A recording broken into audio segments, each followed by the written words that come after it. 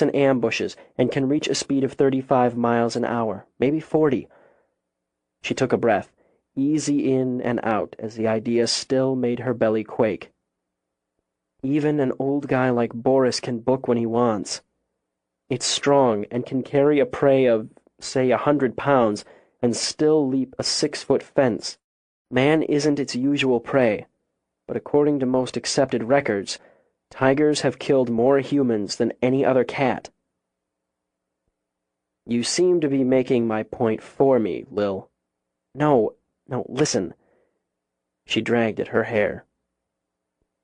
Most man-eaters are older, which Boris is, often going for a man because they're easier to take down than larger prey. It's solitary and secretive, like most cats, and if interested in man-meat, would hunt in sparsely populated areas. Its size and its strength mean it can kill smaller prey instantly. Desperate to make him understand, she squeezed her hand on his on the table. If I waited, that cat could have been miles away, or it could have wandered into my parents' backyard, your grandparents' front pasture. It could have roamed to where the Silverson kids catch the bus for school, all while I was sitting inside waiting for someone to help. You wouldn't have had to wait if you hadn't been alone. Do you want me to admit I underestimated this bastard? I did. Both passion and apology shone in her eyes. I was wrong, horribly wrong, and that mistake could have cost lives. I never expected anything like this, never anticipated it. Damn it, Coop, did you? You know damn well I was taking precautions, because I made a point of telling you about the security systems I'd looked at. That's right, when you came by to make sure I knew you'd have Farley here, so I wasn't needed. As her head started to pound, she dropped her gaze. It made sense for Farley to be here, since they were leaving from here this morning. That's all there was to it. Bullshit. For Christ's sake, Lil, do you think I'd put wanting you in bed above wanting you safe? No, of course I don't. She looked at him again. I don't. Coop, I called you. I called you even before I called Willie. Because I was closer, handier, and you didn't want your parents scared. She heard the bitterness and couldn't blame him for it. That's all true, but also because I knew I could count on you. I knew without any question I could count on you to help me. You can. And to make sure you don't forget it, sex is now off the table. Sorry? You're sorry? Some of the temper, at least its sharp leading edge, seemed to have dulled when he shook his head at her. Yes. No, I mean, I don't know what you mean. Simple. Sex is out of the equation. I won't touch you. I won't ask you. And I'll be here from dusk to dawn every day. If I can't be, someone else will be. I've got to go get caught up, he said as he rose. You'd better talk to your parents about this before someone else does. 15. He could have taken her out as easily as he had the elk calf. Just aim, and down she'd go. The tiger would have gone for her then, oh yeah. A shot in the leg, he mused, playing it out in his head. Not a kill shot. Just something to take her down. Would the tiger have traded elk for woman? He'd put money on it. And wouldn't that have been something to see? But it wasn't the game of choice.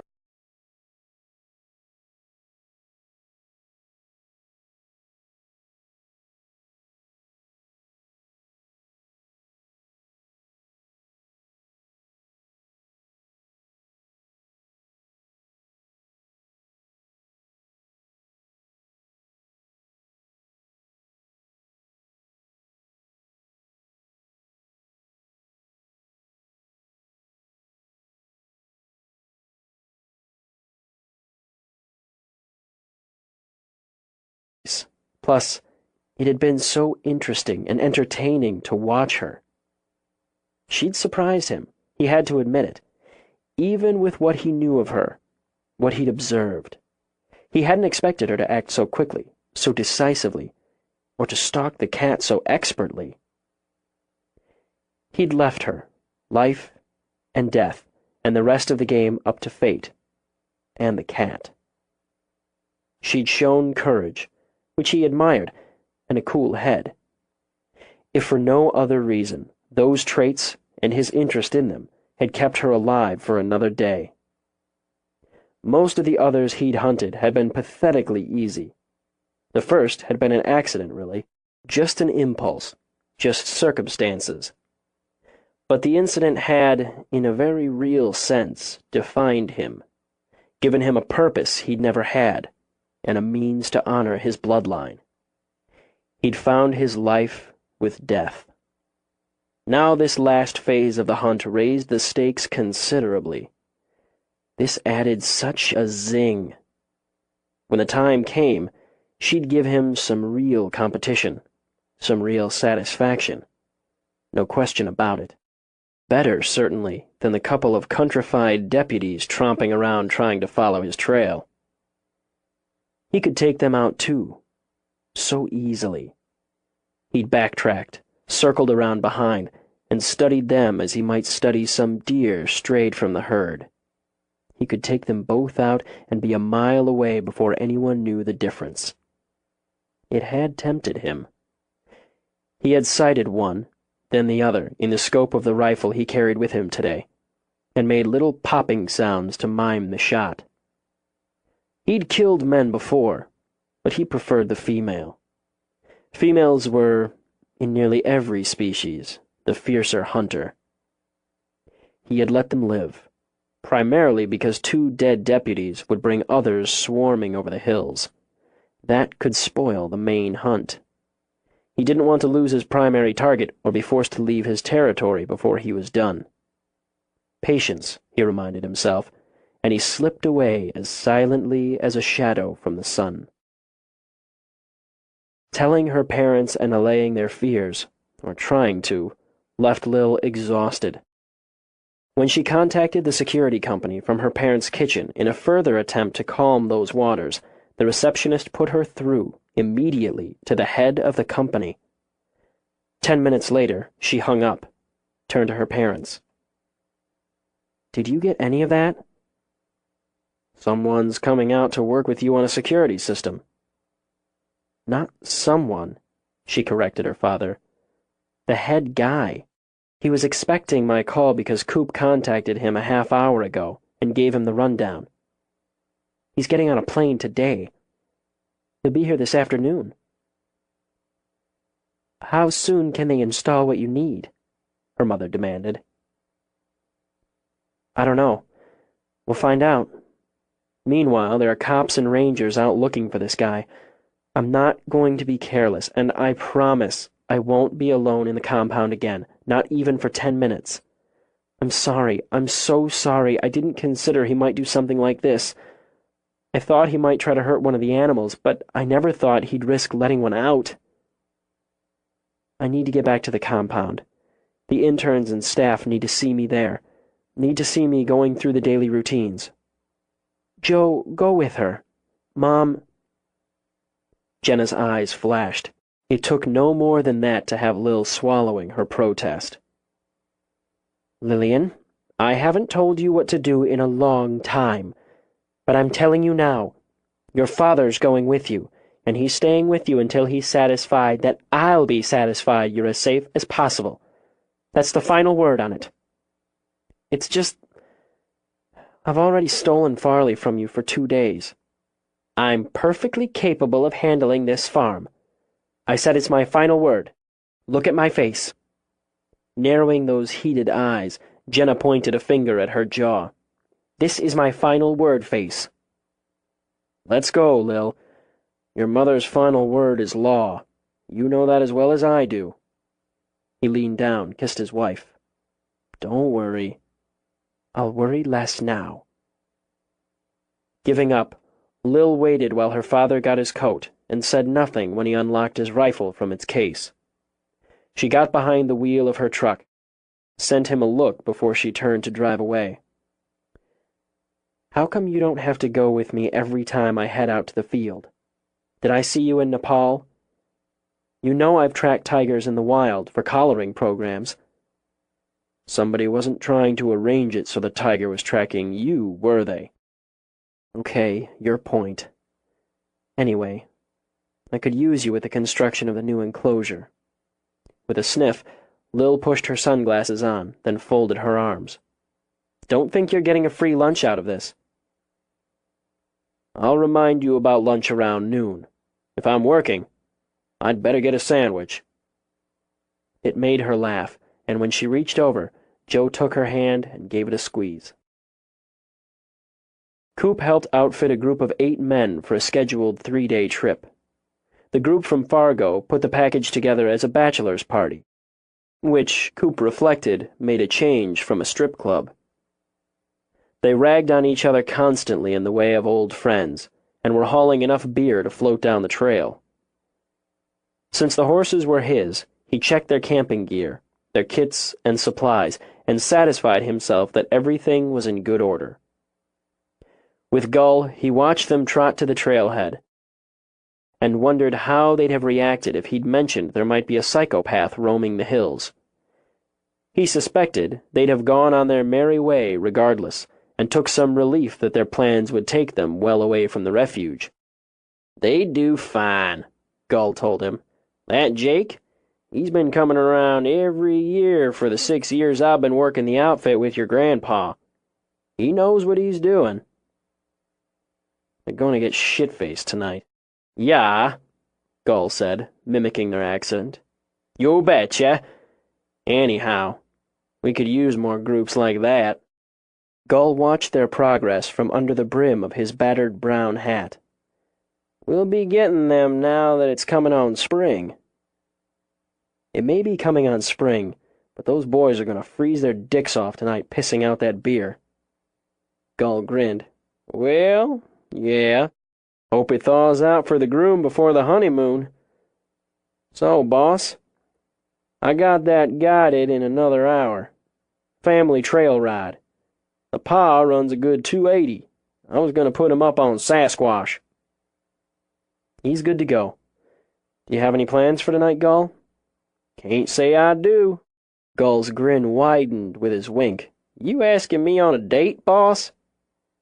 I'm too shy, Coop said, and it made Gull guffaw. Lil's had some trouble over at her place. I heard about it. She could use some help. The man didn't mind freezing his dick off. Gull gave his crotch a subtle pat. South Dakota peckers don't freeze so easy as the drunks from Fargo. Must be from all the jerking off, Coop mused, and put Gull in stitches again. Can you take a turn at guard duty over there tonight? Say 2 to 6? Sure, boss, I can do that. Need anybody else? No hesitation, Coop thought. No complaint. I could use 2 more men who you trust not to shoot themselves, or anybody else. I'll see what I can do about that. I'll think on it. I guess I'll go see about getting those box lunches for this guided. I'll check them in when they get here. When they parted ways, Coop went to the storefront. The old desk faced the window and gave him a view of Deadwood that wasn't quite what he imagined Calamity Jane and Wild Bill had seen in their day. Still, it maintained its western flavor, with its awnings and architecture and old-timey lampposts. Its feel, he supposed, as the town spread and climbed its way up the hills. Cowboys mixed with the tourists, saloons cozied up to souvenir shops, and a man could find a game of poker or blackjack day or night if he wanted to gamble. But the proprietors weren't likely to murder a man in the back room and feed him to the pigs. Progress. He dealt with the paperwork, the forms and waivers, so he could move the family group along when they arrived. And so he could carve some time for his own devices. He pulled a ginger ale out of the cold box, since he'd buzzed his blood on coffee that morning. People passed by, and some likely glanced in. They'd see a man going about his business, keyboarding on a computer that, to Coop's mind, desperately needed replacing. He opened Lil's file. He might not be an investigator anymore, but that didn't mean he'd forgotten how to investigate. He'd have preferred being sure her list of staff, interns, and volunteers was complete. But he had enough to keep him busy. The staff, past and current, hadn't netted him a thing. He probably knew more about all of them now than some would be comfortable with, but he knew more about a lot of people than most were comfortable with. Though Jean-Paul had not technically been staff, Coop had done a run on him. Broken relationships were petri dishes waiting to brew trouble. He knew the French guy had been married and divorced in his early 20s. It was likely Lil had that information, and since it didn't seem to be relevant, Coop simply filed it away. He found no criminal and a current address in Los Angeles. Stay there, Coop thought. He'd uncovered a few criminal brushes on staff, but nothing more violent than the vet having a scuffle during a protest on animal testing 15 years earlier. The former interns comprised a bigger chunk. They were a diverse group, economically, geographically, academically. He followed some through college, grad school, into careers. A quick scan showed Coop that a high percentage of interns Lil had trained pursued careers somewhere in the field. He found some scrapes with the law as he picked his way through. Drugs, DUIs, a couple of assaults and/or destruction of property, usually connected to drugs or alcohol. Those would earn a closer look.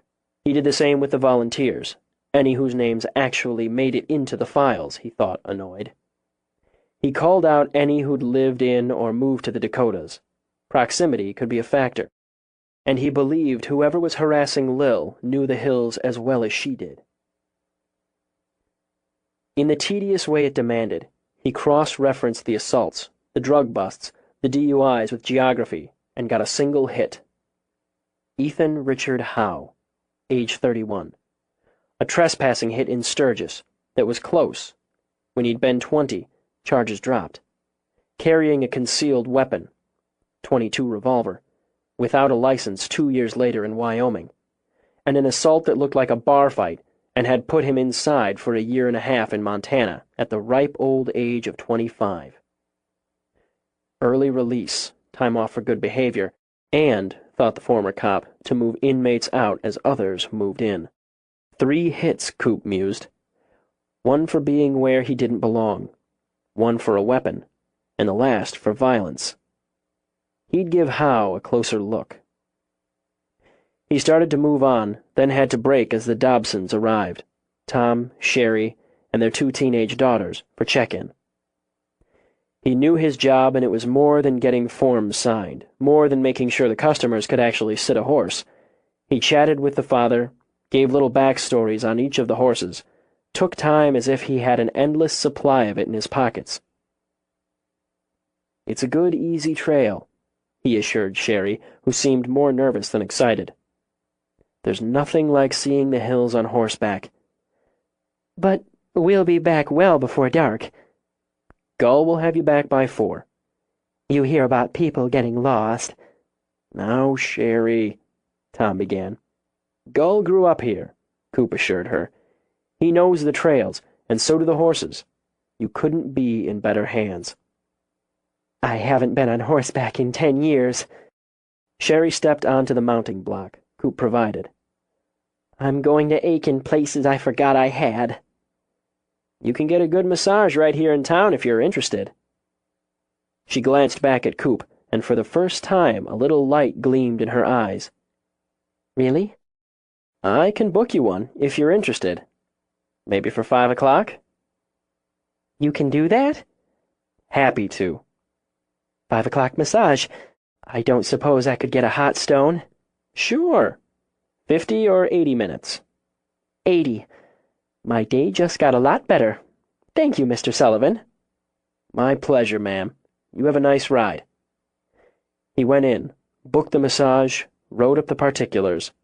The business would get a referral fee, which didn't hurt. Then he shifted gears and went back to Lil's file. He started a new run on the women. He leaned toward a man in this case, but he knew better than to discount the female. He hadn't gotten a good enough look that early morning to be absolutely certain. In any case, a woman might be the connection. He worked his way through the ginger ale and half the ham sandwich his grandmother had packed him, He couldn't stop her from packing his lunch, and had to admit he didn't try very hard. It was nice to have someone who'd take the time, take the trouble. Marriages, divorces, kids, degrees. One of the earlier interns in the program now lived in Nairobi. Another was a vet specializing in exotic animals in L.A. And another, he noted as his instincts hummed, had vanished. Carolyn Lee Roderick, age 23, missing for 8 months and a handful of days. Last seen in Denali National Park, where she'd been doing field work. He followed the hum and dug out what he could on Carolyn Roderick. At the refuge, Lil shook hands with Brad Dromberg, the owner of Safe and Secure.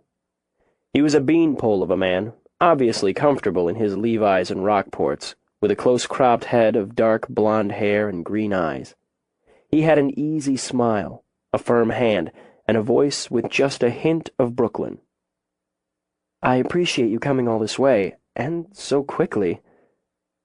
"Coop tugged the line. Is he around?" "No, He said he'd try to make it by. Some place you got here, Miss Chance." He stood, hands on his hips, studying the habitats, the compound. "Some place. How long have you been in operation?" 6 years this May." He gestured over where some of her interns had set the poles for the new habitat. "Expanding?" "We're acquiring a melanistic jaguar." "Is that so? Coop said you've had a little trouble. Someone compromised one of the cages?" "The tiger enclosure, yes."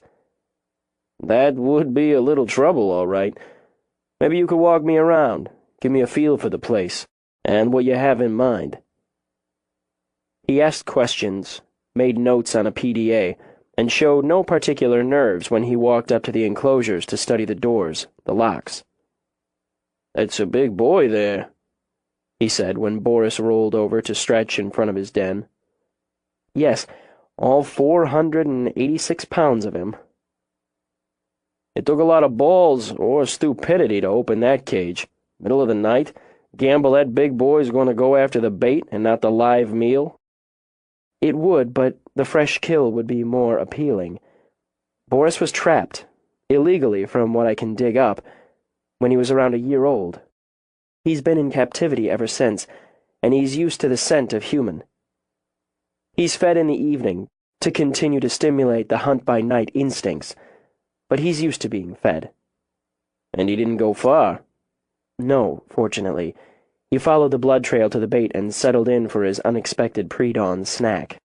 "Takes some balls to come out here and shoot a Mickey into him." "Necessity is often the mother of balls, so to speak." He smiled, stepped back. "I don't mind saying I'm glad he's in there and I'm out here. So that's 4 gates, including the one for public access during operating hours, and a lot of open land." "I can't fence off the entire property. Even if I could, it would be a logistical nightmare. There are trails running through the hills that cross this land, my father's, others. We're posted private around the perimeter, and the gates tend to stop people. My priority is securing the compound, the habitats. I need to keep my animals safe, Mr. Dromberg, and keep everyone safe from my animals." "That's Brad. I've got some ideas on that, and I'm going to work something up. One of the things I'm going to recommend are motion sensors set outside the enclosures. Far enough that the animals won't set them off, but anyone approaching the enclosure would." She felt her budget wince in pain. "How many would I need?" "I'll figure that for you. You want more lights. Sensor goes off, alarm kicks on, lights flood this place, and intruders going to think twice about trying for a cage at that point. Then there's the locks themselves, and that goes for your gates as well as your cages. Interesting situation," he added. "Challenging. And, sorry I have to be crass here, expensive. I'm going to work out 2 or 3 systems I think would work for you, and I'll give you an estimate on each. It'll be a chunk of change, I won't lie to you, but getting it at cost's going to save you some serious moolah." At cost? I'm confused. It's for Coop. No, it's for me. Coop made the call. He wants his place wired up, we wire it up. At cost. Brad, this place runs on donations, funding, charity, generosity. I'm not going to turn yours down, but why would you do all this and not make a profit? I wouldn't have a business if it wasn't for Coop. He calls, it's cost. And speak of the devil. Brad's face lit up as Coop started down the path toward them. They didn't shake hands. Instead, they greeted each other with the one-armed, back-slapping hug men favored. I wanted to be here sooner, but I got hung up. How was the flight? It's a long one. Jesus, Coop, it's good to see you. And I have to give you a job before you come out. Have you been around? Yeah, your lady gave me the tour. Lil opened her mouth, then shut it. No point in breaking up the reunion by pointing out she wasn't Coop's lady. You'll have to excuse me. It's feeding time. Seriously? Brad asked. He looked like a kid, she thought, who'd just been shown the biggest cookie in the jar. Why don't I get you both a beer and you can watch the show? Brad rocked on his heels as Lil walked away. She's sexier than her picture. It was an old picture. Seeing her in the flesh, I'd say the chances of you coming back to New York are slim to none. They started out slim to none, and she wasn't why I moved here. Maybe not, but I haven't seen many better reasons to stay. Brad looked over the habitats, up to the hills. Hell of a long way from New York. How long can you stay? I've got to fly back tonight, so we'll have to keep it to the one beer. I had to shuffle some things to get out here today, but I'll draw up a couple of options in the next day or two. I'll get them to you, and I'll make sure I'm back when we do the install. We'll lock it down for you, Coop. I'm counting on it. Lil stayed busy and out of Coop's way. Old friends, to her way of thinking, needed time to catch up. She and Coop had been friends once. Maybe they could be again. Maybe this pang she felt was just missing him, just missing her friend. If they couldn't go back, they could move forward. It seemed he was making the effort. So how could she do less?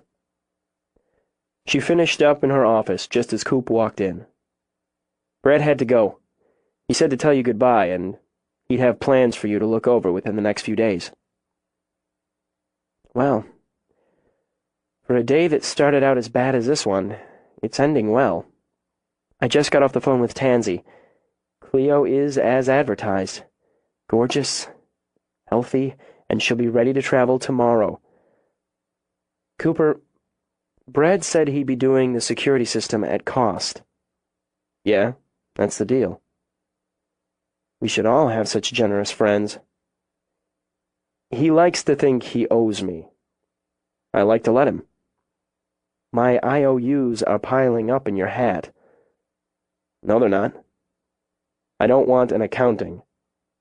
Irritation darkened his face as he took another step toward her desk. You were the best friend I ever had. For a good part of my life, you were one of the few people I could trust or count on. It made a difference to me. In me. Don't, he said, when her eyes welled. I won't. But she rose and walked to the window to look out until she had control.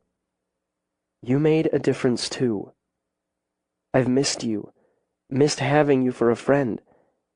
And here you are. I'm in trouble and I don't know why, and here you are. I have a possible line on that. On the trouble. She turned. What? What line? An intern named Carolyn Roderick. Do you remember her? Wait. Lil closed her eyes, tried to think. Yes, I think 2 years ago. I think nearly 2 years ago. A summer session. After she'd graduated? Maybe after, I'm not sure. She was bright and motivated. I'd have to pull the records for more detail, but I remember she was a hard worker, Serious conservationist disciple. Pretty. She's missing, he said flatly. She's been missing for about 8 months. Missing? What happened? Where, do you know? Alaska. Denali National Park. She was doing field work with a group of grad students. One morning, she just wasn't in camp. Initially, they thought she just wandered off a little to take some pictures, but she didn't come back. They looked for her. They called in the rangers and search and rescue. They never found a trace of her. I did field work in Denali my senior year. It's extraordinary and it's immense. A lot of places to get lost if you're careless. A lot of places to be taken. Taken? When they started to worry, her teammates looked in her tent more carefully. Her camera was there, her notebooks, her tape recorder, her GPS.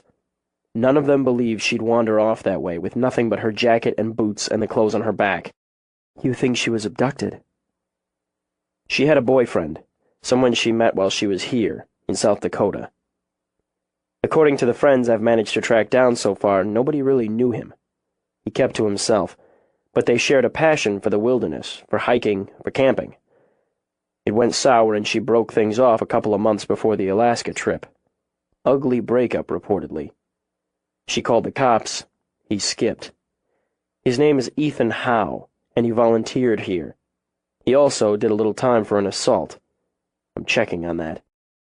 It crowded in her mind, beat there until she rubbed her temple to quiet it. Why do you think this connects to what's happening here, now? He used to brag about how he'd lived on the land for months at a time. He liked to claim he was a direct descendant of a Sioux chief, one who lived in the Black Hills. Sacred ground to his people. If half the people who claimed to be a direct descendant of a Sioux chief or princess actually were... Lil rubbed her forehead now. She knew this, something about this. I remember him vaguely. I think.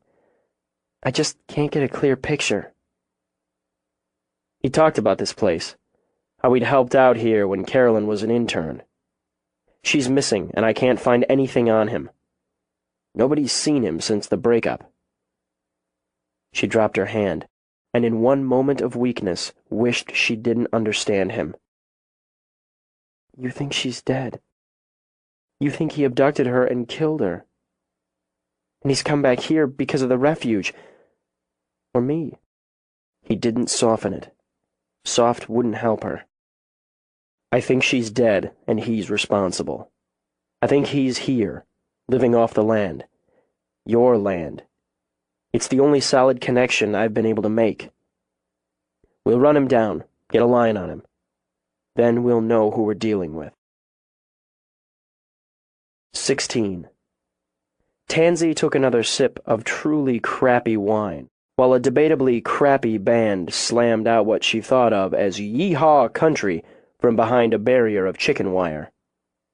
The clientele, a mix of bikers and cowboys and the women who loved them, looked perfectly capable of throwing beer bottles and plastic dishes of indigestible nachos at the stage, but so far hadn't worked up the energy. A number of people were dancing, which she supposed boded well for the band and their laundry bill. She lived in what she affectionately thought of as the Wild West for a full 5 years now, not counting her years in college, and there were moments, such as these, when she still felt like a tourist. You sure you don't want a beer? She glanced over at Farley and thought he looked perfectly at home here. In fact, she'd never seen him anywhere he didn't look perfectly at home. I should have listened to you and opted for beer in the first place. She took another tiny sip of wine. But it's too late now. Besides, I'm going to head back. One dance. You said one drink. One drink, one dance, he said as he took her hand, tugged her off the bar stool. One. She agreed because they were already on the dance floor. In any case, they'd both put in a long day, so one drink, one dance seemed reasonable. Until he put his arms around her. Until her body was locked tight to his, and his eyes smiled down at her. "I've been wanting to dance with you a long time." Keep it light, she warned herself, even as her insides went soft and jittery at the same time. Keep it nice and easy. "Well, you're good at it." "Jenna taught me." "Really?" "When I was about 17, I guess. She told me most girls like to dance, and a smart guy learned how to move on the dance floor. So, she taught me." "She did a good job." He could move all right, she thought, smooth as butter, and he had her heart doing a little flip when he spun her out and back again. He did a quick turn, slid her under his raised arm, leading her around until her back was to him, pressed close again. She knew she fumbled some. He was a hell of a lot better than she was, but she let out a breathless laugh as he turned her again so they were face to face and she was shuffling backward. Damn it, the guy had moves. "I guess I need Jenna lessons." "She's a good teacher. I think we dance pretty well together, seeing that's the first time out." "Maybe." "You come dancing with me back home, Tansy, and we'll do better." Her answer was the slightest shake of her head, and when the music stopped, she deliberately stepped back to break the contact before the next song started. "I really need to get back and make sure I've got everything in order. We're getting an early start tomorrow." "Okay." He took her hand as they returned to the table. "You don't have to go. You should stay, enjoy the music." And I should go, she thought, and take a long, cold shower. "Even if you weren't the prettiest woman in the room, I'd be walking you back just like I walked you over." It was only a few minutes at a brisk walk from the bar to the motel they were using, but she knew him well enough not to argue. He had, Tansy knew, an unbendable code about certain things. Undoubtedly, Jenna taught as well. A man walked a woman to her door, and that was that. But she stuck her hands in her jacket pockets before one of them ended up caught in his. "Lil's gonna be happy when she sees that big cat," Farley commented. "She's going to be ecstatic. She's a beauty, no question about it. I hope she handles the drive without any trouble. Anyway, Lil said the temporary enclosure will be ready for her, and the permanent one's already started." "Lil doesn't wait for flies to land." "Never has." She hunched inside her coat, as the short walk was still a cold one. Farley's arm came around her shoulders, easing her against him. "You're shivering some." Not just from the cold now, she thought. I think if we plan to pick up Cleo by 7, that's early enough." "We'll get gassed up first. Cut back on stops. We head out of here around 6. That'd give us time to fuel up, get us some breakfast." "Works for me." She spoke brightly while waging a small, violent war against her own hormones. "I can meet you at the diner. We'll check out first and go right from there?" "We could do that." He skimmed a hand down her back as they crossed the motel parking lot on foot. "Or we could walk over to breakfast together." "You can knock on my door in the morning," she said as she dug out her room key. "I don't want to knock on your door. I want you to let me come in." When she looked up, he turned her as smoothly as he had when they danced, so she was caught between him and the door. "Let me come in, Tansy, and be with you." "Farley, that's not—" His mouth found hers. He had a way of kissing her that had common sense, good intentions, firm resolve all slipping away. Despite sense, intention, and resolve, she was kissing him back. Oh, hell. Oh, damn, she thought. Even as her arms locked around him, that rubber band mouth of his was so good at kissing. "It can't go anywhere," she told him. "It could go to the other side of this door for right now. Let me come in." He took the key from her, slid it into the lock, and kept his eyes on hers. "Say yes." "No," formed solidly in her mind, but it didn't come out of her mouth. "It's going to be like the drink and the dance.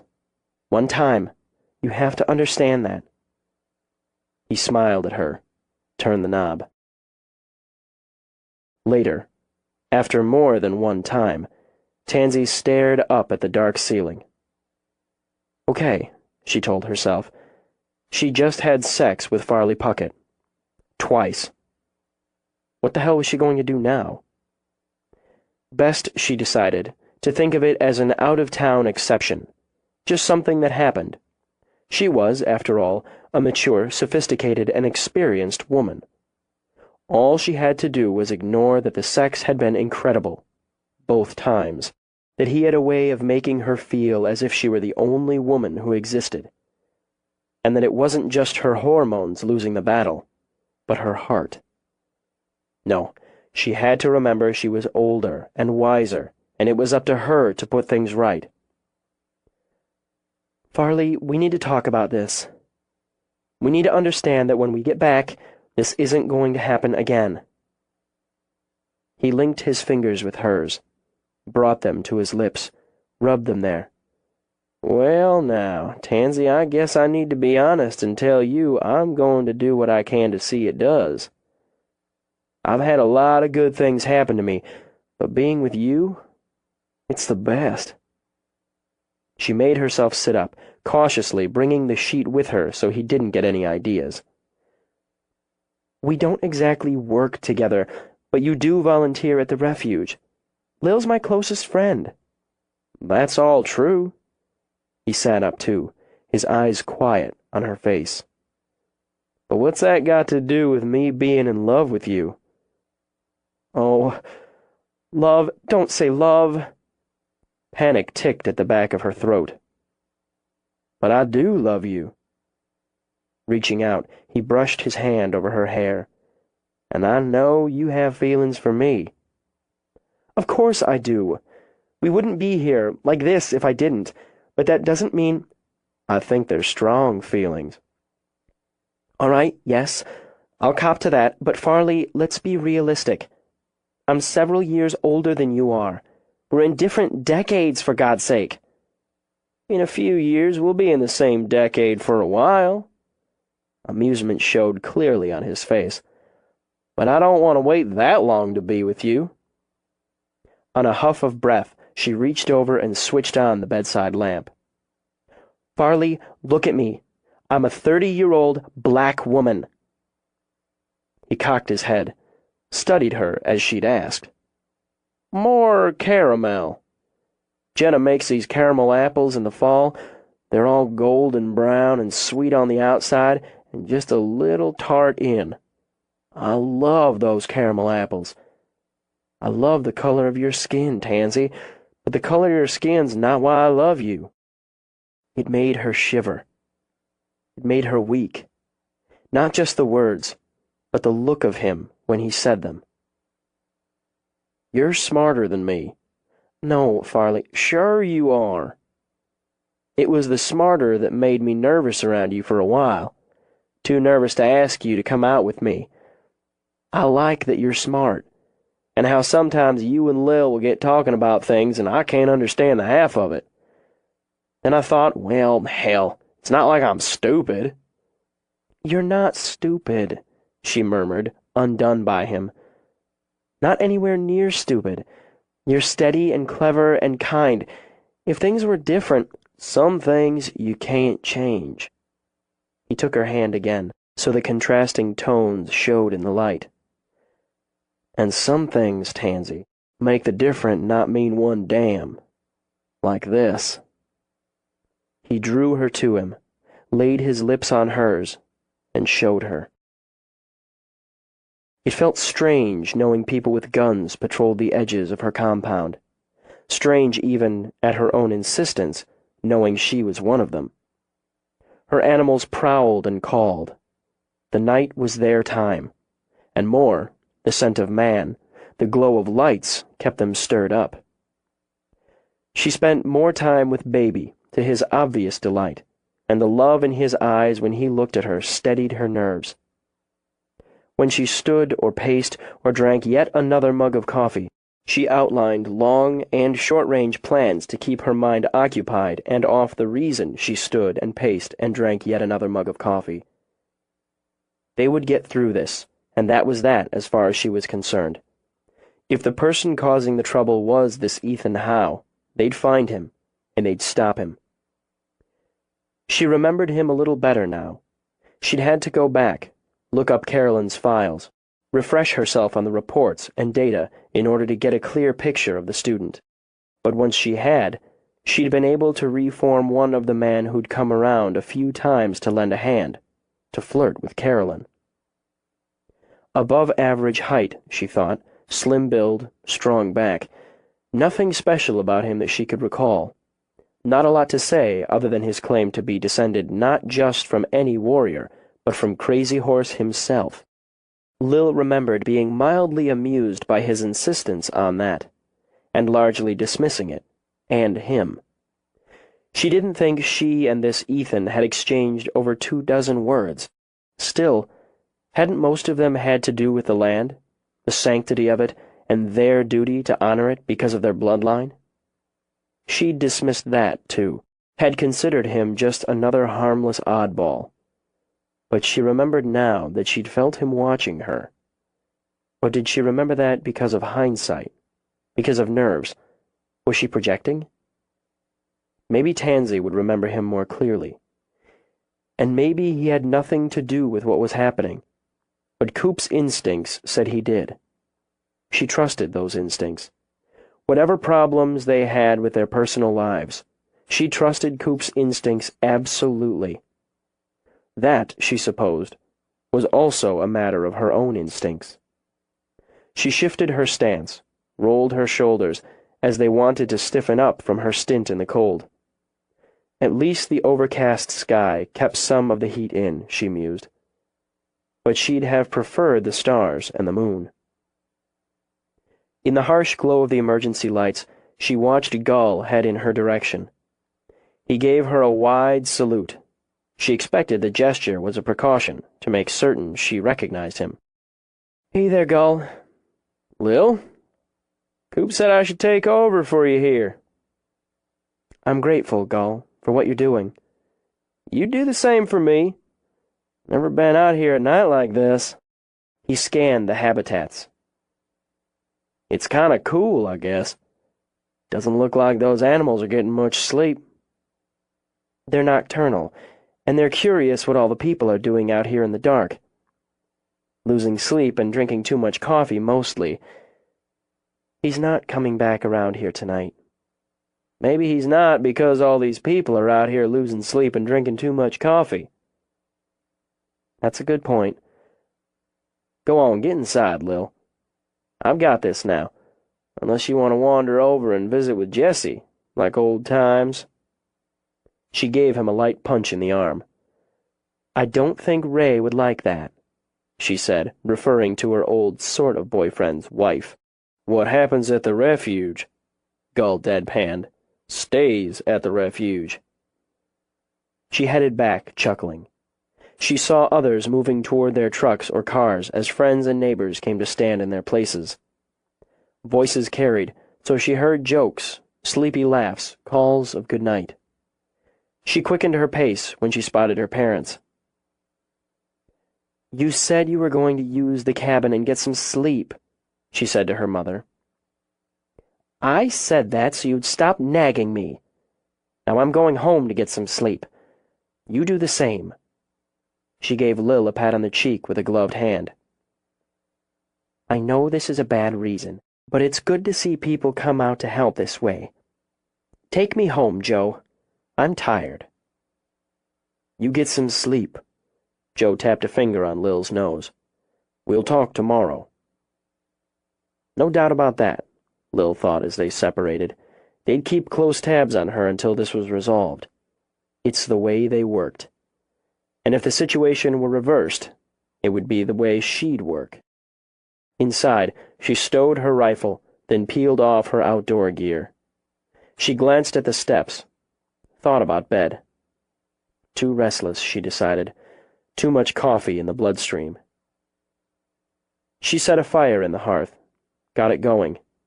If Coop didn't want one, he could bank it down, but at least it added more warmth and cheer to his temporary sleeping arrangements. She wandered back to the kitchen, thought about making some tea, and decided she was too impatient to wait for the water to boil. Instead, she poured half a glass of wine, hoping it would counteract the caffeine. She could work, she considered. She could spend an hour at the computer until the edge wore off, but the idea of sitting still didn't appeal either. Then she heard the front door open and knew she'd been waiting for that. For him. When she came back into the living room, he was sitting down, pulling off his boots. He looked, she thought, alert, awake, his eyes clear as they met hers. "I figured you'd be upstairs by now." "Too much coffee." He made a vague sound of agreement and took off the second boot. "Maybe I'm feeling as restless as the animals. I'm not used to having people around this time of night either. I can't settle." She walked to the window, stared out. "I'd suggest a couple hands of gin rummy, but I'm not in the mood." She glanced back at him over her shoulder. "And I'm in your way. I could try solitaire." "You could also try turning off the lights and closing your eyes." "That would be the sensible thing." She swallowed the last of the wine, set the glass aside. "I'll go up, let you get some sleep." She started toward the stairs, stopped, turned back. He hadn't moved. "What if I want sex on the table?" "You want to have sex on the table?" "You said sex was off the table. Maybe I want it back on. Maybe I don't want to sleep alone tonight. You're here. I'm here. We're friends. That's established, right? We're friends." "We always were." "So that's all it is. Friends and not being alone. Giving each other something to take the edge off." "Reasonable." "Maybe I'm too tired." Her lips curved. "Like hell." "Maybe I'm not." But he stayed where he was, watching her, waiting. "You said you wouldn't touch me. I'm asking you to set that rule or provision or however you think of it aside. Come up with me. Come to bed with me. Stay with me. I need to shut my mind off, Coop. That's the God's truth. I need some peace of mind, a few hours of it. Do me a favor?" He stepped to her. "Doing you a favor is standing out in the cold until 2 in the morning. Taking you to bed?" He reached up, ran his hand down her braid. "Doesn't qualify. Don't tell me you need peace of mind, Lil. Tell me you want me." "I do. I do want you. I'll probably regret it tomorrow." "Yeah, but it'll be too late." He pulled her in, captured her mouth with his. "It's already too late." He turned toward the steps, then gripped her hips, boosting her up so she wrapped her legs around his waist, her arms around his neck. Maybe it had always been too late, she thought, as he carted her upstairs, and she let her lips roam his face, as she had once, long before. Back in time, the familiar. Like closing a circle, she told herself. It didn't have to be any more than that. She pressed her cheek to his, sighed. "Feel better already." At the bedroom he turned, pressing her back to the door, and those eyes, the ice blue that had always snagged her heart, caught hers. "A hot bath makes you feel better. This is more, Lil. We'll both have to deal with that." When his mouth took hers, it wasn't for comfort or to soothe, but to ignite. So that slow simmer, never fully banked, came roaring back to full, furious flame. Peace of mind? Had she thought she would find peace here with him? There would be no peace with the war raging between them, inside her. Engulfed, she gave herself to it, and to him. Maybe this time the battle would be done, and that constant flame inside her finally burned out. The need rose up, riding along her skin, filling her breasts, her belly with heat. Familiar, perhaps, but more and less than what had been. Had his hands been so sure? His mouth so urgent? She was still wound around him when he strode to the bed. The lights from the compound slanted through the slats of her blinds, thin bars of light that fell over the bed, over her when he set her on the edge. A kind of cage, she supposed. Well, she walked into it willingly. He gripped her boot, tugged. She heard herself laugh, nervous joy as he pulled off the other. Then he reached down to unbutton her flannel shirt. "Unbraid your hair." He drew the shirt off. "Please." She lifted her arms, slid the tie at the end of her braid onto her wrist out of habit, and loosened her braid as he took off his shirt. "No. I'll do that," he said, as she started to comb her fingers through her hair. "I'd think about your hair, the way it feels and smells, the way it looks after I've had my hands in it. All that midnight hair." He wrapped her hair around his fist, tugged so that her face tipped up to his. The gesture, the flare of heat in his eyes, spoke as much of temper as passion. "I'd see you when you weren't there. Like a damn ghost. A glimpse in a crowd, a tease out of the corner of my eye, disappearing around a corner. You were everywhere." She started to shake her head, but he tightened his grip. For an instant, she saw that anger flash. Then he released her hair. "Now you're here," he said, and drew the thermal shirt over her head. "I've been here." No, he thought. No. But she was here now. Aroused, a little annoyed, just as he was. To please himself, to pleasure her, he traced his fingers down her collarbone, over the subtle swell of her breasts. The girl he'd known had been a willow stem. She'd bloomed without him. She shivered at his touch. He'd wanted her to. Then he pressed the heel of his hand to her forehead, gave her a light shove onto her back, and made her laugh again. "Mr. Smooth," she said. Then he was on her, his body pressing her into the mattress. "You've put on a few pounds." "You too." "Really?" "In interesting places." She smiled a little and combed her fingers through his hair as he had with hers. "Well, it's been a while. I think I remember how everything works. How you work." He brushed his lips to hers, a teasing, then a sinking until it was drowning deep. His hands were on her, reminding her what it had been, confusing her with what it was now. Strong, hard-working hands, sliding over her, pressing, molding until her breath quickened, until past and present were one brilliant blur over her senses. He flipped open her bra, tugged it aside, and had her, hands and mouth, teeth and tongue. So quickened breaths became gasps, gasps became moans. She dragged at his thermal, yanking it up and away, impatient now to feel him.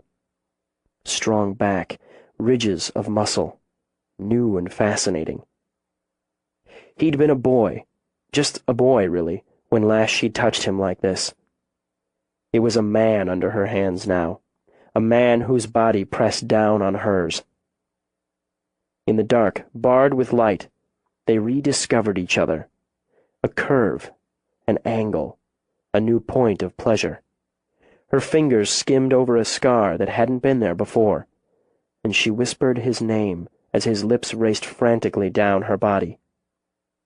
She quivered when he unbuttoned her jeans, hitched her hips up to help him pull them away, rolled with him over the bed as they hurried to strip off every barrier.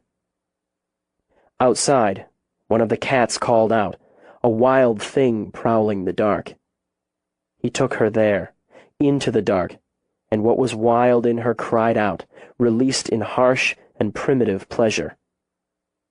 She moved for him and with him, her eyes agleam in the shadows. Everything he'd found and lost, everything he'd lived without was here, right here.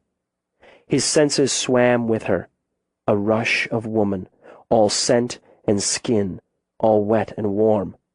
The beat of her heart against his hungry mouth, the slide of her skin under his desperate hands. He pushed her over, felt her rise and break, then gather again. His name. She said his name over and over. His name when he drove into her. He held himself on that whippy edge, filled and surrounded, entrapped until they were both trembling. Then it was all movement, mad, mindless. And when she broke again, he shattered with her. She wanted to curl up against him, just fit her body against his like two pieces of a puzzle. Instead, she lay quiet, willing herself to hold on to the pleasure and the peace that had finally come with it.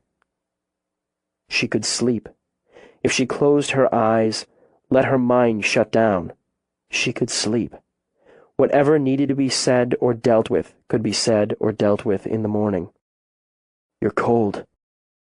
Was she? Before her brain could connect with her body, he'd shifted her up and over.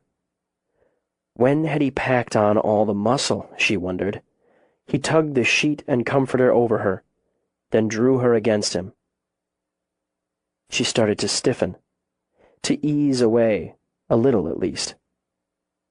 Didn't she need some room, some sort of distance? But he held her there, curled her in exactly where she'd wanted to be. "Go to sleep," he said. And too tired, too undone to argue, she did just that. She woke before sunrise, stayed very still. His arms had stayed around her, and hers had gone around him in the brief hours of the night. Why, she wondered, did something that basic, that human, break her heart? Comfort, she reminded herself. In the end, he'd given her the comfort she'd needed, and maybe she'd given him some in return. It didn't have to be more than that.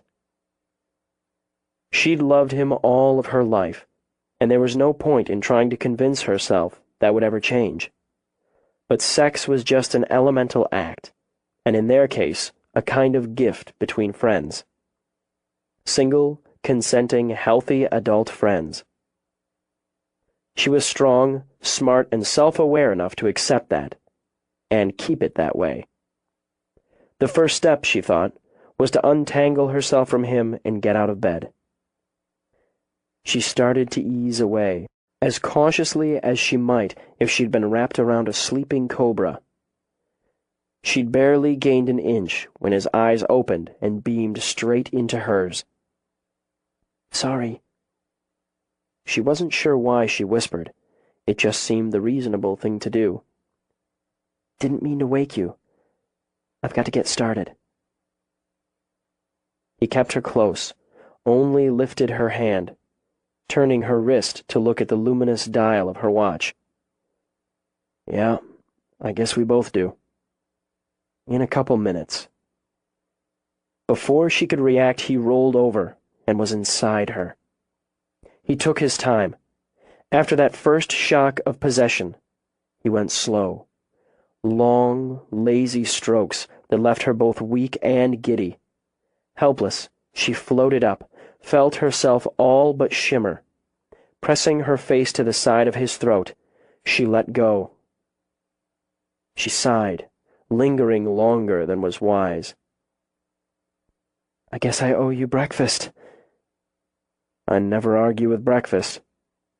She made herself turn away, made the effort to keep her voice light. "I'll go start the coffee if you want to grab the shower first." "Sure." She grabbed a robe, pulling it on as she hurried out. She avoided looking at herself in the mirror and concentrated on the practicalities. Strong black coffee and what she thought of as a full farm breakfast. Maybe she didn't have any appetite, but she would damn well eat. No one would know she was sick with love. Again.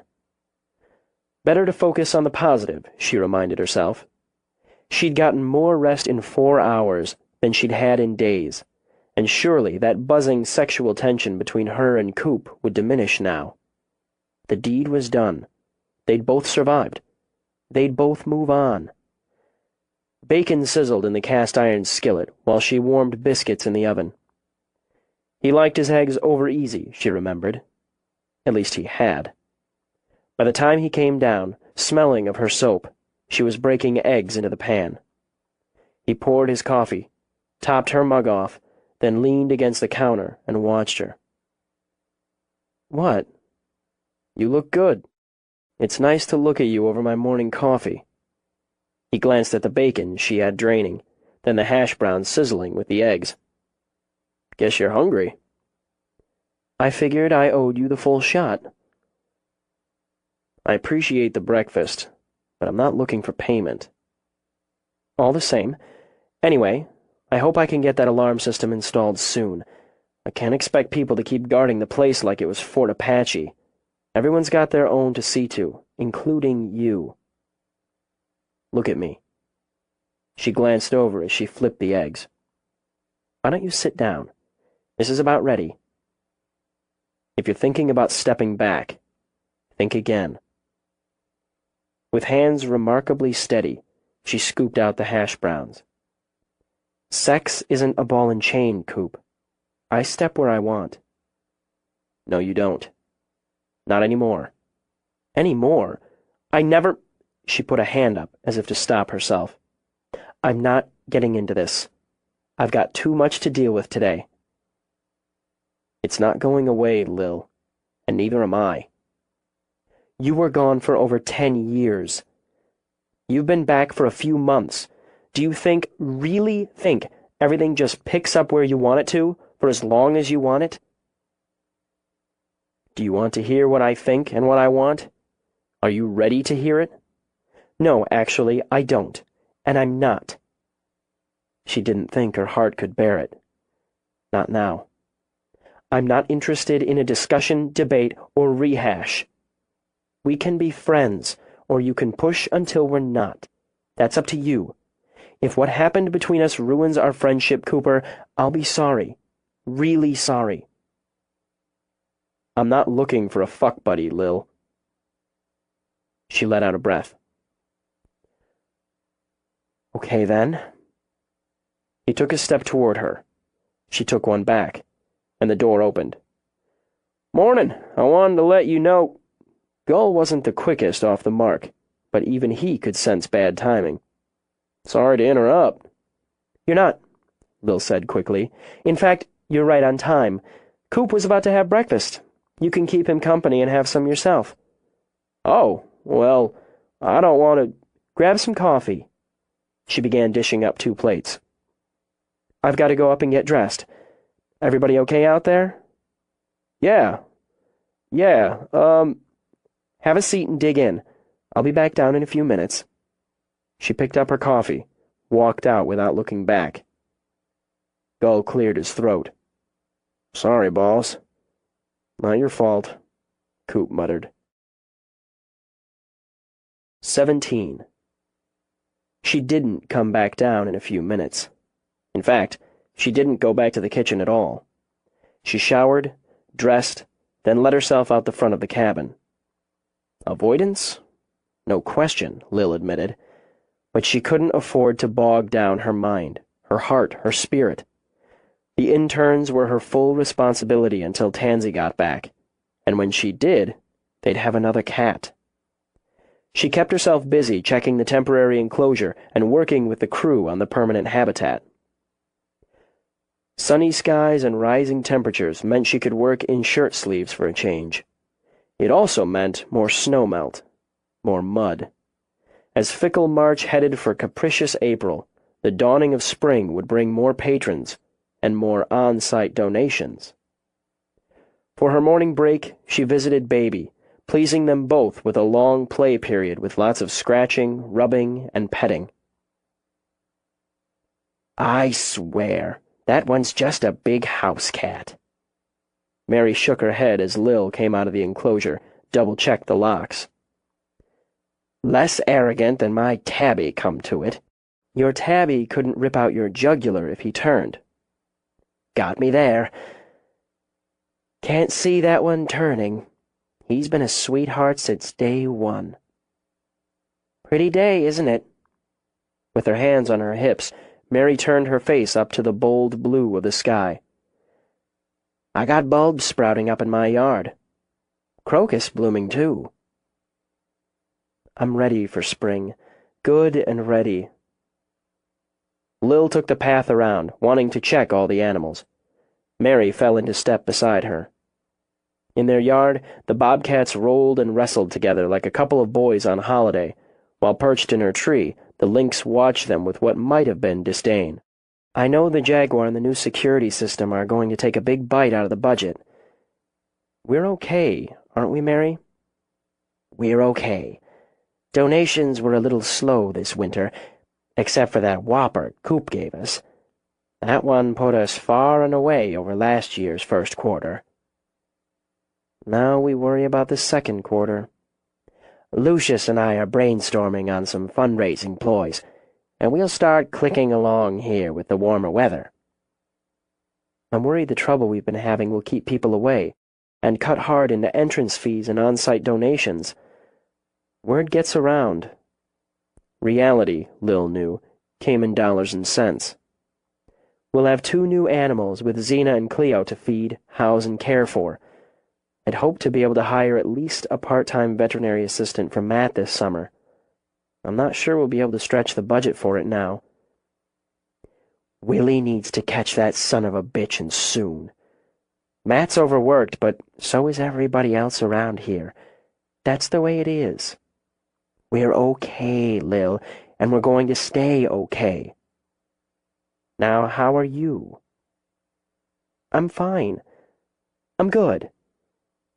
"Well, if you ask me, which you didn't, but I'm telling you anyway, you look stressed. And speaking of overworked, what you need is a day off, a real day off. And a date." "A date?" "Yes, a date." Clearly exasperated, Mary rolled her eyes. "You remember what a date is. Dinner, the movies, dancing. You haven't taken a full day off since you got back, and however much you enjoyed that trip to South America, I know you worked every damn day there, too." "I like to work." "That may be, but a day off and a date would do you good. You ought to get your ma and drive into Rapid City for the day. Do some shopping, get your nails done, then come back and have that good-looking Cooper Sullivan buy you a steak dinner, take you dancing, then parking afterward. Mary, if I were 30 years younger and single, I'd damn well see to it he bought me a steak dinner and the rest of it." Mary gave Lil a hard, somewhat impatient squeeze. "I worry about you, honey." Don't worry. Take a day off." "Well, break's over." She checked her watch. "Tansy and Farley ought to be rolling up in a couple hours. Then we'll have some excitement." She didn't want a day off, Lil thought when Mary walked away. She didn't want to go shopping, very much, or to get her nails done. She looked at her nails, winced. Okay, maybe she could use a manicure, but she didn't have any lectures, appearances, or events scheduled. No fundraising drums to beat. When she needed to, she cleaned up very well. And if she wanted a steak dinner, she could buy her own. The last thing she needed was a date with Coop, which would complicate a situation she'd already complicated with sex. Completely her fault, she admitted. He'd been right about one thing that morning. She had to deal with it. Why hadn't she made that list? She stopped in front of the tiger's enclosure. He lay at the entrance of his den, eyes half shut. Not dozing. Not yet, Lil thought. His tail switched lazily, and Lil could see awareness in those slitted eyes. Not still mad at me, are you? Lil leaned on the rail, watched Boris's ears flick. I had to do it. I don't want anything to happen to you, or for anything to happen because of you. Not your fault, Boris, but we'd be responsible. Boris made a rumbling that sounded so much like reluctant agreement, Lil smiled. You're beautiful. Big, beautiful boy. Lil let out a sigh. I guess my break's over, too. She straightened to stare out across the enclosures, the trees, the hills, and she thought it didn't seem as if there could be a thing wrong in the world on a day like this. He munched on his second ho-ho. He could live off the land, but didn't see any reason to deny himself a few pleasures from the outside. In any case, he'd stolen the box of snack cakes from a campsite, so technically he was living off the land as he ate them. He'd also confiscated a bag of potato rolls and a six-pack of Heineken. He limited himself to 1 beer every 2 days. A hunter couldn't let alcohol slow his brain, even for an hour. So he only drank the single beer at bedtime. Drinking had been his weak spot. He could admit it, just like it had been his daddy's. Just as his daddy had often said, like it was for their people. Liquor was only one more weapon the white man had used against them. Drinking had gotten him in trouble, brought him to the attention of the white man's law. But he did love the taste of a cold beer. He wouldn't deny himself. He would simply control himself. He'd learned that on his own. Of all the things his father had taught him, control hadn't been one of them. It was a matter of control, he thought, just as letting the campers live had been a matter of control and power. Killing them would have been fish in a barrel time, and that wasn't worth his skill. He had considered killing 3 of the 4, then hunting down the last. It never hurt to practice. But taking out 4 campers would have the cops and rangers covering the hills like ants. Not that he couldn't evade them, as his forefathers had for so long. One day he would be a one-man war party, hunting and killing those who desecrated the land at his whim and his will. One day they would speak his name with fear and reverence. But for now, he had bigger fish to fry, fish that weren't in the barrel. He took out his field glasses to scan the compound below. His pride still surged from his observation of the guards placed around the perimeters through the night. Because of him. His prey scented him, and feared. Nothing he'd done before had given him such satisfaction. How easy and how exciting it would have been to have taken them out. All of them, moving silent as a ghost, slitting throats one by one, blood warm and wet on his hands. All that game bagged in one night. And what would his prize have felt in the morning, when she'd come out of the cabin to see the carnage he'd left behind? Would she have run screaming in terror? He loved it when they ran, when they screamed, and more, when they had no breath left to scream. But he'd snapped control firmly into place. It wasn't time. He could send her a message, he considered. Yes, he could. Something that made it very personal. The more there was at stake, the deeper the competition when the time came. He didn't just want her fear. Fear was easy to come by. He watched her for another moment as she crossed the compound toward the cabin that held the offices. No, not just her fear, he thought, lowering the glasses, licking chocolate off his fingers. He wanted her involved, as none of the others had been. None of the others deserved. He turned away, and hitching his pack on his shoulders, began a circular hike back to his den, whistling a tune. When the lone hiker, puffing a bit, crossed his path, he smiled. "Lost?" he asked. "No, not exactly. Glad to see a friendly face, though. I was on Crow Peak, heading toward the summit. I think I got off the mark a little." He pulled a bottle of water out of his belt harness. "I guess I should have stuck with one of the easier trails. It's been a while." This one looked healthy enough, fit enough, and lost just enough. "You're making the trip alone?" "Yeah, the wife headed back at the junction. I'd have done the same, except she said I couldn't do the 7 miles. You know how it is. Gotta prove them wrong." "I'm heading that way myself. I can get you back on track." "That'd be great. Wouldn't mind the company either. Jim Tyler," he said, offering a hand, "from St. Paul." "Ethan Swiftcat." "Nice to meet you. You from around here?" "That's right. I'm from around." He started off, leading Jim Tyler from St. Paul farther off the trail, away from the blazes on pines, the signs, the posts, and deeper into the wilderness. He kept the pace moderate. Didn't want to wear Jim out before the games began. He watched for signs of others, and listened to the man talk about his wife, his kids, his business, real estate, back in St. Paul. He pointed out tracks to keep the man entertained, waited while Jim took pictures with a nice little digital Canon. "You're better than my guidebook," Jim said with real pleasure. "Wait until I show off these pictures, and my wife sees what she missed. I'm lucky I ran into you." Lucky. He gave Jim a big smile as he pulled out his revolver. "Run, Rabbit," he said, grinning. "Run." Lil rushed out of the cabin when Farley pulled in. Staff, volunteers, interns dropped what they were doing to hurry over.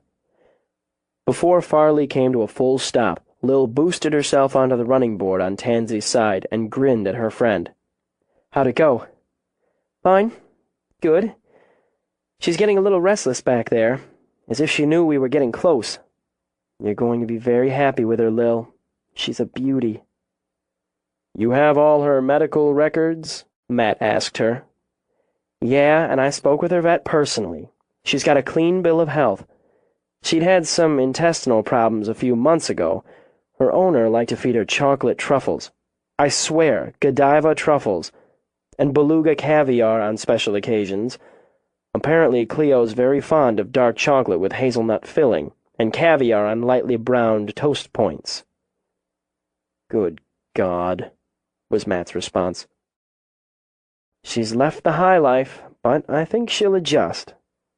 Lil forced herself not to climb right on in and take a look. "Take her on over to the temporary, Farley. Let's get her out of the cage and into her new home. I bet she'd like to stretch her legs." She glanced over to where 2 of the interns continued a tour for a small group. "Annie," she said to the young woman at her shoulder, "why don't you go tell that group to head over toward the enclosure? This should be a real treat for them." She rode with them, standing on the running board. "We were expecting you about an hour ago," she commented. Tansy shifted in her seat. "We, left a little later than we'd planned." "No problems?" No. Tansy stared straight ahead. "No problems. Cleo handled the drive just fine. Slept through most of it. I've got all the paperwork if you want to go over it after she's settled." Lil's first look at the cat took her breath away.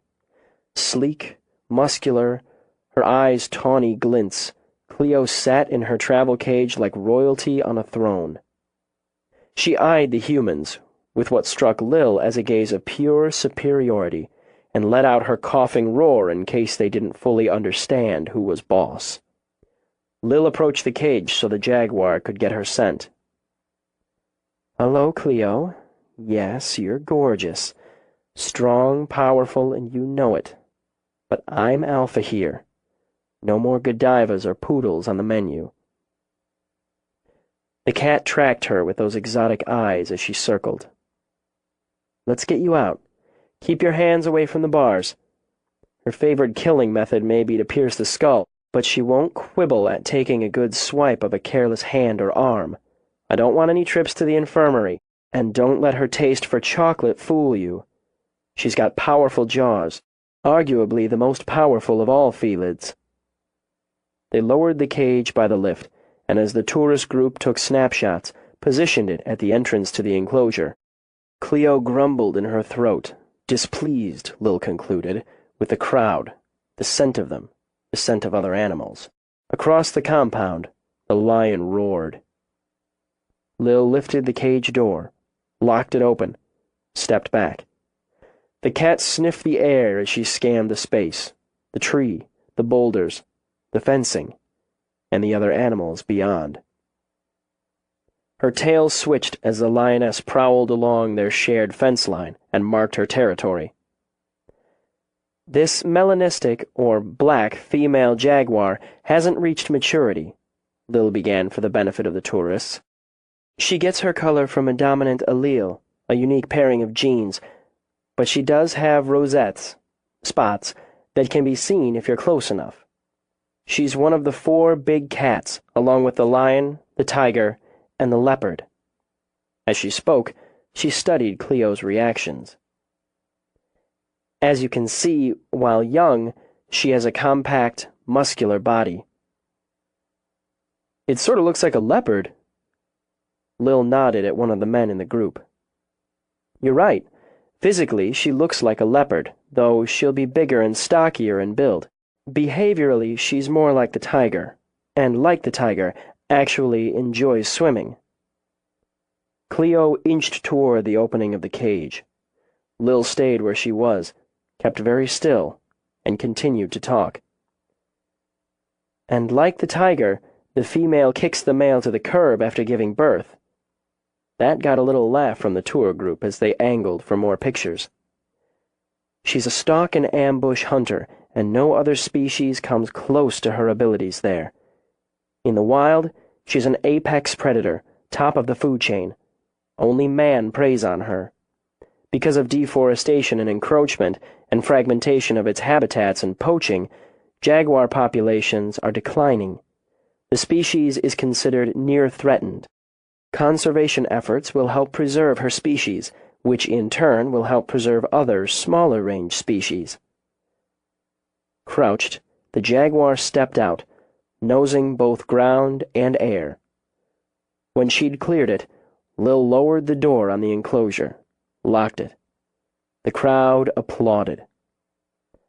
She'll be protected here, Lil added, cared for by the staff, interns, and volunteers of Chance Wildlife Refuge, and through, lest they forget, Lil thought, the donations of our patrons and visitors.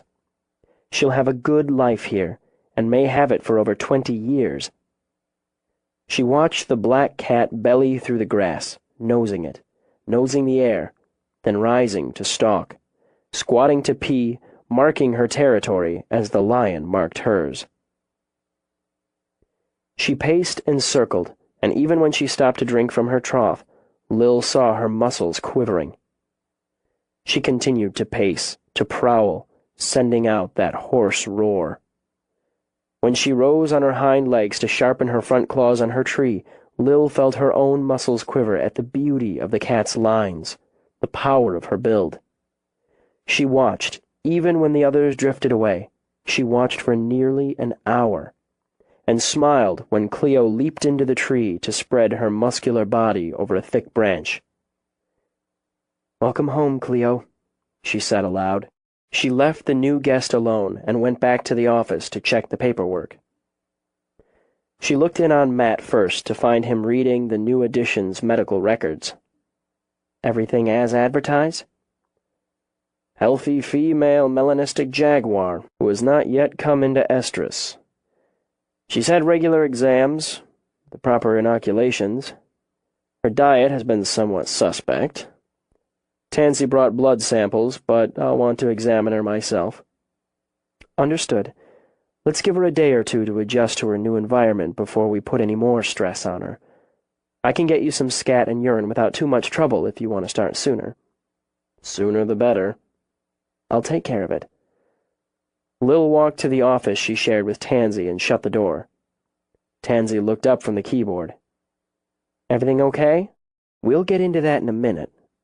First, what's up with you? Nothing. I don't want to talk about it now. I want to talk about it later, Tansy decided, with alcohol. Okay, after tonight's feeding, we'll have some wine and a debriefing. But here's what you have to know now. Lil sat and filled Tansy in on what had happened during her trip. My God, Lil, my God. You could have been seriously hurt. You could have been killed. Tansy shut her eyes. If one of the kids... Middle of the night. The kids aren't here. We're taking steps. Every step we can. With a new alarm system, the animals, the staff, everyone will be protected. I should have dug into the coffers for an updated system before. It did the job, Lil. It did the job until some crazy person came around. You have to be crazy to open the enclosure that way. Whoever did it could have ended up as fresh meat just as easily as that elk. The cops can't find him? Any trace of him? Not so far. Coop thinks he has a line on who it is. Tansy, Carolyn Roderick. You remember her? Sure. What does she have to do with this? She's missing. She's been missing for months. Disappeared from a group working in Alaska. Missing? Oh no. Her family. I talked to her mother a couple of times when Carolyn was here. She had a boyfriend. An ex. He came around here when she interned. The mountain man type. Ed? No, not Ed. Ethan. Right, Ethan, of the I'm descended from Crazy Horse blather. You remembered that faster than I did, Lil replied.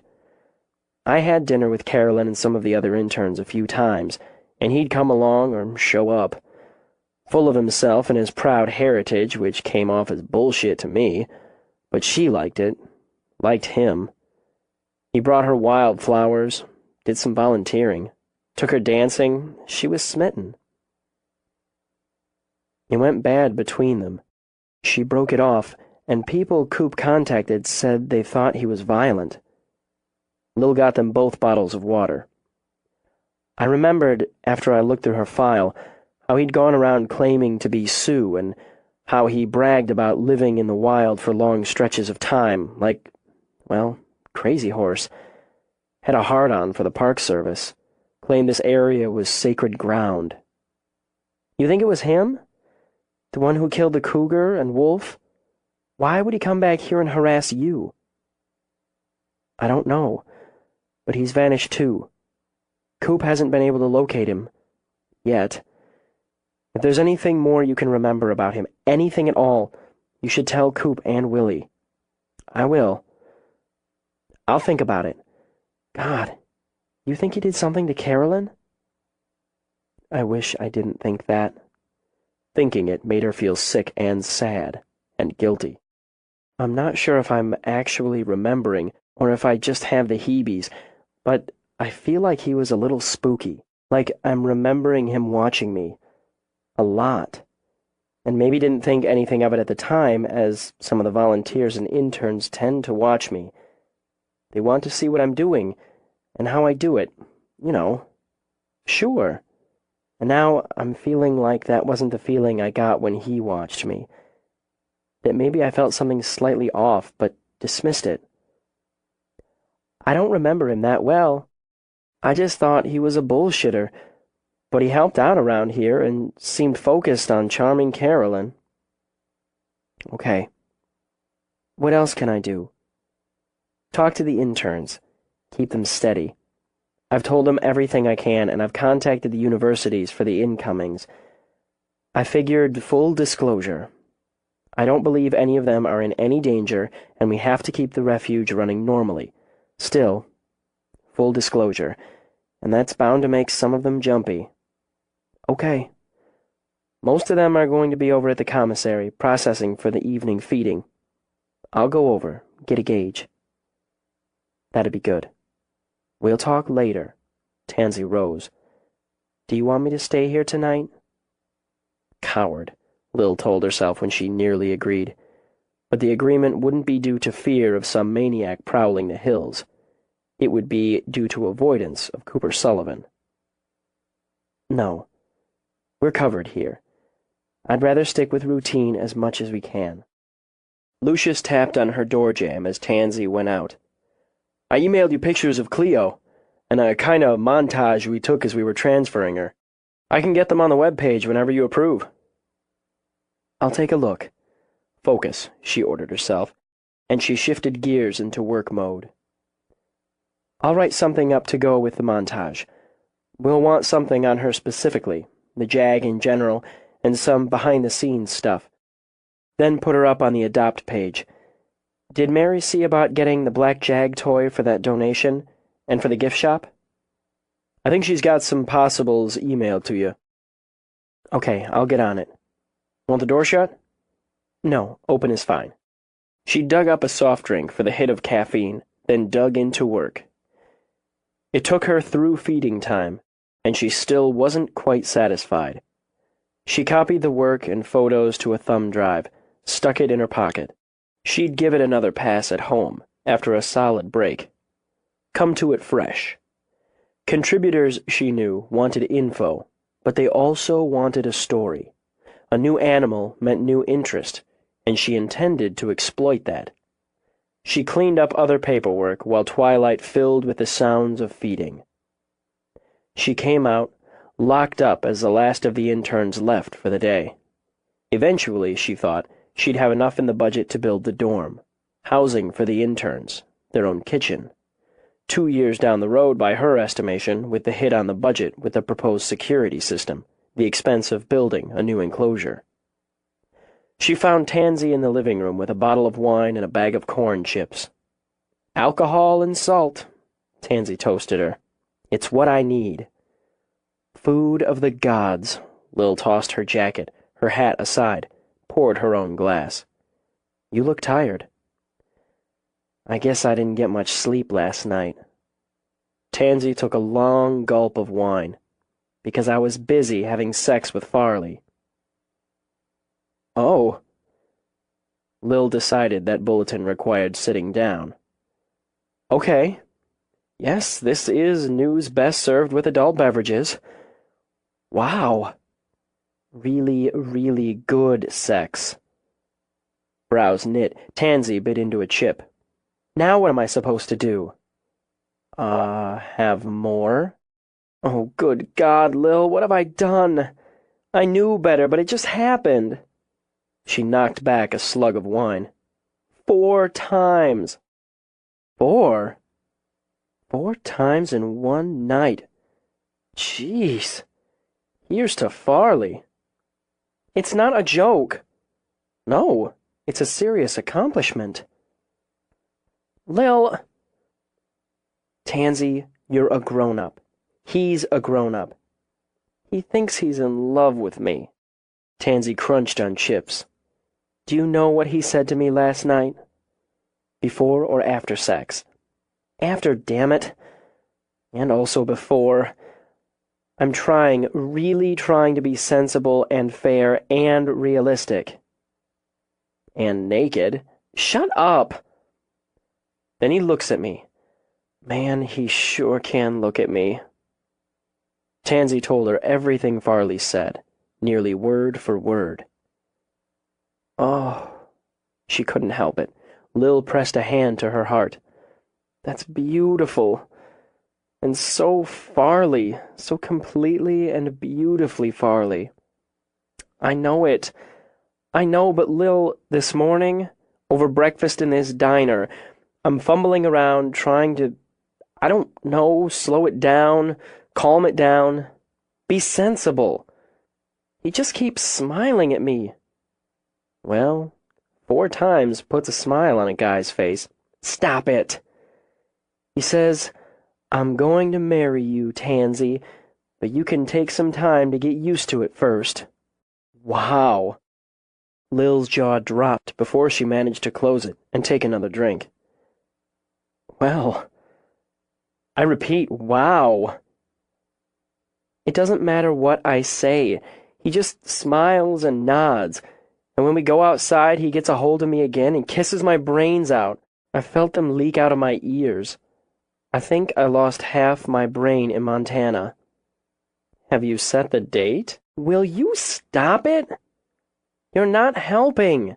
Sorry, Tans, but you're sitting there stress-eating Fritos and telling me a good man, a really good man, loves you and wants you. A man you had multiple orgasms with, I assume. Yes, multiple was a factor. He's very attentive and energetic. Now you're just bragging. Some. God, Lil, he's sincere and sweet and just a little scary. I'm messed up over this. Over him. Which would be a first. I like that you're in love with him. And all I can think is good. It's good. All I can be is happy and a little bit jealous. I shouldn't have slept with him, Tansy continued. Now I've complicated it even more, because before I could think I just had the hots for him, but now I know I have the hots for him, and I'm crazy about him. Why do we do that? Why do we end up sleeping with them? I don't know. I slept with Coop. Tansy ate another chip, washed it down with wine. I thought you'd hold out longer. So did I, Lil admitted. Now we're mad at each other, I think, or I snapped and snarled at him this morning, which I knew, even as I was doing it, was 90% defense and 10% truth. He broke your heart into countless pieces. Farley's incapable of doing that to you. Tansy's deep, dark eyes went soft. I could break his. Yes, you could. Will you? I don't know. That's the problem. I don't want to. He's not what I was looking for. When I thought about what I might be looking for, down the road, it sure wasn't a skinny white cowboy. I don't think we get to choose as much as we tell ourselves we choose. Thoughtfully, Lil dug into the bag of chips. If I could pick, it would be Jean-Paul. He's a better choice for me. But he wasn't the one, and I couldn't make him the one. So I ended up hurting him, even though I didn't want to. Now I'm depressed. Sorry. No more talk of broken hearts. Deliberately, Lil shook herself as if shedding a weight. Let's talk about sex with Farley. Spare no details. No. Amused, Tansy pointed at her. At least not on 1 glass of wine. And since I'm driving, no more for me. I'm going home and I'm going to think about something else. Anything else. You'll be all right here? There's 6 armed men outside. Good, but I meant regarding Cooper. Lil blew out a breath. I'm going to take the late shift, thereby avoiding that problem, as he'll take first duty. It's not a solution, but it's a plan. Tansy, just one question. Don't think first, just answer. Are you in love with Farley? Not just crazy about, but in love with. I think I am. Now I'm even more depressed. She pushed to her feet. I'm going home to brood. Good luck with that. I'll see you tomorrow. Alone, Lil fixed herself a sandwich and a short pot of coffee. She sat at her kitchen table, eating her dinner and polishing her pieces for the website. She braced, every muscle on alert, when the door opened, then relaxed again when her mother came in. I told you not to come tonight. Your father's here. I'm here. Live with it. At home, Jenna opened the fridge, sighed once at the contents, then took out a bottle of water. "You're working, and I'm interrupting." "It's all right. I'm just fine-tuning some articles for the webpage on our new princess." "I saw her. Lil, she's beautiful. So elegant and mysterious. She'll be a huge draw for you." "I think so. And she'll be happy here. Plenty of room once we finish her permanent habitat. The right diet, the right care. I'm going to look into breeding her next year." Jenna nodded, sat. "This is probably nothing." Uh-oh. "You know Alan Tobias, the ranger?" "Sure. He brings his kids here." "He's helping out tonight." "That's nice of him. I should go out and thank him." "Yes, at some point." "He told us there's a hiker missing." "For how long?" "He was due back around 4. His wife didn't start worrying seriously until 5. Well, it's barely 8. And dark. He's not answering his cell phone." Nerves jangled, but she spoke calmly. "Reception's spotty. You know that." "I do, and it's probably nothing. He probably got turned around a little, and he may end up having a lousy night if he doesn't make it back to a trailhead soon. But Lil, he was hiking Crow Peak, and that's not all that far from where you trapped the cougar with Coop." "It's a full-day hike to the summit and back, and it's not an easy trail. If he's not experienced, it would take longer, probably longer than he allowed. Why was he hiking alone?" "I don't know. I don't have all the details." Jenna glanced toward the window and the dark. "They're looking for him." "I'm sure they'll find him." "They've looked for the man who shot your cougar, the man who came here. They haven't found him." "He doesn't want to be found," Lil pointed out. "This hiker does." "They're calling for rain before morning. Hard rain." Jenna looked back toward the window. "You can smell it coming." "I have a sick feeling about this, Lil. A sick feeling in the pit of my stomach that more than hard rain's coming." 18. The rain came, and came hard. At dawn, Lil dragged herself back into the house, hung her slicker up to dry, pulled off her soaked and muddy boots. She wanted to grab another hour's sleep, 2 if she could manage it, then spend a couple days in a hot shower and eat like a lumberjack. As of dawn, the hiker, James Tyler of St. Paul, according to her sources, hadn't been found. She hoped the worst that happened was he'd spent an even more miserable night than she had. She moved quietly in her bare feet out of the kitchen and toward the stairs, but when she glanced at the living room, the sofa was empty. Gone home, she assumed. She hadn't seen his truck, but then, in the driving rain, she hadn't seen much of anything. Relaxing, she climbed the stairs. Set the alarm, she told herself. 90 minutes would be a good compromise. Then bed. Warm, soft, dry bed. When she stepped into her room, she saw that warm, soft, dry bed was already occupied. She gritted her teeth against the curse that sprang to her tongue, but when she started to back out, Coop's eyes opened. "I'm not sleeping on the damn couch." "Fine. It's morning, so you can get up and go. You can make coffee if you want it, but be quiet. I need some sleep." She stalked across the bedroom to the bath and shut the door firmly. So, shower first, she thought. She'd sleep better for it. Nice, hot shower, then bed. No big deal, and no reason the man shouldn't make use of the bed after standing out in the dark for several hours. She stripped off, leaving her clothes in a puddle on the floor, then switched the shower on, full and hot as she could stand. She actually moaned when she stepped in and felt the heat beat through her chilled skin to her chilled bones. She hissed when the curtain flicked back. God damn it! I want a shower. It's my shower. He simply stepped in behind her. Plenty of room, plenty of water. She shoved her wet hair out of her face. You go too far, Cooper. Too far would be putting my hands on you, which I won't. I'm tired. I'm not going to argue with you. Good. I'm not in the mood for an argument. He pumped out some of the shower gel, soaped up. We're going to get some flooding with this rain. She just let the water beat over her head. She didn't want conversation either.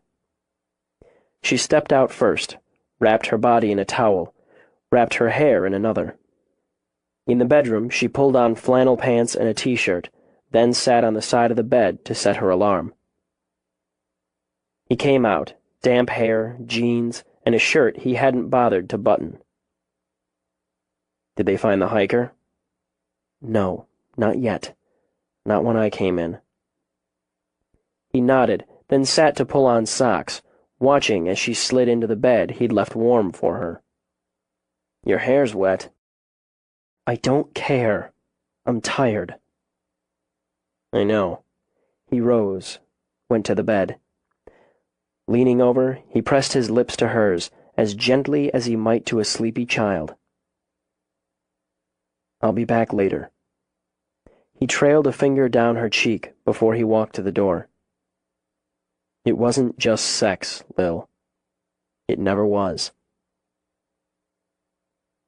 She kept her eyes closed, listened to him go down, waited until she'd heard the front door open, then shut behind him, and gave in to the turmoil he managed to set off inside her. As the rain pounded, she cried herself to sleep. It rained through the morning, canceling scheduled trail rides and rentals. Coop dealt with the stock at the farm, and gave up cursing the rain and wind after the first hour.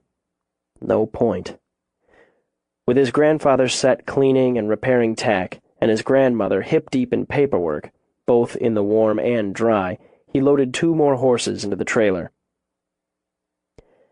Plenty of shelter in the hills, Lucy said as she packed up a lunch for Coop. I pray that poor man found some. God knows how they'll find him in this weather. We've got 6 horses out with volunteers. I'll take these into town in case they want more. Flash floods are going to be a problem. So much trouble. Too much. It comes down like the rain. It'll clear. If they need more men on the search, I'll let you know. Otherwise, I'll be back in a few hours. You'll be staying at Lil's again tonight? He stopped, one hand on the door. Yes, until this is settled. And you and Lil? She gave him her keen, no-nonsense look. Are you going to settle that, too? Working on it. I don't know what happened between you all those years ago, and I'm not asking. But if you love that girl, stop wasting time. I'd like to see you settled and happy, and, damn it, I'd like some babies around here. He rubbed the back of his neck. I might be jumping the gun. Not from where I'm standing. If you go with the search party, you take a rifle. She handed him the sack holding his lunch, then laid her hands on his cheeks. You take care of my boy, because he's precious to me. Don't worry. Nothing to worry about, he thought, as he dealt with the miserable drive into Deadwood. He wasn't the one being stalked, or the one lost somewhere in the hills. All he was doing was what came next. Provide the horses, and another pair of eyes if they were needed. And for Lil, all he could do was be there. Did he love her? He'd always loved her. He'd done what came next there, too, and lived without her. And look where she'd landed, exactly where she wanted to be, needed to be. Doing what she dreamed of doing. She'd made her mark, and in his way, so would he. Now, well, he'd just keep doing what came next. The problem was, he didn't know where he stood with her. Friend occasional lover, a port in the storm. Screw that. It wasn't enough this time around, not for him. So he'd push, because that came next as he saw it. Then both of them would see where he stood.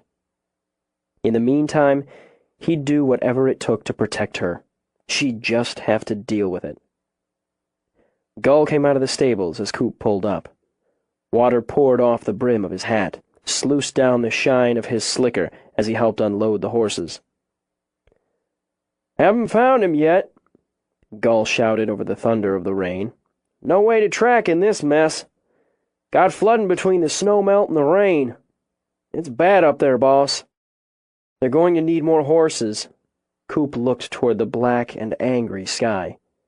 Even if choppers could go up, what the hell could they see in this? Ground search, such as it was, would be the best bet. "They're working on coordinating or some such on his cell phone, trying to find the signal." Gull led his horse into a dry stall. "I don't know how they're doing there, but if you don't need me, I figure I can replace somebody who's been out in this long enough." "Take whichever mount you want and check in. You keep in touch with me, Gull." "Will do. He's got any sense, he's holed up in a cave on high ground. Don't know if he's got any sense. Everybody else, so I hear, who is up on a trail or camping, they're accounted for. Just this guy from St. Paul. It's a long time to be lost in this weather." "Damn right. Word is they haven't found the first sign of him yet." As he spoke, Gull saddled a big bay gelding. "Couple day trippers saw him. Even had a word or two with him at the junction on Crow Peak. They took the spur trail south, and he was headed north to the summit, so he said, but that was before noon yesterday." "Did they see anybody else?" "At the junction, yeah, and on the spur trail, but not heading to the summit. He went on his own." "Then let's hope he has sense. If they need more relief, you let them know I'm around, and you keep in touch." Coop drove over to the office, brewed a pot of coffee. Until he was called on, he intended to find out more about Ethan Howe. He booted up the computer and picked up the phone. He spent the next hour bouncing between cops and investigators in Alaska, North Dakota, New York, slowly, tediously filling in a few blanks. He talked to Howe's parole officer and former landlords, and added a few names to his call list. As far as known companions, they were few and far between. The man was a loner, a drifter, preferred low-population areas, and as far as Coop could discern, had rarely stayed in one place more than 6 months at a time, usually camping, occasionally motels or weekly rooms, paid in cash. Employment sketchy, day laborer, ranch hand, trail guide. Kept to himself. Quiet, hard worker but unreliable. Came and went. Coop dug deeper, followed the dots to a bar in Wise River, Montana. Spinning wheels, he thought as he made the call. Chasing my own tail. Might as well throw a dart on a map. "Benders." "I'm looking for the owner or manager." "I'm Charlie Bender. This is my place." "Was it your place 4 years ago, July and August?" "Been my place for 16 years. What's the problem?" "Mr. Bender, I'm Cooper Sullivan. I'm a private investigator licensed in New York." "Then why are you calling from South Dakota? I got caller ID, buddy." "I'm in South Dakota. I'll give you my license number if you want to check it out." He might have sold his business, but his license was still good. "I'm trying to find someone who worked for you for a couple of months the summer of '05. "Who?" "Ethan Howe." "Don't ring right off. 4 years is a space of time. I get a lot of people in and out of here. What do you want him?" "He may be connected to a missing persons case I'm working on. He'd have been late 20s. Coop began and gave a description. "Sounds like everybody else." "He'd have been fresh out of prison for assault." "Still not cutting him out of the herd." "He claims he's part Sioux. Likes to brag about his mountain man skills. Keeps to himself, but he's very polite and charming with the ladies. At least, initially." "Chief, we called him Chief mostly because he talked about being blood-kin to Crazy Horse after he'd had a couple of beers. Just another asshole. I recollect he wore what he said was a bear-tooth necklace. Talked about how he and his pa hunted bear and other bullshit. He worked good enough when he was here, but it wasn't for long. Then he took off with my best waitress. Got a name on her? Yeah, Molly Pickens. She worked for me 4 years before Chief came along. Then she lit out with him, and I was short 2 people. Had to drag my wife in to wait tables, and I heard about it for weeks, so I remember. Do you know how I can get in touch with Molly? Haven't seen or heard of her since that August. Coop felt a buzz at the back of his skull. Does she have family? Friends? Someone I can get in touch with? Look, buddy, I don't keep tabs on people. She came in here looking for work. I gave her work. She got on fine with the rest, the customers, minded her own business, and I minded mine. Where was she from? Christ, you're a nosy bastard. Back east somewhere. Said once she'd had enough of her old man. Couldn't say if that was husband or father, and hit the road. She never gave me any trouble, till she took up with Chief. She left you without notice. Did she take her things? Didn't have much. Packed up some clothes and such, cleared out her bank account, and took off in her old Ford Bronco. Did she like the outdoors? Hiking, camping? What the fuck? Are you looking for him or her? Right now, both of them. Bender heaved out an audible breath. Now that you mention it, she liked being out and about. She was a good, strong girl. Liked to go off and take photographs in the park on her days off. Wanted to be a photographer, she said. She picked up some extra money selling photographs to tourists. I expect she landed on her feet somewhere. Coop wasn't so sure of it. He worked Bender for more details, scrawling notes. When he'd compiled everything, he sat back, shut his eyes, let his mind turn it over. Patterns, he thought. Patterns and circles and cycles. They were always there if you looked for them. He shut everything down and went to see Willie. The sheriff's face was pasty with exhaustion, his eyes bloodshot, and his voice like the bottom of a gravel pit. Caught something. He sneezed heroically into a red bandana. Goddamn Spring. Came back down from the search about a half hour ago. He lifted a thick white mug. Cup of soup.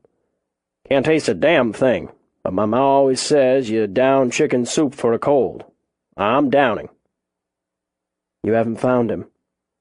Willie shook his head. A man can barely find his own pecker out in this mess. Supposed to let up tomorrow. That poor bastard's alive. He's miserable. He drank, wincing. Throat feels like my tonsils took sandpaper to it. It's only been a day.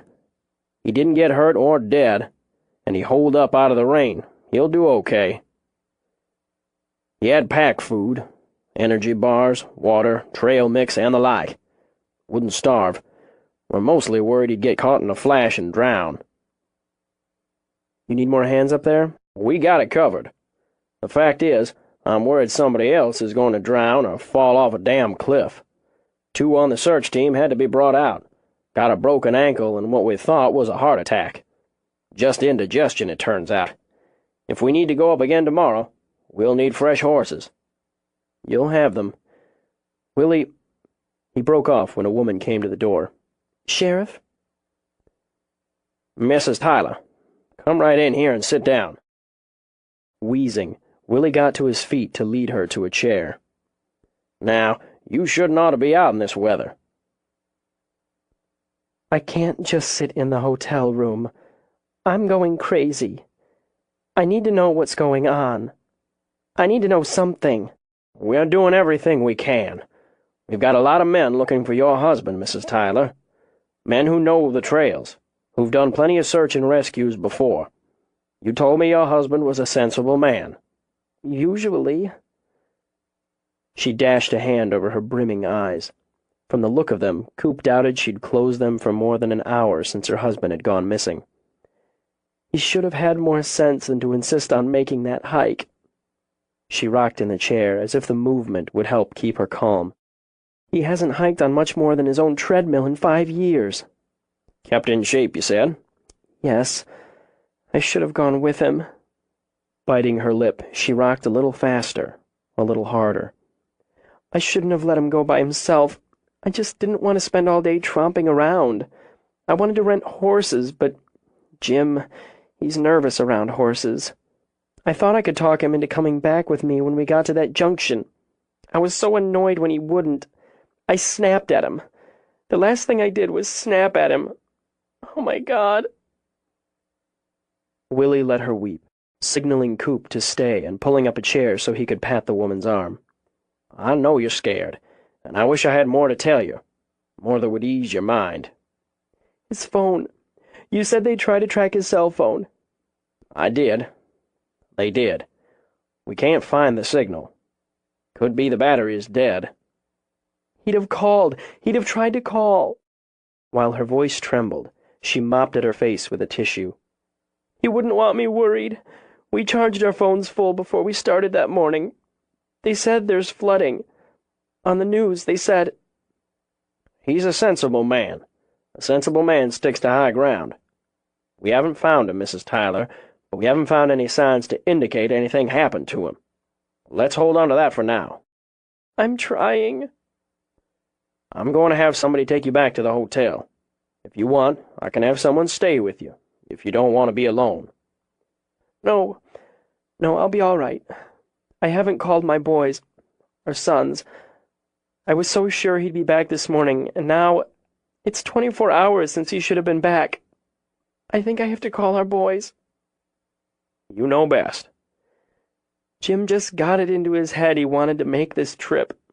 Wild Bill, Calamity Jane, Crazy Horse, the Black Hills. We've got a 3-year-old grandson and another coming. He said we should practice taking them on hikes. He bought all new gear. And you said he'd packed everything the guides recommended. Will began as he led her out. He had a map, a flashlight. Coop walked to the window to watch the rain hammer the ground. He waited until Willie came back, and then shut the office door. Another night up there isn't going to do Jim Tyler any good. Coop turned around. If he ran into Ethan Howe, he might not have a second night. Who's Ethan Howe? Coop told him everything he knew, giving the information in a quick, concise report as he'd been trained to do as a cop, as an investigator. It's a loose connection to Lil and her animals, but it's a connection, Willie allowed. But as far as you know, or she remembers, this Howe and Lil never had any trouble. Any hard words? She barely remembered him, and then only because of the intern. He's trouble, Willie. A drifter, a loner, stays off the grid, except for one serious bust. He'd been drinking, slipped up there. Otherwise, he keeps his head down when he's around people. He likes to talk about his Native American connection, but he blends. He's got that temper and that self-importance. His weak points. I know a lot of people who have both of those. Enough of a temper, according to her friends and family, to scare off this Carolyn Roderick, Coop added. She was a type, like the one from Montana.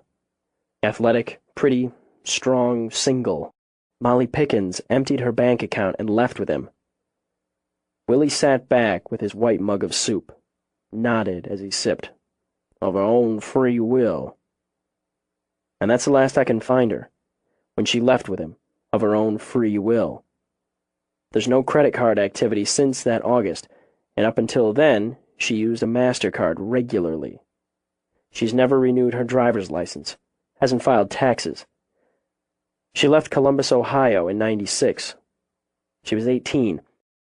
Rumors of an abusive father who didn't file a missing persons report. She left a paper trail.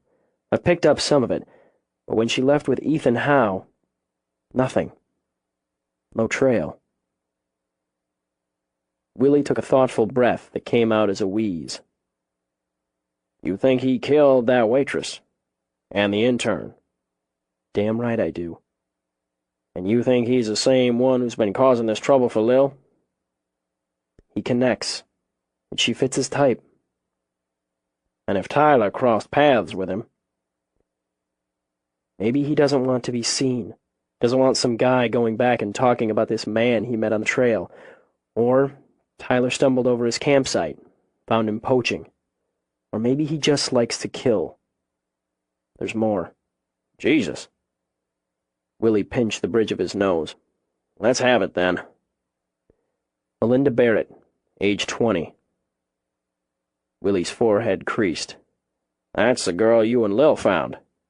Strong, pretty, athletic, alone on the trail.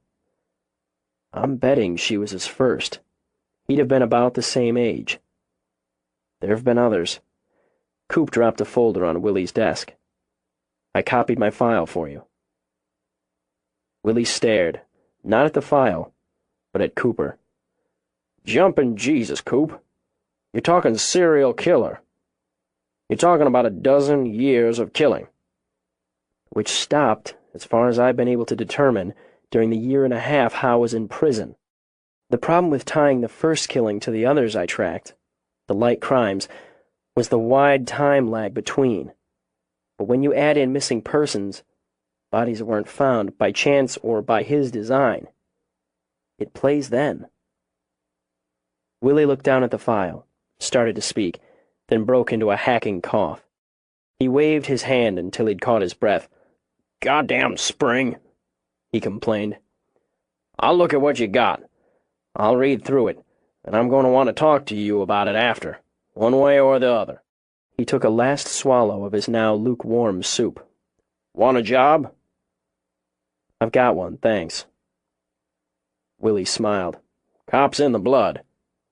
I just want my horses, that's the fact. But in this case, I've got a vested interest. He doesn't get a chance to touch Lil. He doesn't get that chance. Coop got to his feet. That's where I'll be, most likely, when you're ready to talk this through. He went home to toss fresh clothes in a duffel. He glanced around the converted bunkhouse and figured he'd spent less time sleeping there than he had on Lil's couch, or in her bed. That's the way it had to be, he decided, and trudged through the relentless rain to toss the duffel in his truck before going back to the farmhouse. He sat his grandparents down at the kitchen table and told them everything. When he'd finished, Lucy rose, went to the cupboard, and got out a bottle of whiskey. She poured 3 short glasses. Sitting, she tossed hers back without a blink or hiss. Have you told Jenna and Joe? I'm going by there on the way to Lil's. I can't prove... You don't have to prove, Sam said before he could finish. It's what you believe. That's enough. We'll pray you're wrong about this man they're looking for. We'll pray you're wrong about that. And he just got lost. Got himself a good soaking and a good scare. While you're praying, I want you to stay inside. The stock's fed and bedded down. I'll be back around first light. You stay in, doors and windows locked, and the shotgun close. I need you to promise. He pressed and pressed hard when he recognized the stubborn set of his grandfather's jaw. If you don't give me your word on that, I can't leave. I can't look after Lil. Putting the squeeze on me, Sam muttered. Yes, sir, I am. You got my word on it, if that's what it takes. All right. If you hear anything, feel anything off, you call me, and you call the police. You don't think twice, you just call, and don't worry about false alarms. I need your word on that, too. Your promise, or I'm getting a couple of men to guard the place. You think he'll come here? Lucy demanded. No, I don't. I think he's on a mission. I don't think he's going to come here because here isn't part of the plan. But I'm not leaving without your word. Maybe he'll want some supplies, or a dry place to sleep. He's a psychopath. I'm not going to try to predict what he might do. I'm not taking any chances with either of you. You go on to Lil's, Sam told him. You've got our word on all of it. He looked at his wife, and she nodded. Joe and Jenna are probably on their way over there, or will be soon enough. You can talk to them over there. Meanwhile, I'll call them myself, in case they're home. I'll tell them what you told us." Nodding, Coop picked up the whiskey and drank, and stared into the glass. Everything that means anything to me is here, in this house, with Joe and Jenna, at Lil's. That's everything there is. Lucy reached over, laid her hand over his. "Tell her." He looked up, looked at her, and thought about the morning conversation. He smiled a little, and gave her the same answer. "Working on it." By the time he got to Lil's, feeding time was in full swing. He'd watched the process before, but never in a violent rain. Staff hustled around in black slickers, hauling and carting enormous hampers of food.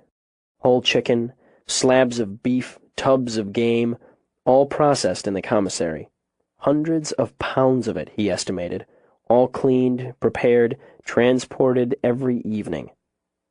Tons of fortified feed, grain, bales of hay, hauled, poured, and spread night after night, whatever the weather. He considered offering a hand, but he wouldn't know what the hell he was doing. Besides, he'd had enough of the wet for now, and would have more than his share of it later.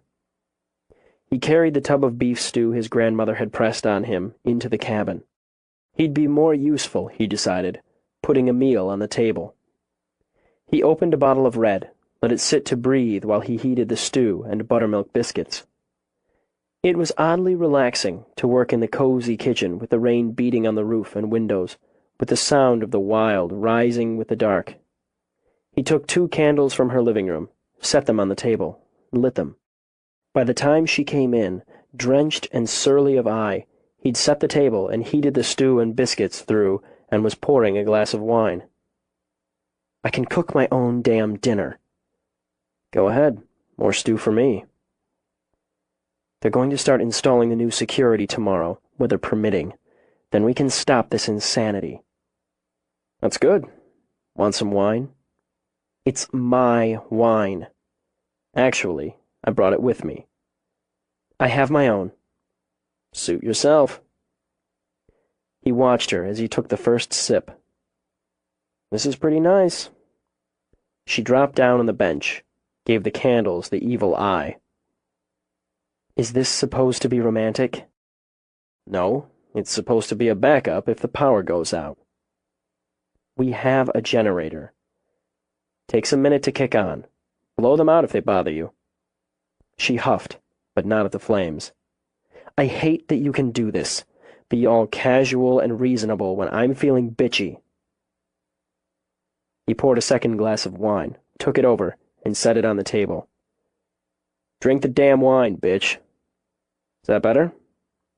She sighed, nearly smiled. Maybe a little. "It's some job, feeding that zoo in this rain." "They have to eat, and yes, it is." She scrubbed her hands over her face. "I'm tired. I'm edgy and I'm hungry, so that stew, which I'm assuming is Lucy's doing, is welcome. I haven't written out a list, but I have it in my head, and we need to discuss things. I changed things. My choice, my move, my doing. I'm sorry if it was a mistake. If it affects our friendship, I don't want that." "You changed things the first time around, too. Your choice, your move, your doing." "I guess that's true. It can't always be your way, Lil. I'm not talking about my way or your way. Besides, it sure as hell hasn't been all my way. I just want to put us back on solid ground, Coop, so we may need to wait to get into all of that. I need to tell you what else I found out about Ethan Howe." "The man you think abducted Carolyn Roderick?" "Yeah. And the man I think abducted other women, killed other women. The man I think killed Melinda Barrett." She went very still. "Why do you think he killed her? That was nearly 12 years ago." "We're going to eat, and I'm going to tell you. And Lil, If there's anything on that mental list of yours that gets in the way of me being here, of me making sure nothing happens to you, you'd better scratch it off now. I'm not about to refuse any help that protects me, my staff, my family, my animals. Any of it. But you're not responsible for me, Cooper. Responsibility has nothing to do with it. He set the stew, the biscuits, on the table. Candlelight flickered between them as he sat and told her of murder. 19. She heard him out, saying little as he related facts, wove them into theory. She tried, again, to get a clear picture in her mind of the man Coop spoke of, but all she could form was vague outlines, smudged details, like a faded pencil sketch. He'd meant nothing to her, made no real impression. They'd had only a few conversations when he'd come to volunteer or see Carolyn. I remember him asking me about my ancestry, the Lakota Sioux bloodline. It's the sort of thing people I don't know ask fairly regularly. We use it in my bio because it sparks interest, and it shows that my family's lived here, in the hills, for generations. But he wanted more specifics, and told me he was Sioux, descended from Crazy Horse. She lifted her hands. You get that, too. Some people want to claim the heritage, and since they do, why not go for the gold, so to speak? I didn't pay that much attention, because the Crazy Horse or Sitting Bull claim is usually an eye-roller for me. So you dismissed that, and him. I was probably polite. I don't make a habit of insulting people, especially volunteers or potential donors. But I didn't offer to buy him a beer and talk about our ancestors. You dismissed him, Coop repeated. Politely. She blew out an annoyed breath. Probably. I just don't remember that well. He was ordinary, mildly irritating, but only because he seemed more interested in asking me about that sort of thing than about the refuge. Coop, I have dozens of conversations any given week with people I don't know and don't remember well. Most of them don't kill people. Try harder. She pressed her fingers to her eyes, thinking, trying to put herself back to that summer, that brief period. Hot, she thought. It was hot that summer. And insects, the parasites and diseases they could carry, were something they battled constantly. Cleaning, disinfecting. They'd had an injured marmot. Or was that the summer before? The smells. Sweat, dung, sunscreen. Lots of tourists. The summer was prime for that. She got a vague picture of standing in an enclosure, giving it a second rinsing after cleaning and disinfecting. Explaining to him? Yes. Explaining to him about the procedures and protocols for providing safe, clean, healthy environments for the animals. The cougar's enclosure, she murmured. I'd cleaned their toys. The blue ball Baby especially liked. The orange pylon. The red ball. All cleaned and stacked while I rinsed, and I explained all the steps to the daily cleanings, and... She struggled, but still couldn't really see him. Just another guy in boots, cowboy hat, jeans, but... At some point, he asked if I thought I was reclaiming sacred land for my people and their spirit guides. The animals. I was busy. I'm not sure exactly what I said. Probably that I was more interested in protecting the actual animals and educating people than spirit guides. Coop nodded. So you dismissed him again. Damn it. She dragged a hand through her hair. Now I sound like a bitch. I wasn't bitchy about it. He was helping out. I wouldn't have been bitchy. And what I said isn't even entirely true. The cougar's mine. Spirit guide or talisman or whatever you choose to call it. But it's private, it's personal. I don't trade off it. Do you remember anything else? What he said or did? How he reacted? We were busy. Chi-Chi was sick. The leopard we lost that fall. She was old and sick and I was distracted. I don't know, honestly, whether it's hindsight or I'm projecting now that I know all this, but I didn't particularly like him. He'd just sort of pop up out of nowhere, just be there. He spent a lot of time around the enclosures, watching the animals, and me. You, specifically? It feels like that now, but people do. It's my place. I'm in charge and the refuge carries my name. Except, Baby didn't like him. I'd forgotten that. Baby likes attention, but he wouldn't come to the fence when this guy was around. He wouldn't purr. In fact, a couple of times he charged the enclosure fence when Ethan was around. And that's not Baby's normal behavior. He's not aggressive and he likes people. But he didn't like this one. I guess not. Otherwise, Ethan wasn't here that much or that long, and we didn't interact much. He didn't wear a bear-tooth necklace or anything like that. I would have noticed and remembered. It would have stood out in a place like this. Animal refuge. You'd have noted it, commented. Coop studied her face. You wouldn't have liked it. You're right about that. Coop, do you seriously think this man has killed all these people? That he's the one who killed Melinda Barrett? No proof. All of this is circumstantial. It's speculation. That's not what I asked. Is it what you really think? Yeah. Why aren't you afraid? I am. The shudder caught her unexpectedly, as if to prove it. But being afraid doesn't help. I need to talk to my parents. They need to know. My grandfather's taking care of that. I thought they'd be here. I asked them to stay home tonight. I used guilt, she added with a tight smile. You're worried about me? How about me being worried about you? I'll worry if you don't get a decent night's sleep and so on. My father put in 6 hours on the search today. My mother rode fence. They brought Jerry Tobias in to ride with her, and he hasn't ridden fence in 5 years. Now I wish I hadn't said anything. If they were here, they'd be tired, but I'd know they were okay. Call them. You'll feel better. She nodded. If you're right, he's been killing since he was basically a boy. I can't understand what drives someone to that, to make death his life's work. Coop sat back, scanning her face. That's exactly what it is. His life's work.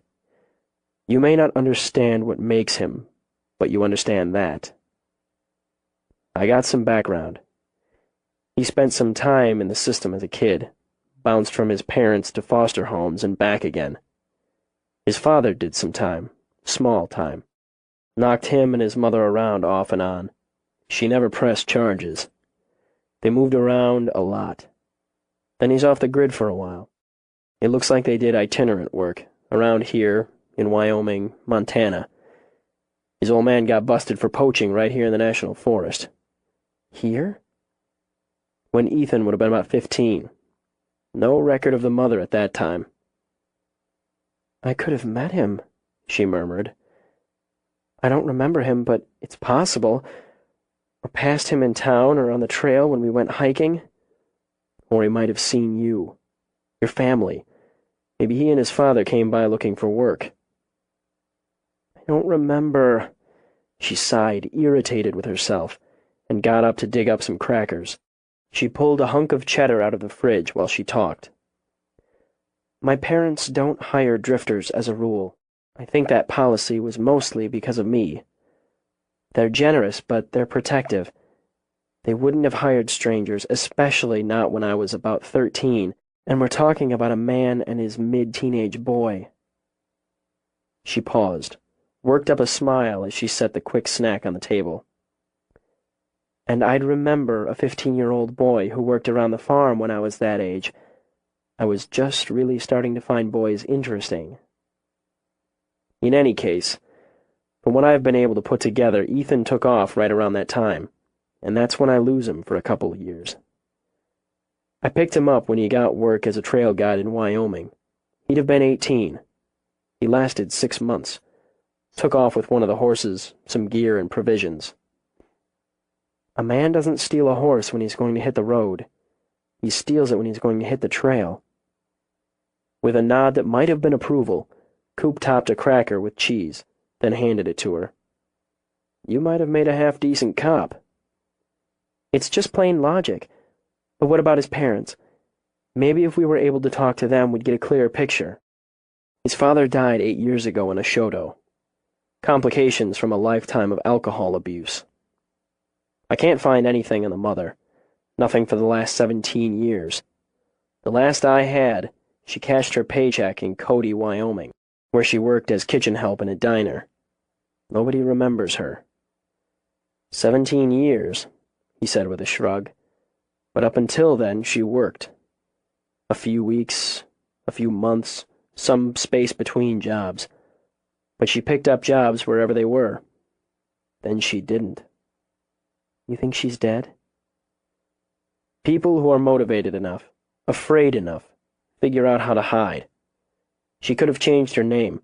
Hell, she could have moved to Mexico and gotten remarried and is at this moment bouncing a fat, happy grandkid on her knee.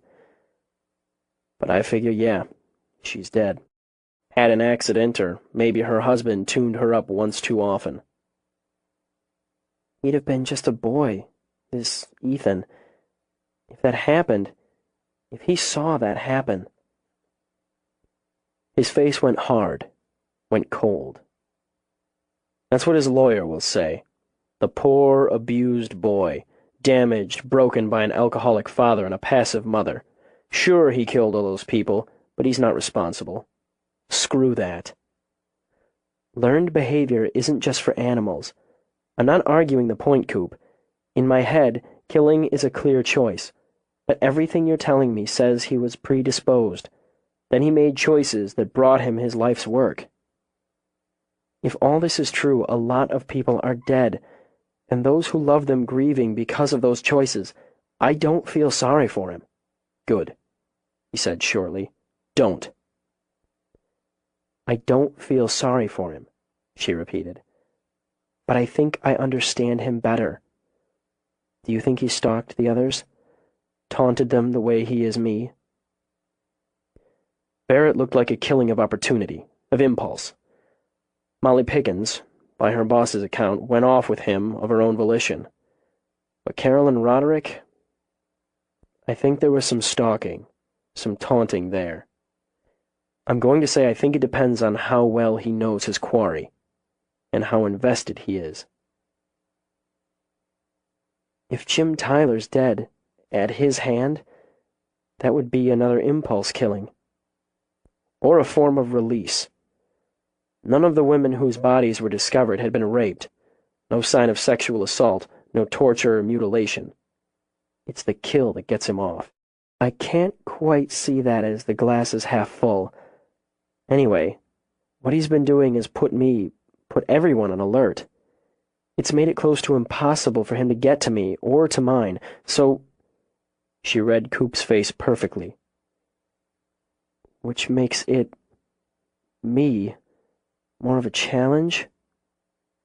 Maybe. If I'm right, this is at least his 4th time here, in this area. He may have been here other times, when he didn't make contact with you or when you were away. He could have picked up work around here, on one of the farms, one of the outfits. He knows the territory. So do I. He knows that, too. If he just wanted to kill you, you'd be dead. The cool, flat way he said it brought on another shudder. Now that boosts my confidence. He could have picked you off the night he let the tiger out, or any other time you were here alone. He could have kicked in the door and taken you out. You ride over to your parents, he ambushes you. Lots of scenarios. But he doesn't do any of that. Yet.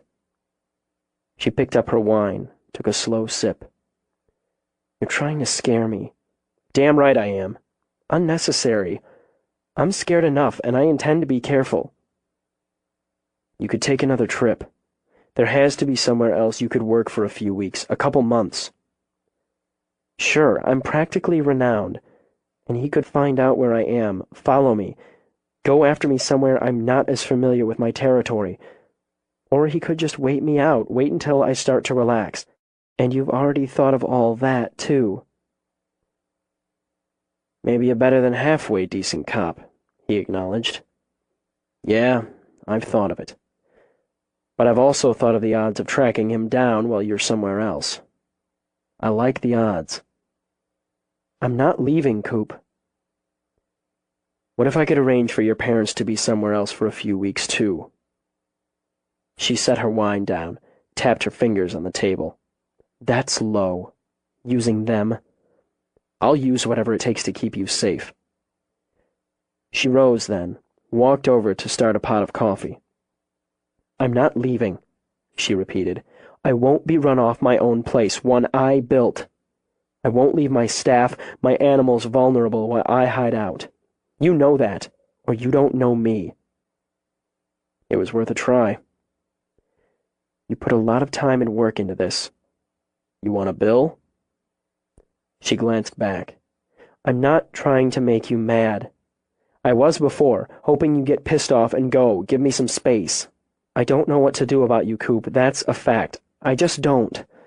I know we need to have all that out. But it's not the time. Not enough time, she corrected. I need to call my parents and take my shift outside.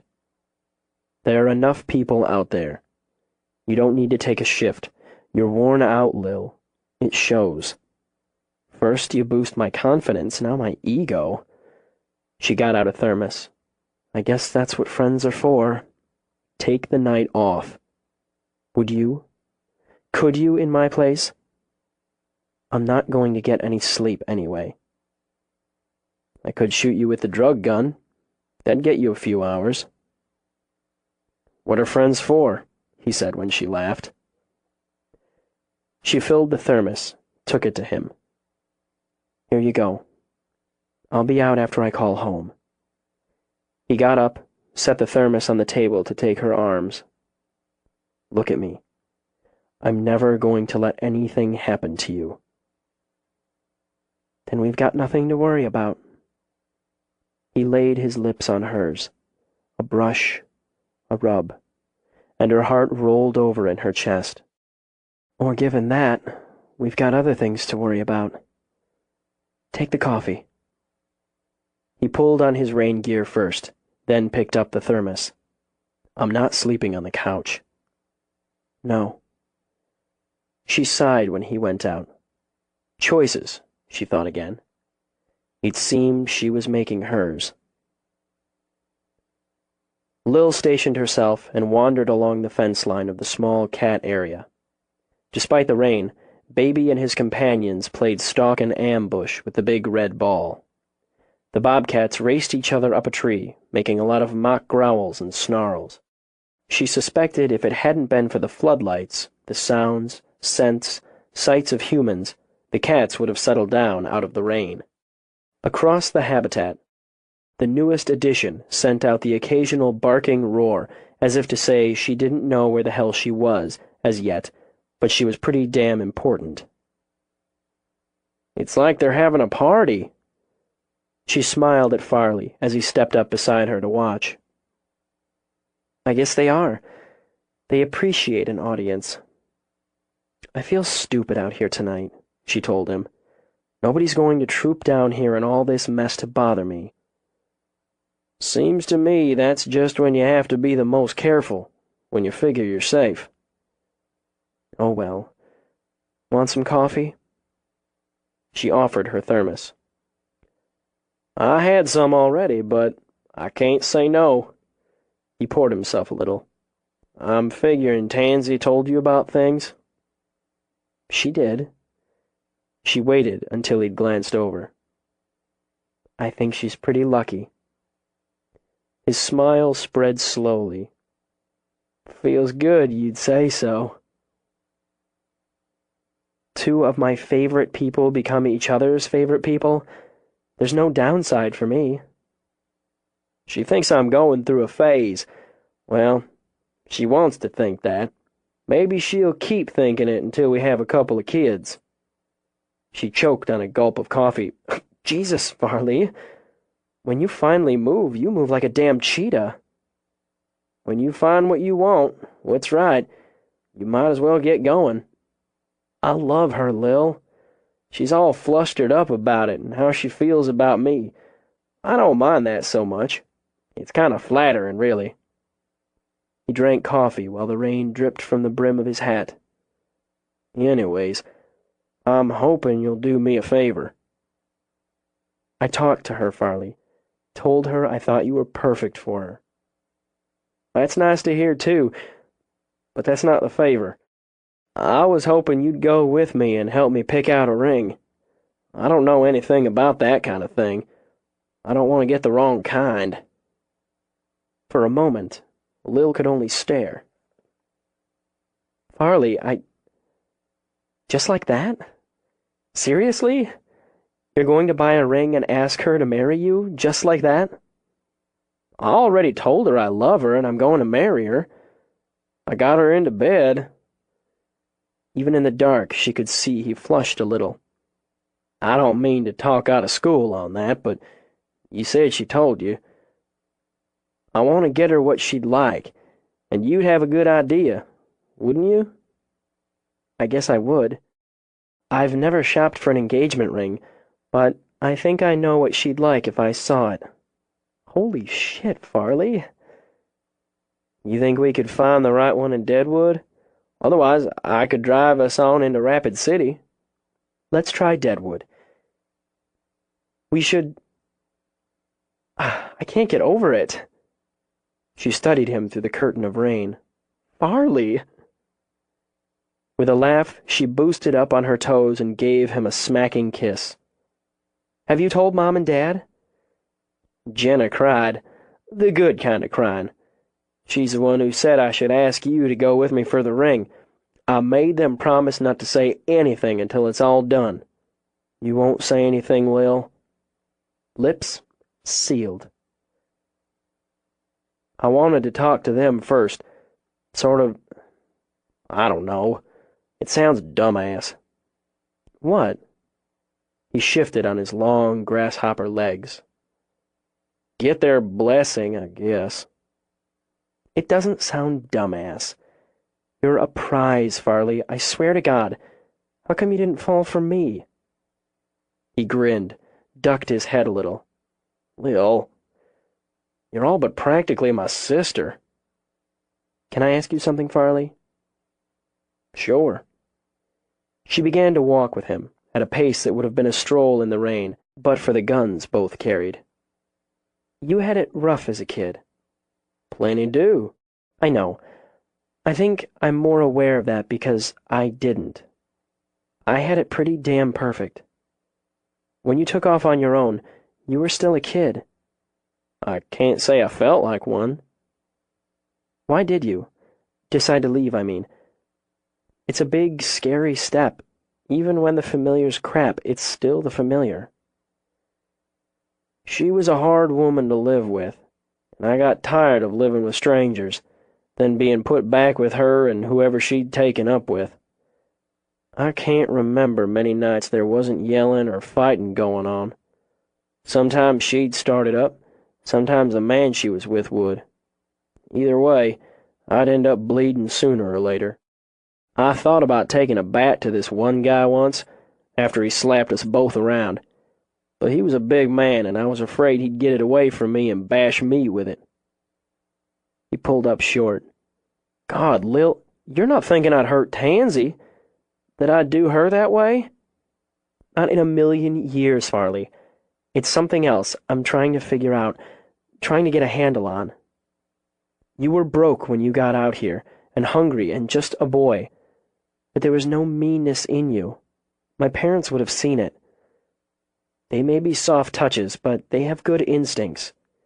You didn't steal or brawl or cheat your way here. You could have." "I'd have been no better than what I left then, would I?" "You chose to be better than what you left." "God's truth is, Lil, Jenna and Joe saved me. I don't know where I'd have ended up, or if I'd have made it there in one piece without them taking me in." "I guess we were all lucky that day you stuck your thumb out and my dad drove by. This man, the one we think is out there, he had it rough as a kid." "So what? He's not a kid now, is he? She shook her head. It was simple Farley logic, and while she appreciated it, Lil knew people were a lot more complicated as a rule. Just after 2, she went inside. She stowed her rifle and went upstairs. She still had some nice lingerie from her Jean Paul days, but it seemed wrong to wear for Coop what she'd worn for another man. Instead, she changed into her usual sleeping garb of flannel pants and a t-shirt, then sat on the side of the bed to brush out her hair. Tired, she thought? Yes, she was tired, but also aware. She wanted him to come to her, wanted to be with him after a long and difficult day, to make love with him while the rain drummed and night crept toward morning. She wanted something bright in her life, and if it was a complicated shine, it was better than the dull and the dark. She heard him come in, and rose to put her brush back on her dresser. Letting her mind drift, she walked back to turn down the bed, and turned to face him as he came in. "We need to talk," she said. "A lot has to be said, but it's 2 a.m. Talk's for the daylight. I just want to go to bed with you. I just want to feel, to know there's something good and strong after a day that's been so bleak." "Then we'll talk in the daylight." He came to her then, tunneled his fingers through her hair, tipped her head back. His lips met hers with a tenderness, a patience she'd forgotten he could give. Here was the sweet they'd once shared. She lay down with him on cool, smooth sheets, and opened body, mind, and heart, slow and soft, as if he knew she needed tending. Tension slipped away, swept back by pleasure. His hands glided over her, hard palms, a gentle touch. On a contented sigh, she turned her head as his lips explored her throat, her jaw. No need to rush, to take and take. Not this time. This was silk and velvet, warm and smooth. Not just sensation now, not just desires met, but feelings. She slid his shirt away, traced her fingers over the scar at his side. "I don't know if I could have stood it if—" "Shh." He brought her hand to his lips, kissed her fingers, then her mouth. "Don't think. Don't worry." Tonight he could give her peace, and take some for himself. Tonight he wanted to show her love as much as passion. More. Tonight they would savor each other. Skin, size, scents. She smelled of the rain, somehow both dark and fresh, tasted of it. He drew her clothes away, touching, tasting the newly exposed flesh, lingering when she shivered. Scars crossed her, too. Scars that hadn't been there when they'd first become lovers, and all that lovely skin had been unmarred. Now she bore the marks of her work, just as, he supposed, the scar left by a bullet had been a mark of his. They were not what they had been, either of them, and yet she was still the only woman he'd ever wanted. How many times had he dreamed of this, of loving Lil through the night, of having her hands run over him, of having her body move with his. She rolled, shifted to trail her lips over his chest, to bring them back to his and sink, sink, sink into the kiss, while her hair fell around him in dark curtains. Beneath her hands, her lips, his heart tripped and stumbled. He rose up to wrap his arms around her, to rock and hold as his mouth found her breast. Here pleasure was thick, movement slow, and every nerve alive. She watched him as she took him into her, watched as her breath caught, then shuddered out again. Her lips came to his, trembling in the kiss. Then her body bowed, her eyes drifted shut. She rode gently, gently, drawing out every drop of pleasure, slow and silky, so the beauty of it had tears rising in her throat. Even as her body released, her heart filled. She let her head rest on his shoulder as she drifted down again. He turned his face into the side of her throat. "Lil," he said. "God, Lil, don't say anything. Please don't." If he did, she might say too much. She had no defenses now. She eased back to touch his cheek. "Talks for daylight," she repeated. "All right. There'll be daylight soon enough." He lay down with her, drew her close. "I need to leave before dawn," he told her. "But I'll be back. We need to have some alone time, Lil. Uninterrupted time." "There's so much going on. I can't think straight." "Not true. You think straighter than anyone I know." "Not about you," she admitted silently. "Never about you." "The rain's slowing down. Tomorrow's supposed to be clear. We'll work things out tomorrow. In the daylight." But the daylight brought death. 20. Gull found Jim Tyler. It was more luck than skill that brought him, his brother Jesse, and one of the greener deputies to the bend of the swollen waters of Spearfish Creek. They were walking their horses through the mud on a morning hazed with fog like a window steamed from a shower. The water, churning from the rain and snowmelt, beat like a drum, and above its rush thick tendrils of mist wound in long gray ribbons. They were well off the logical route Tyler would have taken to the summit of Crow Peak and back to the trailhead, but the search had spread out through the tree-covered slopes of the canyon, with small groups combing the rocky high ground and the brown deadwood shale of the low. Gull hadn't expected to find anything, and felt a little guilty about enjoying the meandering ride. Spring was beginning to show her skirts, and the rain teased out the green he loved in the hills. A jay shot, a blue bullet through the mist, while the chickadees chattered like children in a playground.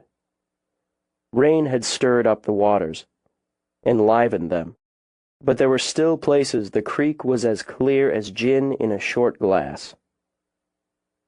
He hoped he got himself a tour group soon who wanted to fish so he could spend some time reeling in trout. Gull figured he had the best job in the whole damn world.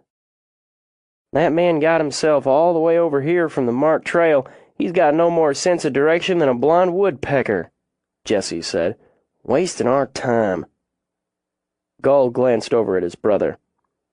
"Nice day to waste it. Besides, could be he got turned around in the storm, in the dark, zig instead of zag, and he kept going the wrong way. He might have come this far off. Maybe if the idiot'd find a rock and sit still, somebody'd find his sorry ass." Jesse shifted in the saddle. He spent a lot more time shoeing horses than riding them, and his sorry ass was sore. "I can't take much more time riding around looking for somebody who hasn't got the sense to get found." The deputy, Cy Fletcher, the baby brother of the girl who owned the first pair of breasts Gull had ever got his hands on, scratched his belly.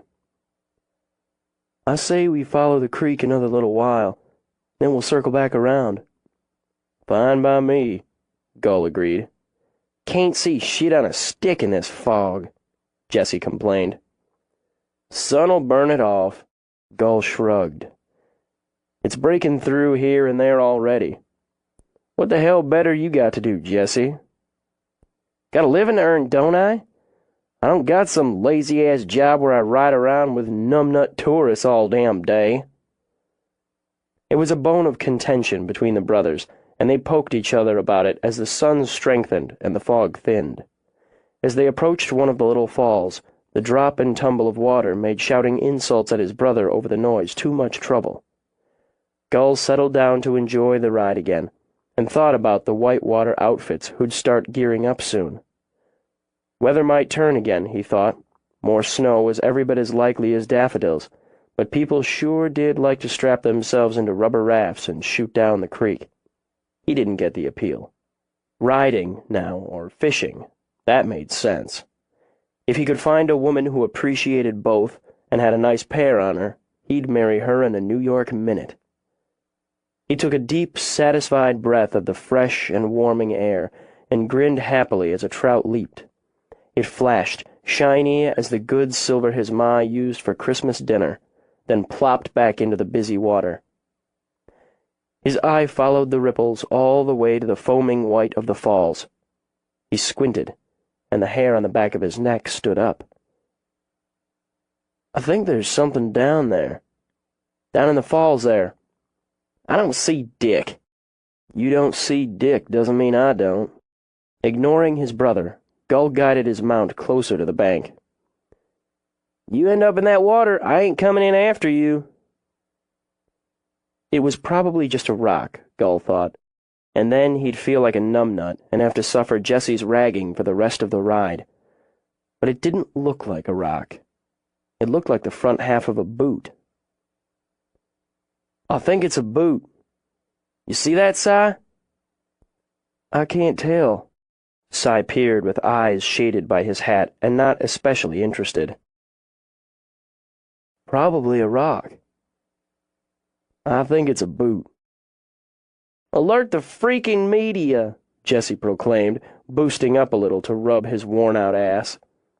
"Some asshole camper lost a boot in Spearfish Creek." "If some asshole camper lost a boot in the creek, why is it just there? How come it's not floating off, pushed along by the falls, asshole?" Gull muttered as he dug out his binoculars. "'Cause it's a freaking rock, or it's some asshole's boot that's stuck on a freaking rock. Hell with this, I gotta piss."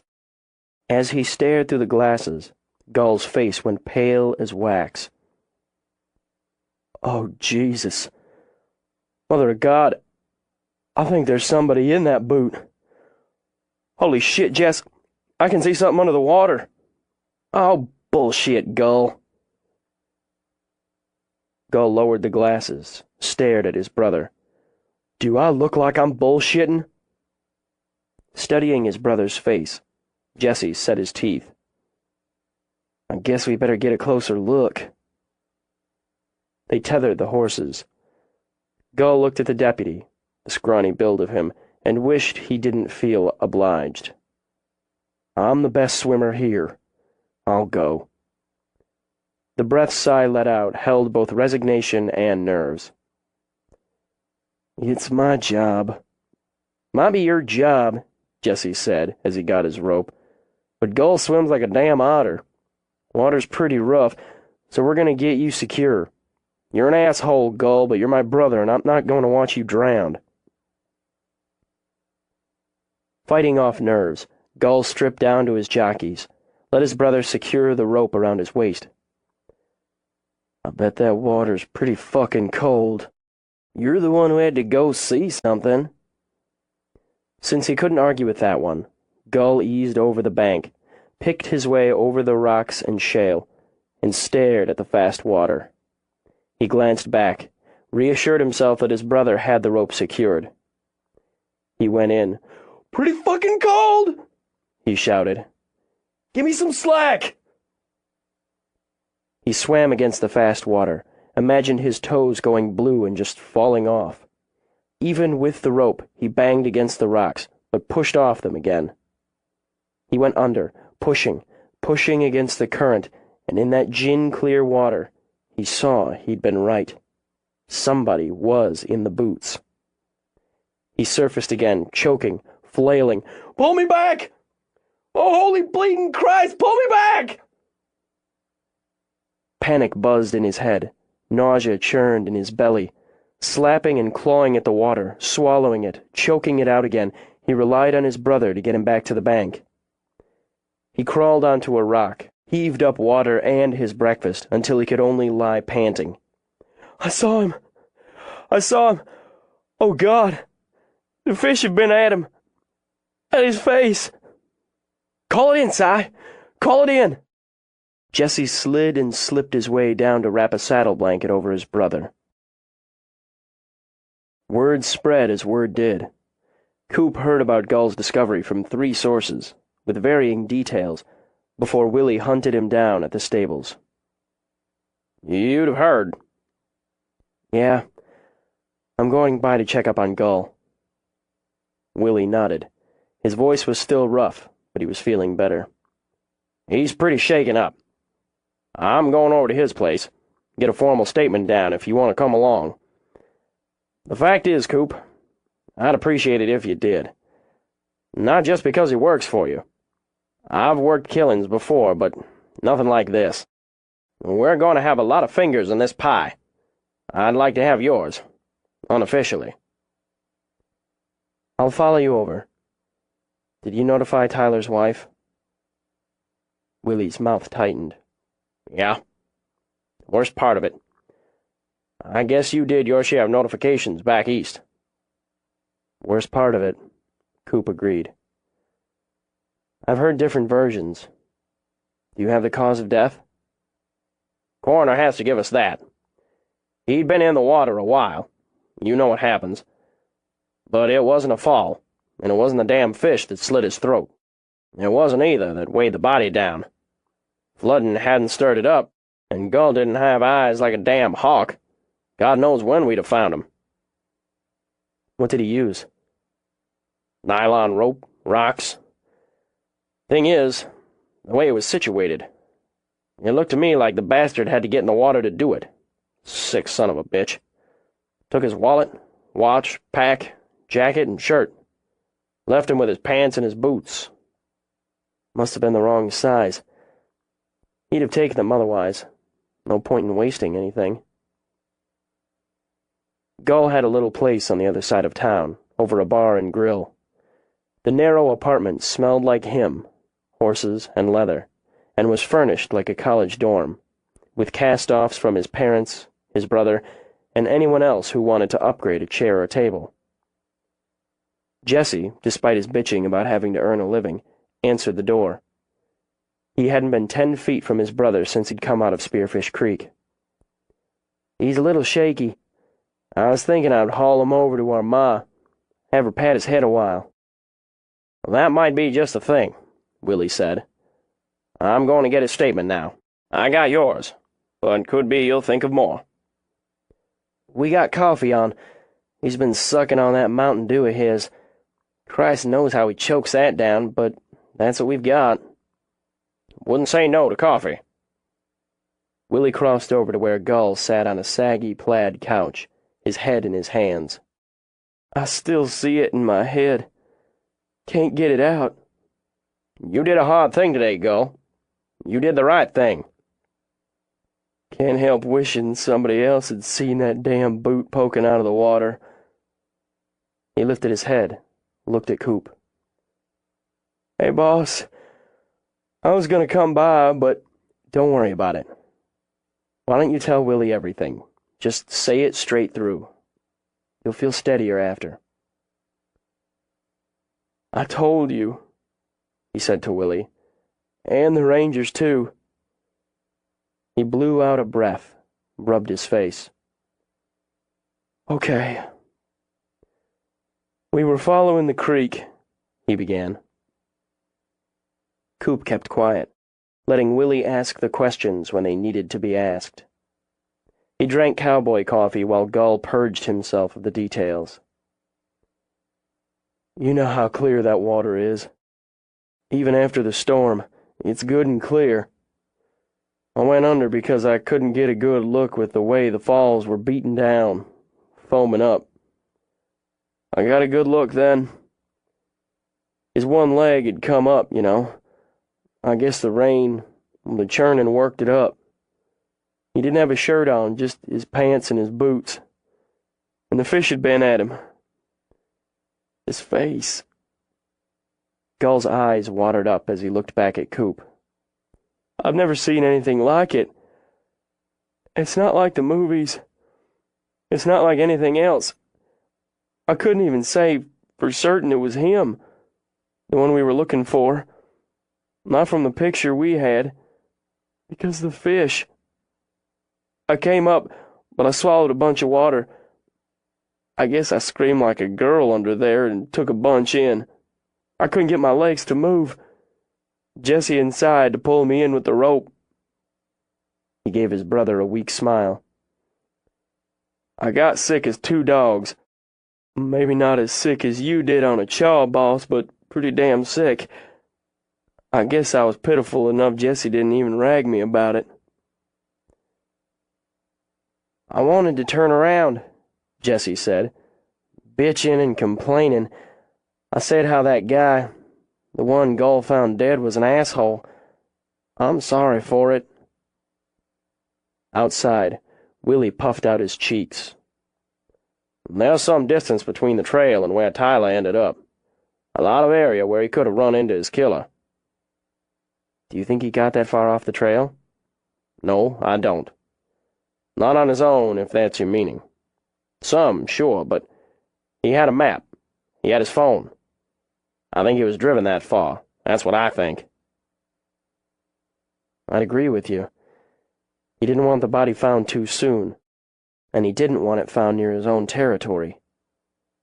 Drive the quarry away from your habitat," he said, thinking of Lil. "Do the kill, the disposal, then go back to your own area." "It would have taken time. Hours, probably. The bastard got lucky with the rain." "He can't stay lucky."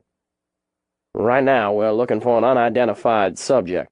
We can't tie Tyler's murder to what's happened at Lil's, or with the other murders you dug up. What I'm going to do is get Ethan Howe's picture out, as a person of interest. My boy Cy kept that scene preserved as best he could. He's green as a leaf of iceberg, but he's not stupid. We got pictures, and I don't think you'll squawk if I happen to slip you copies." "I won't." "Criminal Investigation Division's combing that scene now. They're not stupid either. If that bastard drops so much as a toothpick, they'll find it. When we get a ballpark on the time of death, that'll help. We can do a couple of reconstruct scenarios. I'll listen to any thoughts you've got on it. I'm damned if somebody's going to get away with terrorizing one of my friends and killing tourists." "Then I'll give you a couple now. He's holed up. He's got a place, probably more than one, but one where he keeps the bulk of his supplies. He won't have much. He needs to travel light and often. When he needs something, or wants something, he steals it. Campers, vacation homes, empty houses. We know he's got at least one gun, so he needs ammo. He hunts for food or pilfers campsites, and I think he keeps his ear to the ground. He's going to find out you found the body. The sensible thing to do would be pull up stakes, head over to Wyoming, get lost for a while. But I don't think he's going to do that. He's got an agenda and he isn't finished." "We'll be searching, ground and air. If he shows the tip of his dick, we'll pull him in." "Have you had any reports of anything stolen from campers, hikers, houses, stores?" "There's always some. I'll look over everything for the last 6 months. Maybe you'd let me deputize you for the short term." "No. I don't want a badge again." "One of these days, Coop, you and I are going to have to sit down over a beer so you can tell me why that is." "Maybe. I need to get to Lil's." "You swing by. Pick up those pictures. Badge or not, I'm going to use you." This time when Coop arrived at Lil's, he wore his 9mm under his jacket. He carted his laptop, the files Willie had given him, and 3 spare clips into her cabin. After some debate, he shoved one of the clips into his pocket and stowed the other 2 in one of her dresser drawers. With an eyebrow cocked, drew out a short, silky black gown with very sheer lace in interesting places. He wondered why she always seemed to wear flannel. He poked at something red and virtually transparent, shook his head, and dropped the black number back into the drawer. In the kitchen, he set up his laptop on her table, dug a couple of bottles of water out of her supply, then went out to take a look at the progress on her security system.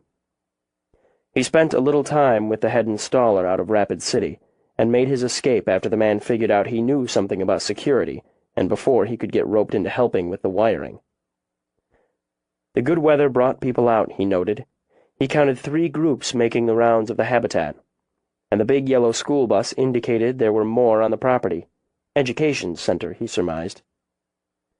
She was keeping busy, and that was good. It was also too bad, or so she might think. But there were only a few hours of daylight left, and they had an appointment. He hooked her horse trailer to his truck, loaded the horse he'd sold her onto it. He chose the younger and larger of the horses left in the stable, then secured that one in the trailer.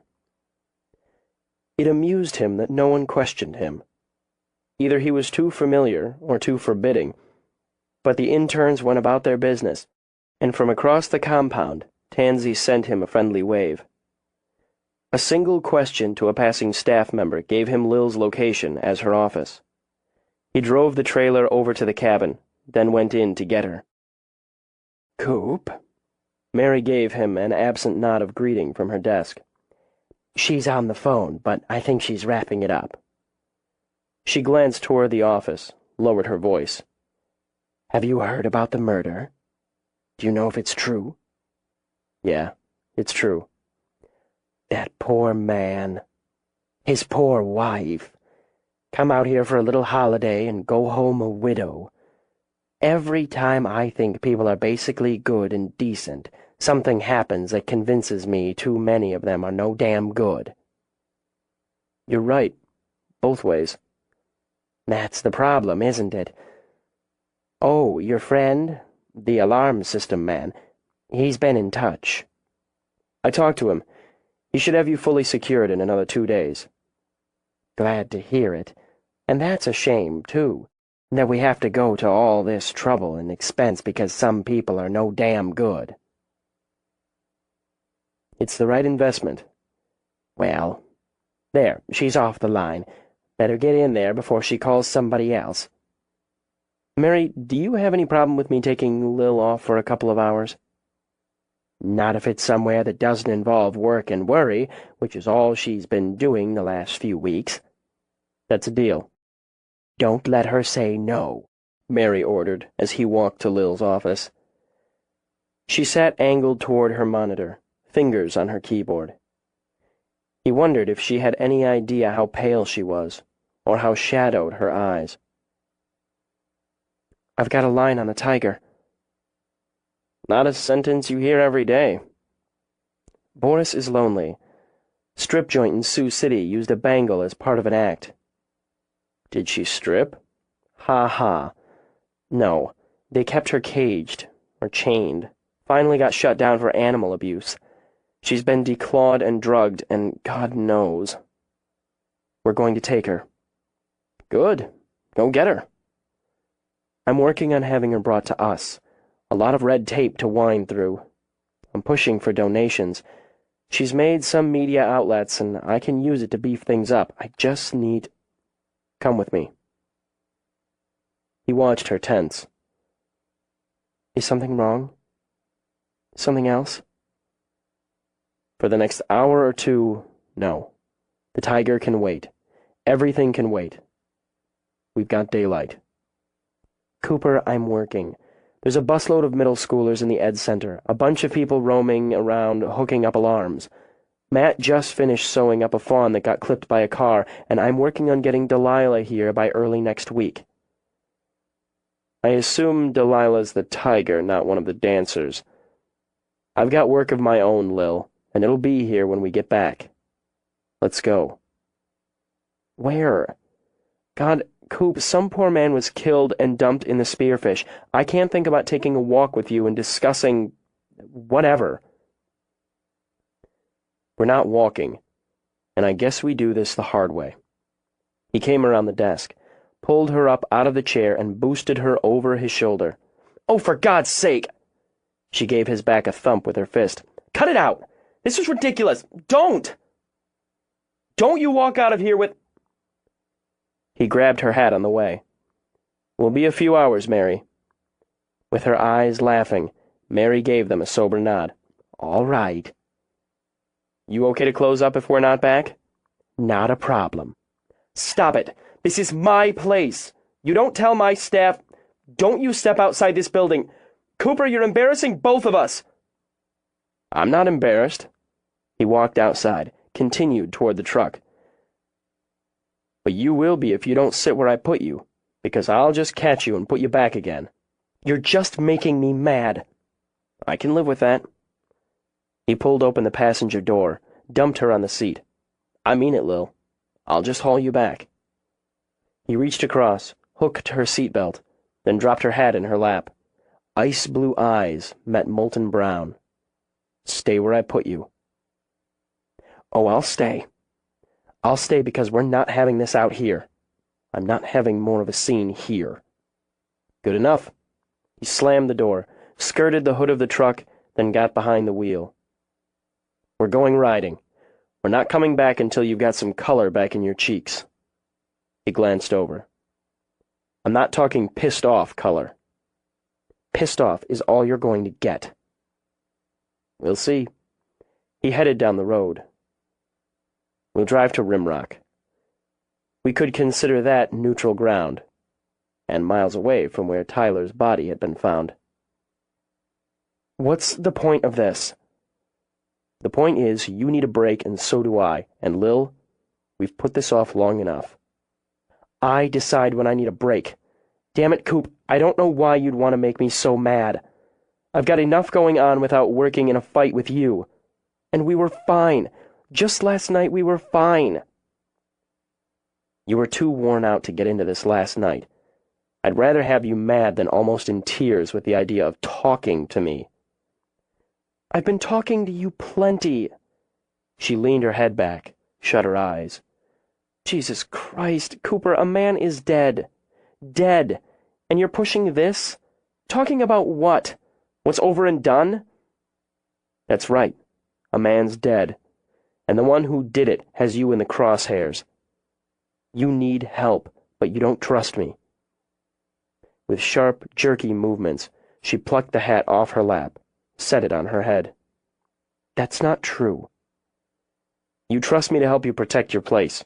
You trust me enough to sleep with me, but you don't trust me down in the deep. We both know that. He parked at the campground. Together in silence, they unloaded the horses. We can take the lower loop from here. It's shorter. I don't like being handled this way. I don't blame you. And I don't care. She mounted, turned her horse toward the trailhead. Maybe the women you got used to tolerate this kind of thing. I don't. I won't. You'll get your 2 hours because you're bigger and you're stronger, and because I'm not having this out in front of my staff, my interns, my guests. Then that's it, Cooper. That's it between us. You get some color in your cheeks, some worry out of your eyes, and we clear the air between us. After that, if you say that's it, that'll be it. He opened the cattle gate for her to pass through, then closed it behind them. You can tell me everything you know about what happened to James Tyler. I can't think about much else. I don't know how you could expect me to. Okay, we'll get that out of the way. He laid it out for her, every detail he remembered, as they rode toward the rim of the canyon. He spoke of murder and death as the trail leveled out to wind through pines and quaking aspen, where flickers swooped and darted among the trees. Is Gull all right? He's going to see Tyler, the way he found him, every time he closes his eyes for a while. He'll lose sleep over it, have nightmares when he does sleep. Then it'll pass. Is that the way it was for you? I saw Melinda Barrett for a long time. The first time I saw a body when I was in uniform, it was just as horrible. And then, he shrugged. It becomes routine? No. It becomes the job, but it's never routine. I still see her sometimes. Even before all this started up, I'd think it had gone away. Then I'd wake up cold and sweating, with her in my head. Calmer, she turned to look at him, so their eyes met. We shared a hard thing at an early age. We shared a lot of things. You're wrong when you say I don't trust you, and you're wrong to think manhandling me is the way to get whatever it is you want. You're what I want, Lil. You're all I've ever wanted. Color did indeed rush into her face as she whipped her head toward him. Go to hell. She kicked her horse into a trot. Part 3. Spirit. Nothing in the world is single. All things by a law divine. In one spirit meet and mingle. Percy Bysshe Shelley. 21. He thought, shit, and let her take her distance. Maybe she'd blow off the steam of temper. Maybe she wouldn't. But temper was better than exhaustion. She needed to ride, he thought, needed to just breathe a while. The air filled with the scents of sage and juniper, while overhead an eagle circled on the hunt. He heard what he thought was the drumming of a grouse from a thicket of buckbrush that looked like it wanted to open its tight buds and bloom. Mad or not, he knew she'd take it all in and be better for it. She might not look up and watch the eagle, but she knew it was there. When she finally slowed, he caught up with her. No, he decided. She hadn't blown off the steam. She rode on it every bit as much as she rode on Rocky. How can you say that to me? She demanded. All you've ever wanted? You left me. You broke my heart. We're remembering it differently, because I don't remember anybody leaving anybody. And you sure didn't act broken-hearted when we decided the long-distance deal wasn't working. When you decided. I came halfway to New York to see you, to be with you. I wanted to go all the way, to spend real time with you on your turf, in your place, but you wouldn't have that. Those dark eyes stabbed at him, lethal as knives. I guess you figured it would be harder to dump me if I was sitting in your New York apartment. Jesus Christ, Lil, I didn't dump you. They wounded him, those eyes, spilled blood she couldn't see. It wasn't like that. What the hell was it like from your perspective? You told me you couldn't keep doing it, that you needed to concentrate on your own life, your own career. I said we couldn't. We needed. Oh, bullshit! Rocky shied a bit, disturbed by the tone, the temper. She controlled him with no sign of effort or concern. You had no right to speak for me or my feelings. Not then, not now. You sure as hell didn't say so at the time. His horse danced, as uneasy as Rocky. Coop steadied him, and would have turned so he and Lil were face to face, but she trotted off, again. Setting his teeth, Coop nudged his mount to follow. You agreed with me, he added, annoyed with the defensiveness in his tone once he'd caught up. What the hell was I supposed to do? Fling myself into your arms and beg you to stay with me, to love me? Actually, I drove all the way to that damn motel in Illinois, so excited. It felt like years since we'd seen each other, and I was worried you wouldn't like my hair or my outfit. Stupid things. And I was aching to see you. Literally aching. Even my damn toes hurt. Lil. And I knew the minute I saw you that something was wrong. You got there before I did. Remember? I saw you crossing the parking lot, coming from that little diner. Her voice changed. The anger leaked out of it as misery pushed in. Where the anger wounded him, the misery simply destroyed. He said nothing, let her finish. Though he could have told her yes, he remembered.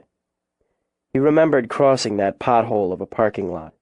Remembered the first instant he became aware of her.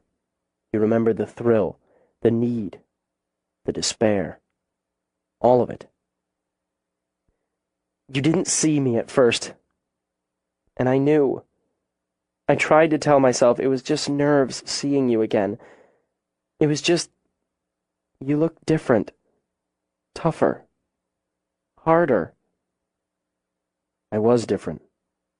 We both were by then. My feelings hadn't changed. Not like yours. Wait a minute. He reached out to snag her bridle. Wait a minute. We made love almost the minute we closed the door of that motel room, and I knew you were going to end it. Do you think I couldn't tell you'd pulled away? Pulled back? I pulled back? How many times had you? Why had it been so long since we'd seen each other? There was always a project, a field trip, You're blaming me? There's no blame, he began, but she swung off her horse, stalked away. Struggling for patience, he dismounted to tether both the horses. You need to listen. I loved you. I loved you. You were the one, the only one. I'd have done anything for you, for us. That's part of the problem. Loving you was a problem? That you'd have done anything. Lil, just hold still, damn it.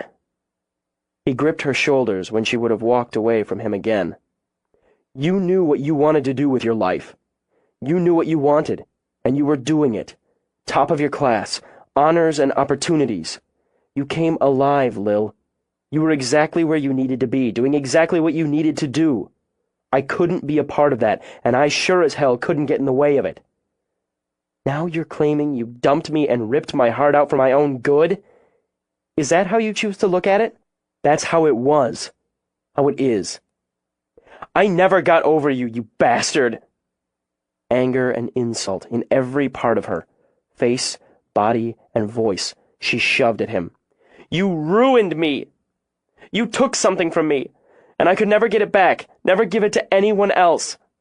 I hurt a good man, a very good man, because I couldn't love him, because I couldn't give him what he deserved to have and you'd thrown away. I tried. John Paul was perfect for me, and I should have been able to make it work, but I couldn't, because he wasn't you. And he knew. He always knew. Now you want to stand here and tell me you left for my sake? We were children, Lil. We were just kids. I didn't love you any less, or hurt any less because I was 19. You were going somewhere. You were making a mark. I needed to make mine, so yeah, I did it for you and for me. I had nothing to give you. Bullshit! She started to wrench away, but he yanked her back. I had nothing. I was nothing. I was broke, living from paycheck to paycheck, if I was lucky, living in a dump because it was all I could afford, and moonlighting when I could get the extra work. I didn't get out here often because I didn't have the money for the trip. You said I lied. I said I was busy or couldn't get time off. Mostly true since I was working 2 jobs if I could get the extra work, and angling for overtime when I could get it. But that wasn't why I didn't come back more than I did. I sold the bike because I couldn't afford it. I sold blood to make rent some months. For God's sake, Coop, if things were that bad, why didn't you tap my grandparents? Because they'd already given me a start, and I wasn't going to take more money from them. You could have come home. You come back here a failure, with barely enough to pay for a bus ticket. I needed to make myself into something, and you should understand that. There should have been money, a cut from my trust, when I turned 21. I needed it, to get a decent place to live, to have a breather so I could work on the job and make that mark. My father tied it up. He was so pissed that I'd gone against his decisions, his plan for me. I had some money, what my grandparents gave me, what was left of it, my savings. He got my accounts frozen. How? It's what he does.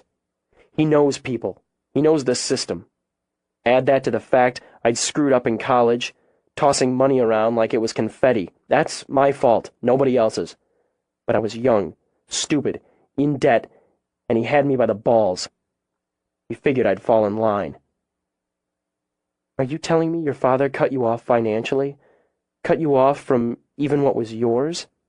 Because he wanted you to be a lawyer? No. Maybe she'd never understand. He did it because he wanted control. Because he can't tolerate anyone defying that control. Since she was listening, Coop eased back. Money's a weapon, and he knows how to use it. He'd release some of the funds if well, he had a list of conditions, and it doesn't matter now. I had to get a lawyer, and it took a lot of time and money, so even when I got what was mine, I owed a lot of it in legal fees. I couldn't let you come to New York and see the way I was living back then. I needed to put everything I had into the job. I needed to make detective, to prove I was good enough. And Lil, you were flying, getting articles published, traveling, making the dean's list. You were amazing. You should have told me. I had a right to know what was going on. And if I had, you'd have wanted me to come back, and maybe I would have, with nothing. I'd have hated it, and I'd have blamed you sooner or later. Or you'd have given it all up and come to New York, and we'd have hated each other sooner. If I'd told you, Lil, if I'd asked you to stick with me until I made something, there wouldn't be a Chance Wildlife Refuge. You wouldn't be who you are now. Neither would I. You made all the decisions. I'll cop to that. You agreed with them at the time. I said I did because all I had left was pride. Then you should understand that's all I had. You had me. He wanted to touch her, just his fingertips on her face, something to smooth away the hurt in her eyes. But it wasn't the way. I needed to be someone for myself. I needed something to be proud of. I spent the first 20 years of my life wanting my father to love me, to be proud of me. Just like my mother, I guess. He's got a way of making you want that approval, then withholding it so you want it more, and feel less because it never really comes. You don't know what that's like. No, I don't. She saw so clearly the boy she'd first met. Those eyes, those sad and mad eyes. I never knew what it was like to have someone care about me, for me, feel pride in me for anything until I came out here that summer to stay with my grandparents. After that, in some ways, it was even more important to get it from my own parents, from my father most of all. But I was never going to get it. He shrugged that off. Something over, something no longer important. Realizing that changed things. Changed me. Maybe I did get harder, Lil, but I started going after what I wanted, not what he wanted. I was a good cop, and that mattered. When I couldn't be a cop anymore, I built up a business, and I was a good investigator. It was never about the money, though let me tell you, it's damn fucking hard not to have any, to be afraid you won't make the rent the second month running. She stared out over the canyon where the rocks rose in silent power toward the deepening blue of the sky. Did you think I wouldn't understand any of this? I didn't understand half of it, and I didn't know how to tell you. I loved you, Lil. I've loved you every day of my life since I was 11 years old. He reached into his pocket, drew out the coin she'd given him at the end of their first summer. I've carried you with me every day of my life. But there was a time I didn't think I deserved you. You can blame me for that, but the fact is, we both had to make our way. We wouldn't have made it if we hadn't let each other go. You don't know that, and you didn't have the right to decide for me. I decided for me. And you can come back now, a decade later, when you're ready? I'm supposed to go along? I thought you were happy, and believe me, it sliced up a part of me when I'd think about you going on, doing what you wanted to do, without me. Every time I'd hear about you, it was about the name you were making for yourself, how you were building the refuge, or off to Africa or Alaska. The few times I saw you, you were always busy, heading off somewhere. Because I couldn't stand being around you. It hurt. God damn it. You were engaged. I was never engaged. People assumed we were engaged. I lived with Jean-Paul, and we traveled together sometimes if our work coincided. I wanted to make a life. I wanted a family, but I couldn't make it work. Not with him. Not with anyone. If it makes you feel any better, any time I heard about him or about you seeing someone else, it killed me. I had a lot of miserable nights and days, hours, years, wishing I hadn't done what I thought, still think was the right thing. I figured you'd moved on, and half the time I hated you for it. I don't know what you want me to say, want me to do. Neither do I. But I'm saying to you I know who I am now, what I am, and I'm okay with it. I did what I needed to do, and now I'm doing what I want to do. I'm going to give my grandparents the best I have, because that's what they always gave me. I'm going to give you the best I have, because I'm not letting you go again. You don't have me, Coop. Then I'll fix that until I do. If for now all I can do is help you, keep you safe, sleep with you, and make sure you know I'm not going anywhere, that's okay. Sooner or later, you're going to be mine again. We're not who we were. We're more than we were.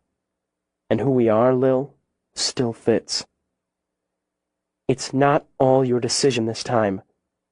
You still love me. Yes, I do. She faced him again, studied him with eyes that were both clear and unfathomable. And I've lived a long time knowing love isn't enough. You hurt me more than anyone else ever has, more than anyone else ever could. Knowing why? I'm not sure if it makes it better or worse. That's not an easy fix. I'm not looking for easy. I came out here because my grandparents needed me, and I was ready to let go. I expected to find you the next thing to married. I told myself I'd have to suck that up. I'd had my chance. The way I look at it, Lil, you had yours too. Take your time if you need to. I'm not going anywhere. So you keep saying. She stepped back, started to turn toward the horses, but he took her arm, swung her back. I guess I'll have to, until you believe me. Here's one for you, Lil. Do you know how many ways love can hit you? So it makes you happy or miserable? It makes you sick in the belly or hurt in the heart. It makes everything brighter and sharper or blurs all the edges. It makes you feel like a king or a fool. Every way love can hit, it's hit me when it comes to you. He drew her in to take her mouth, to give in to that endless ache while the wind swept the air with the perfume of sage. Loving you made a man out of me, he said when he let her go. It's the man who came back for you. You still make my knees weak, and I still want your hands on me, but that's all I'm sure of. That's a start. I have to get back. You've got color in your cheeks, and you don't look so tired now. Well, yippee. That doesn't mean I'm not pissed off at the way you got me out here. She mounted her horse. I'm pissed off at you in so many ways right now, on so many levels. He studied her face as he swung into the saddle. We never fought all that much the first time around. Too young and horny. No, we didn't fight so much because you weren't such an asshole. I don't think that's it. You're probably right. You were probably just as much of an asshole back then. You liked flowers. You always liked it when we'd go hiking or riding and the wildflowers were blooming. I'll have to get you some flowers. Oh, yeah, that'll make everything just fine. Her tone was as brittle as juniper in a drought.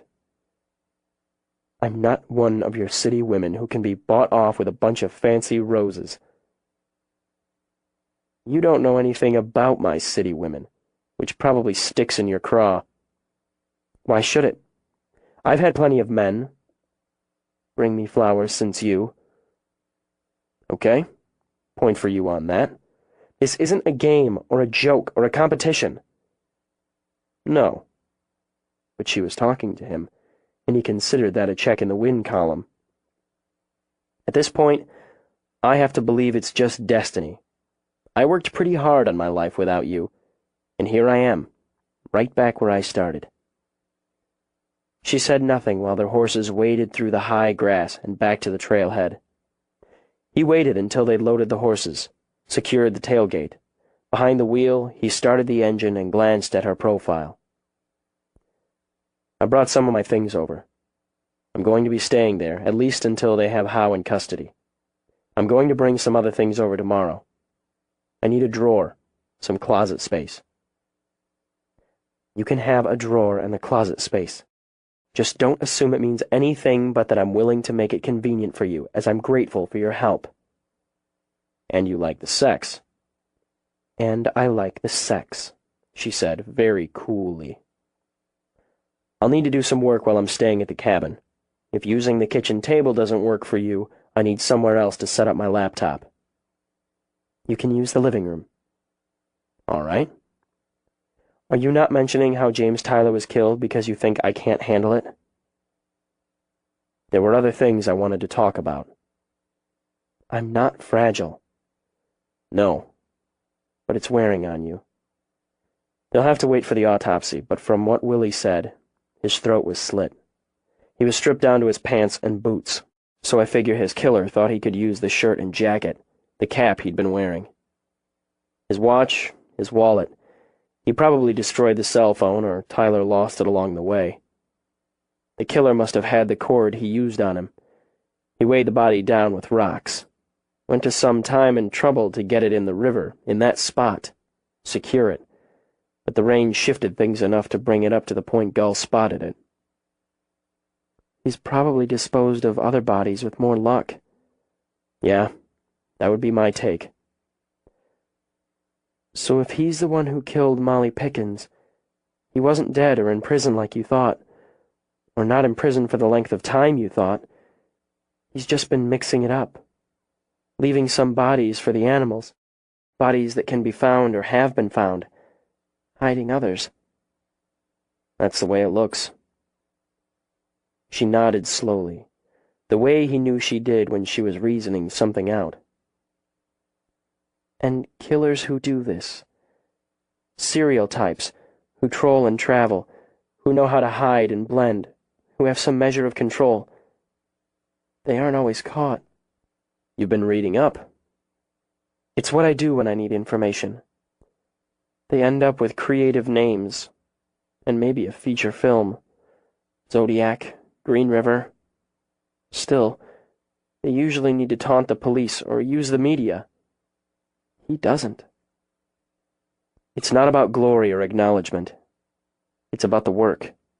It's personal, and he gets his satisfaction from that. Every kill is proof he's better than the victim, better than his father. He's proving something. I know what that's like. Did you become a cop to be a hero, Coop?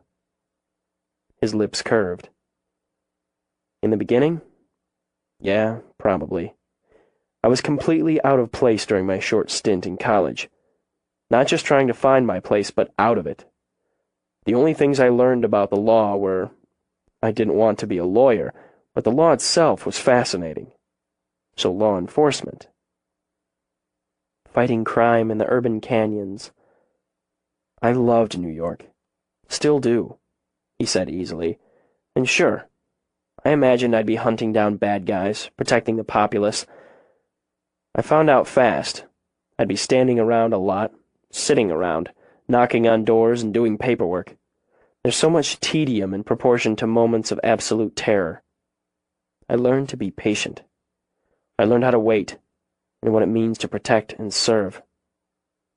Then on 9/11, everything shifted.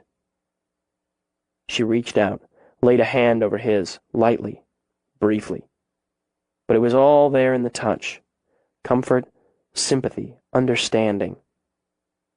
We were all terrified until we knew you were safe.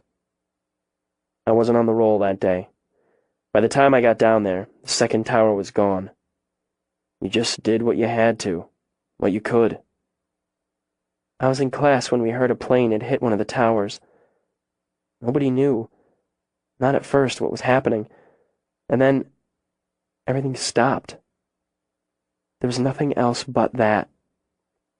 He shook his head, because if he let them, the pictures would form in his mind again of what he'd seen and done and hadn't been able to do. I knew some of the cops who went in, some of the firefighters, people I'd worked with or hung out with, played ball with. Gone. After that, I never thought I'd leave the job. It was like a mission then. My people. My city. But when Dory was killed, it switched off for me. Just like somebody cut the wire. I couldn't do it anymore. Losing that was the worst thing in my life next to losing you. You could have transferred to another place. That's what I did, in my own way. I needed to build something back, I guess. To make something out of the death and the grief. I don't know, Lil. I did what came next. It worked for me. You'd still be there if Sam hadn't had the accident. I don't know. The city came back and so did I. I was done there, and I'd already put plans in place to come back before the accident. Before? Yeah. I wanted the quiet. Considering what's happened, you haven't gotten what you wanted. He looked over at her. Not yet. It was nearing dark by the time he turned onto her road. Long shadows at the end of a long day. I'm going to help with the feeding, she said. Then I have some work to finish up. I've got some of my own. He reached over before she could open the door and cupped the back of her neck in his hand. I could say I'm sorry, but I'm not, because here you are. I could tell you I'll never hurt you again, but I will. What I can tell you is I'm going to love you for the rest of my life. Maybe that's not enough, but right now, it's what I've got. And I'll tell you I need time to think, time to settle, and time to figure out what it is I want this time. I've got time. I have to run into town. Do you need any supplies? No, we're good. I'll be back in an hour.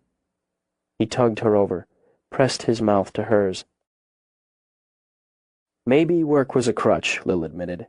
Something to lean on, to help her limp along after a hard knock. It still had to be done. So she hauled food while the animals chorused. She watched Boris pounce on his dinner, rip at it, and thought, if things go well, he'll have company within the week. Another notch in the refuge's belt, true enough, she mused. But more important, to her, another abused animal given sanctuary, freedom, as far as she could manage, and care. So, how was your adventure? From the smile on Tansy's face, Lil concluded her friend had witnessed her humiliating exit earlier, and those who hadn't actually seen it had certainly heard of it. She owed Coop for that one. Men are idiots. Often true, but we love them for it. He decided to do the caveman routine so he could tell me why he stabbed me in the heart back in the day. Manly pride and for my own good and other bullshit reasons, which, natch, I was too young and starry-eyed to consider or understand at the time. Better to rip me to bloody pieces than to actually talk to me, right? Stupid bastard man. Wow. Did he ever consider what it did to me? How much it hurt? That I thought I wasn't enough for him? That he'd found someone else? That I've spent damn near half of my life trying to get the hell over him, and now he's back, and gee, Lil, it was all for you. I'm supposed to just jump and cheer and be what, grateful? I couldn't say, and probably shouldn't if I could. He's always loved me, always will love me, and tra-la-la, so he hauls me off like I'm some package he can drop off and pick up on his whim, again for my own good, and dumps all this in my lap. If I were less civilized, I'd kick his ass for it. You don't look very civilized right at the moment. She heaved out a breath. Well, I am, so I can't. Plus, it would be sinking to his Neanderthal level. I'm a scientist. I have a doctorate. And you know what? What, Dr. Chance? Shut up. I was dealing with all this, with him, with me, with it, before this. Now I don't know what the hell to think. He told you he loves you. That's not the point. Then what is? You love him. You told me when you and John Paul called it a day, it was because you were still in love with Coop. He hurt me, Tansy. He ripped me to pieces, again, just by telling me why he did it in the first place. And he doesn't see that. He doesn't get that. Tansy put her arm around Lil, drew her against her side. I do, honey. I really do.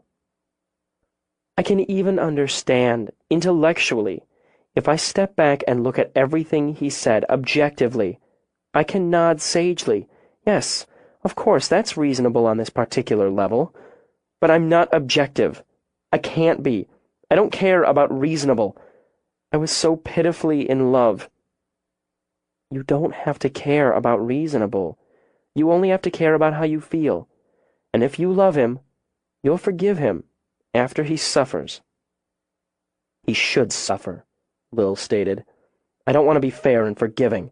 Hell no! Why don't we go inside? I can make men suck margaritas. I can stay tonight, thereby avoiding my own idiot man. We'll get drunk and plot female world domination. That sounds so good. I could really use all of that. But he's coming back.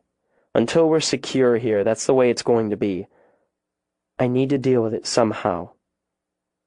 Plus, I can't get drunk on men suck margaritas, though you do make the champions, because I have to work. I have to work because some asshole hauled me off for 2 hours. She turned, wrapped her arms around Tansy. God, there's a man dead, and his wife must be destroyed, and I'm standing here feeling sorry for myself. You can't change what happened. None of it's your fault. I can think that intellectually again. Not my fault. Not my responsibility. But Tansy, my gut says differently.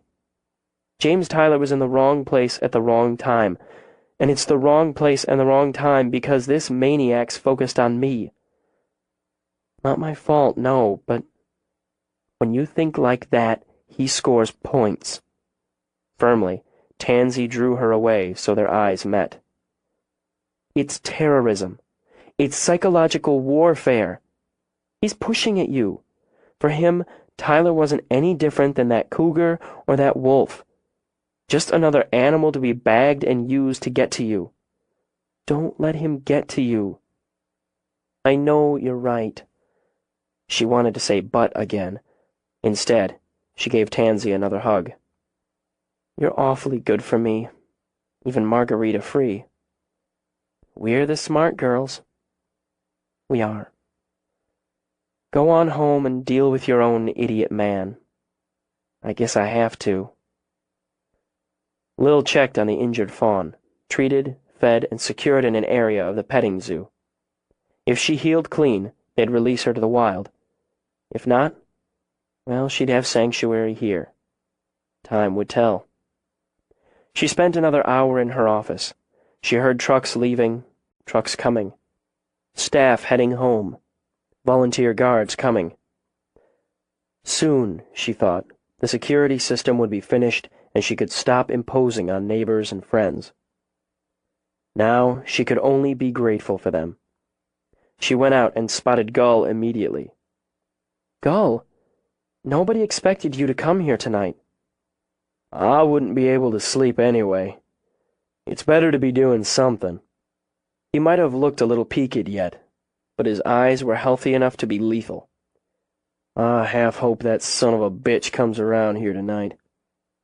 I know it's terrible, but because of you, his wife knows. She's not wondering anymore.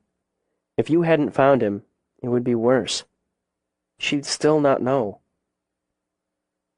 Willie told me her boys came. His lips pressed together as he looked off and away. Her sons came, so she's not alone. That's good. She shouldn't be alone.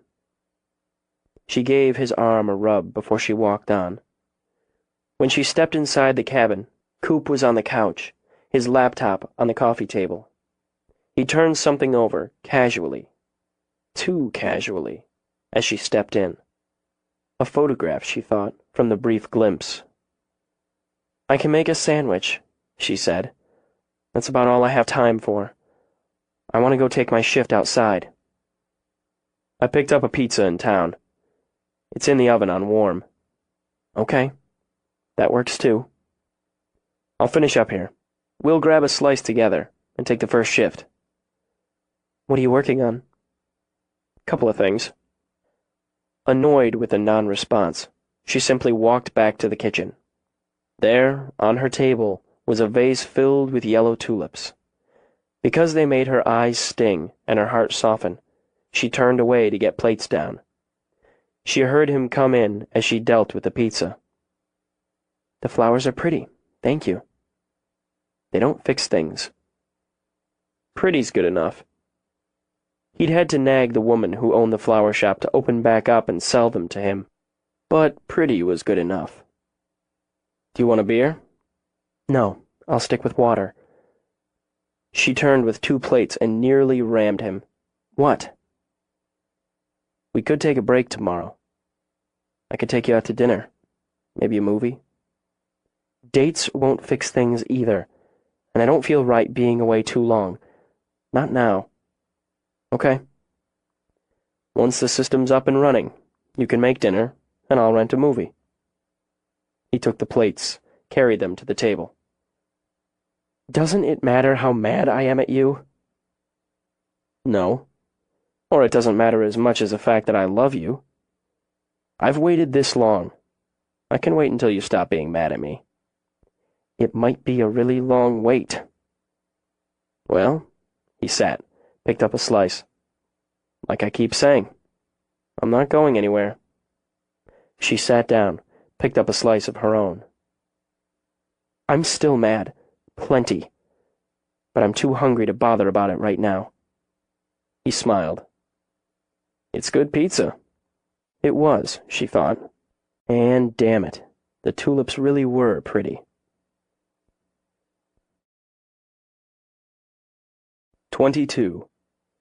In his cave, deep in the hills, he studied his take. He imagined the watch, decent, high-middle range, had been a birthday or Christmas present. He liked to imagine good old Jim opening it, expressing his pleasure and surprise, giving his wife, also very decent if she looked like the photo in the wallet, a thank-you kiss. 6 months, maybe a year down the road, he could pawn it if he needed some cash. Right now, thanks to good old Jim, he was flush with $122.86 he'd taken out of Jim's pockets. He'd also scored a Swiss Army knife. You could never have too many. A hotel key card, a half-pack of Big Red gum, and a Canon PowerShot digital camera. He spent some time figuring out how to work it, then scrolling through the pictures Jim had taken that day. Mostly scenery, with a few shots of Deadwood and a couple of the not-shabby Mrs. Jim. He shut it off to preserve the battery, though Jim had considerately brought along a spare in his pack. It was a good quality pack, and brand spanking new. That would be handy down the road. Then there were the trail snacks, extra water, first aid kit. He imagined Jim reading a hiking guide, making himself a checklist for what he should take on a day trip. Matches, bandages and gauze, Tylenol, a little notebook, a whistle, a trail map, and the hiking guide, of course. None of that had done Jim any good, because he was an amateur, an intruder. He'd been meat. Spry, though, he mused as he munched on some of Jim's trail mix. The fucker could run. Still, it had been so easy to herd the bastard along, to push him farther off the trail, to move him toward the river. Good times. He'd gotten a good shirt and a new jacket out of the match, too. A shame about the boots. The bastard had good Timberlands and really small feet. All in all, it had been a good hunt. He'd give Jim 6 out of 10, and the take was prime. He'd considered the rain a bonus. No way the half-assed cops and rangers, the hayseed local yokels, would find any sign of good old Jim with the rain washing out the tracks. He could have. He and those who'd come before him. Those who owned the holy ground. It had saved him the time and trouble of backtracking, brushing out tracks, laying false trails. Not that he minded doing all that. It was part of the job, after all, and carried some satisfaction. But when nature offered you a gift, you took it with thanks. The problem was, sometimes the gift was a booby prize. Without the rain, the flooding, old Jim would have stayed where he'd been put, and for a good long while, too. He hadn't made a mistake there, no sir. Mistakes could cost you your life in the wild. That's why the old man had beat him bloody whenever he'd made one. He hadn't made a mistake. He'd loaded Jim down good and proper and tied him down strong under those falls. He'd taken his time. Maybe not enough time, he thought, in the secret part of his mind. Maybe he'd hurried it up because the hunt made him hungry. Maybe... He pushed those thoughts away. He didn't make mistakes. So they'd found him. He frowned at the handset he'd stolen weeks before. He'd heard them on the radios, scattered all over hell and back. He'd gotten a good laugh out of it, too. Until that asshole got lucky. Gull Noddock. Maybe he'd look up asshole Gull one of these days. He wouldn't be so damn lucky then. But that would have to wait, unless the opportunity jumped up and bit him. It was thinking time now. What he should likely do was pack it up, move on, cross over into Wyoming and set up for a few weeks. Let things cool off. Asshole cops would take a dead tourist more seriously than a dead wolf or cat. To his mind, the wolf and the cat were worth a hell of a lot more than some fucker from St. Paul. The wolf, now that had been a fair hunt. But the cat? He had had some bad moments over that cougar. Bad dreams about the cougar's spirit coming back and hunting him. He just wanted to know what it was like, that's all, to kill something wild and free while it was caged up. He hadn't known it would feel so bad, or the spirit of the cat would haunt him. Hunt him. In the dreams, under a full moon, it stalked him and screamed as it leaped for his throat. In dreams, the spirit of the cougar he'd killed stared at him with cold eyes that left him shaking with sweat and waking with his heart pounding. Like a baby, his father would have said. Like a girl, sniveling and shaking and afraid of the dark. Didn't matter. Over and done, he reminded himself. And he'd given pretty Lil a good scare, hadn't he? Have to weigh the good against the bad there. They'd be looking for him hard now, over good old Jim. It'd be prudent, like his old man used to say.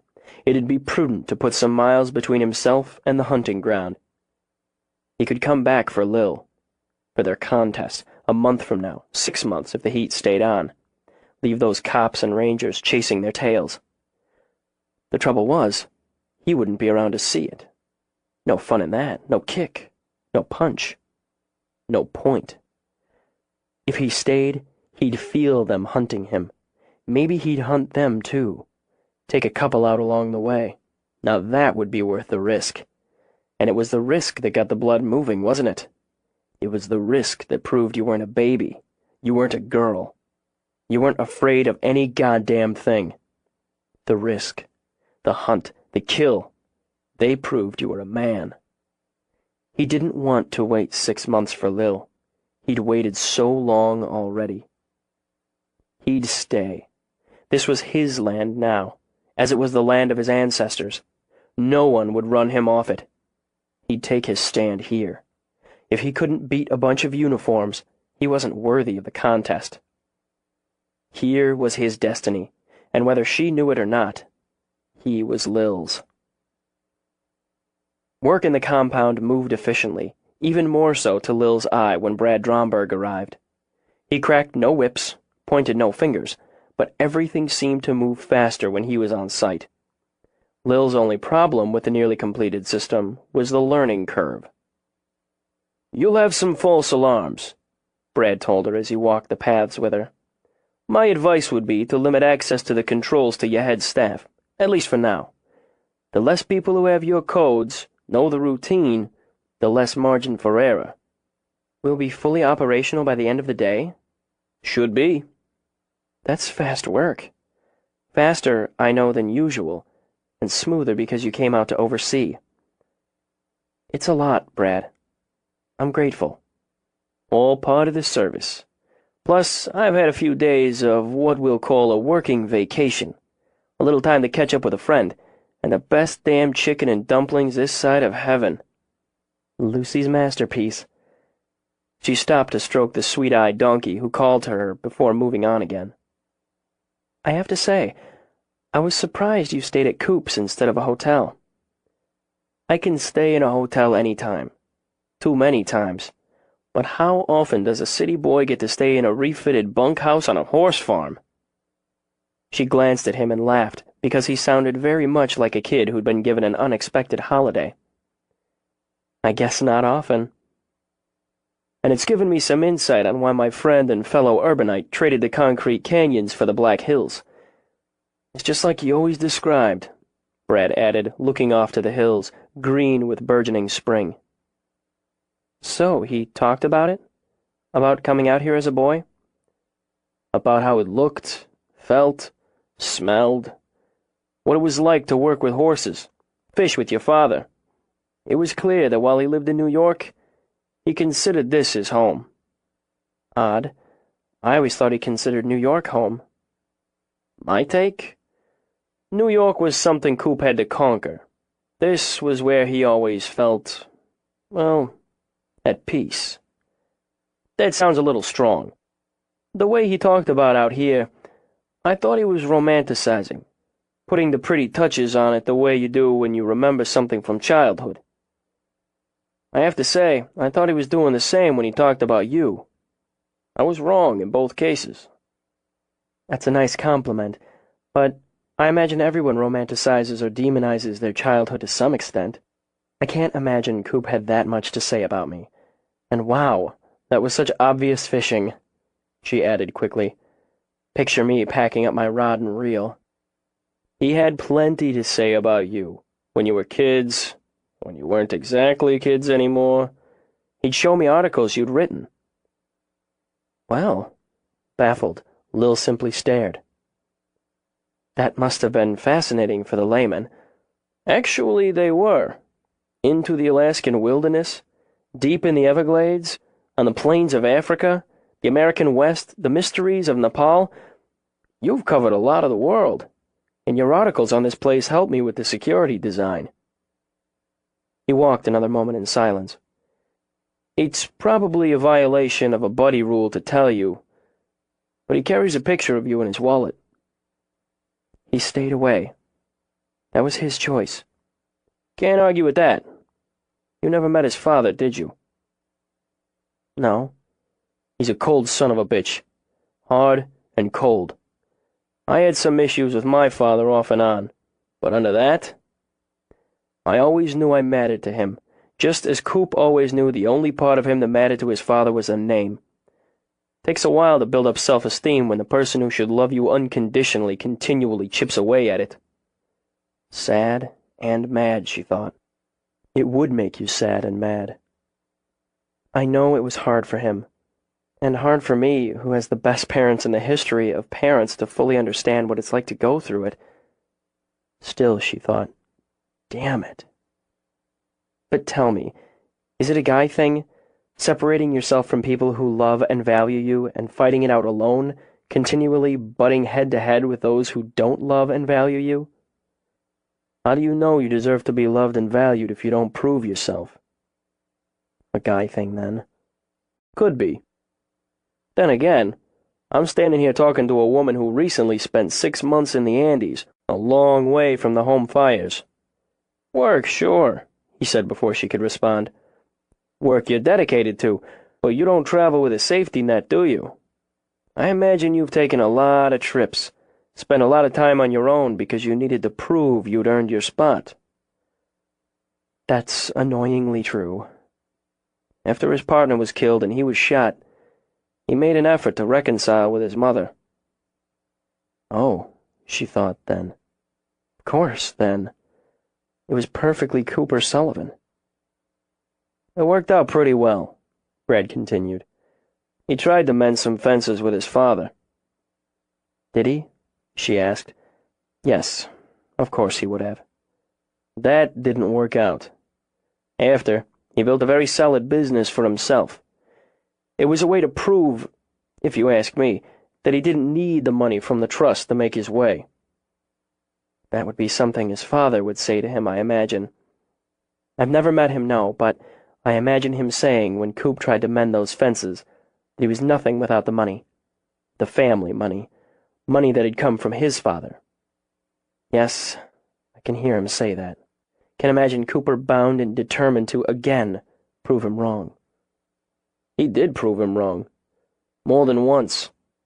But I'd say that was the point where Coop stopped needing his father's approval, on any level, in any way. He's never said, and probably wouldn't admit it, but I know him. And he's never stopped needing yours. He's never asked me what I thought, if I approved. Hasn't he? Brad said lightly. I don't... She turned at the shout, watched the van ease up in front of the first cabin. That's our Tiger. No shit. The strip club Tiger? Can I watch? Sure, but she won't do a lap dance. We'll start her out in the enclosure, Lil began as they walked toward the van. On the other side of the fencing we put up in Boris's. He's old, but he's feisty. She's young, but she's been declawed, and she's been chained or caged, drugged most of her life. She hasn't been around her own kind. We'll watch how they react to each other. I don't want either one of them hurt. She stopped to introduce herself and shake hands with the driver and the wrangler. Our office manager, Mary Blunt. Mary will take the paperwork. I'd like to see her. Lil climbed into the cargo area, crouched so the dull eyes of the Tiger met hers. Defeated, Lil thought. Resigned. All the pride and ferocity sheared away by years of mistreatment. Hello, pretty girl, she murmured. Hello, Delilah. Welcome to a whole new world. Let's take her home, she called out. I'll ride back here with her. She sat cross-legged on the floor of the van, cautiously pressed her palm to the bars. Delilah barely moved. No one's ever going to hurt you again or humiliate you. You have family now. As they had with the pampered Cleo, they set the cage, locked open the door to the opening of the enclosure. Unlike Cleo, the Tiger made no attempt to leave the cage. Boris, on the other hand, prowled back to the fence line, scenting the air. He marked his line, preening, Lil noted, as he hadn't done in a very long time, and puffing out his chest, he roared. In her cage, Delilah's muscles twitched. Let's back off. She's nervous. There's food and water in the enclosure, and Boris is talking to her. She'll go in her own good time. Lucius lowered his camera. She looks kind of beaten down, emotionally. We'll get Tansy to work with her, and if we need to, we'll bring in the shrink. You have a Tiger shrink? Brad asked, astonished. A behavioral psychologist. We've worked with him before in extreme cases. I guess you could call him an exotic animal whisperer, she smiled. Check him out on Animal Planet, but I think we'll be able to take care of her. She's tired, and her self-esteem's an issue. We'll just make sure she knows she's loved, valued, and safe here. I think the big guy there is smitten, Brad observed as Boris rubbed himself against the fence. He's been lonely. A male tiger mingles well with females. They're more chivalrous than lions. She moved back, sat on a bench. I'll just keep an eye on him for a while. I'll go check on the progress on your gates. We should be able to test the system in another couple of hours. After about a half hour, Tansy came to join her and offer one of the 2 bottles of Diet Pepsi she'd brought out. They used cattle prods and tasers on her, Tansy said. I know. Still watching the motionless cat, Lil sipped her soft drink. She expects to be punished if she steps out of the cage. Sooner or later, she'll go after the food. If she doesn't, by tomorrow, we'll have to get her out. I'm hoping we won't. She needs to leave the cage on her own and not be punished. Boris already has stars in his eyes. Yeah, it's sweet. She may respond to him, to the alpha, before she gives in to hunger. And she'll need to void. She's probably had to void in her cage before, but she won't want to, since there's a choice. The vet working with animal abuse treated her for an infected bladder and had to pull 2 of her teeth. Matt's going over all the reports and wants to examine her himself, but he feels, as you do, that she needs to be left alone for a while first. How are things between you and Coop? We're in a kind of moratorium, I guess. We need to get this security up and running. Plus, I think he's working with the police. He has files he doesn't want me to see. I'm leaving it alone for now. Like the tiger. As a metaphor for my relationship with Coop, it's not bad. It's fairly shaky, with the potential for a feral strike. I found 2 clips for his handgun in my lingerie drawer. Why the hell would he put them there? I guess it's hard to forget where you put them. Your everyday stuff or the fuck me stuff? The fuck me stuff. It's mortifying. I was going to get rid of most of it. It's weird having it around. The Jean-Paul factor. He bought most of it and enjoyed all of it. Clean it out. Buy your own. Yeah, I'm just not sure I want to invest in that area right now. It sends a signal. It does. I bought 2 extreme rip-this-off-me big boy nighties the other day. Online shopping is my friend. I'm still wondering why I didn't stop myself. Farley's going to swallow his tongue. I keep telling myself I'm going to break this off before it gets any deeper. Then I'm scoping out the spring line from Victoria's Secret. I am not well, Lil. You're in love, honey. I think it's just lust. Lust is good. No harm done, and it passes. Uh-huh. Just lust, you bet. All right, stop badgering me, you fiend. I know it's more than lust. I just haven't figured out how to handle it. So stop your insidious torture. All right, since you begged. Look. Look. Lil clamped a hand on Tansy's knee. She's moving. As they watched, Delilah bellied forward an inch, then another. Boris growled his encouragement. When she was halfway out, she went still as a statue again, and Lil feared she'd retreat. Then she quivered, bunched, and leaped on the whole chicken left on her concrete pad. She gripped it in her paws, her head shifting as she scanned right, left, forward. Her eyes met Lil's. Go on and eat, Lil thought.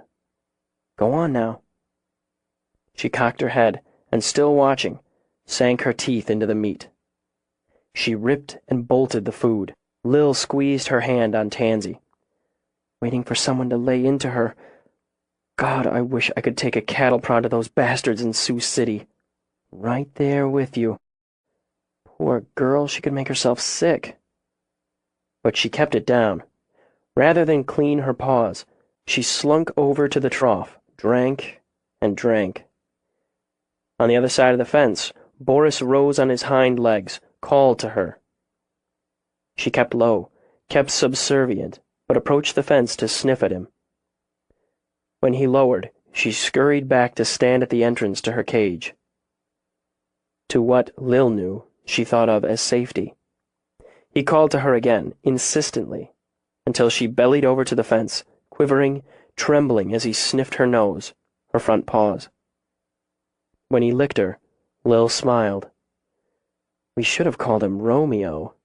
Let's get the cage away, close her in. Boris will take it from here. She checked her watch as she rose. Excellent timing. I need to run into town. I thought we had our supply run. I've got to do some errands, and I want to swing by and see my parents. I'll be back before sundown. She didn't intend to stop by the Wilkses' stables, but she was early, and they were right there. In any case, It was irresistible when she spotted Coop leading a little girl around the paddock on a sturdy bay pony. The kid looked as though she'd just been given the keys to the universe's biggest toy store. She bounced in the saddle, obviously incapable of being still, and her face under her pink cowgirl hat glowed like the summer sun. As she stepped out of her truck, Lil heard the kid chattering away at Coop while her mother laughed and her father took pictures. Charmed, Lil walked over to the fence and leaned against it to watch. Coop looked pretty damn pleased himself, she noted, giving the kid his attention, answering endless questions while the little horse plodded along patiently. How old was the kid, she wondered? 4, maybe? Long, sunny pigtails twined down under her hat, and her jeans had colorful flowers embroidered on the hem. Impossibly cute, Lil concluded. Then felt a hard, deep tug as Coop reached up to lift the girl out of the saddle. She'd never really thought of him as a father. At one time, she'd simply assumed they'd have a family together, but it had all been vague and silver-edged, pretty dreams of one day. She thought of all the years between. They might have had a little girl. He let the girl stroke and pet the horse, then fished a carrot out of a sack.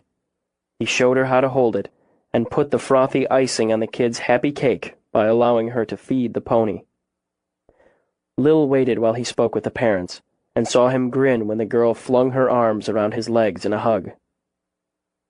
"She'll remember you for the rest of her life," Lil commented when Coop came her way. The horse, anyway. Nobody forgets their first. "I didn't know you offered pony rides." "It just happened. The kid was dying for it. Anyway, I've been thinking about opening that area up. Low overhead, nice profit. The father insisted on giving me a $10 tip. He grinned as he dug it out of his pocket. Want to help me spend it?" "Tempting, but I'm meeting somebody." "You were good with the kid." She made it easy. "And yeah, I've thought about it."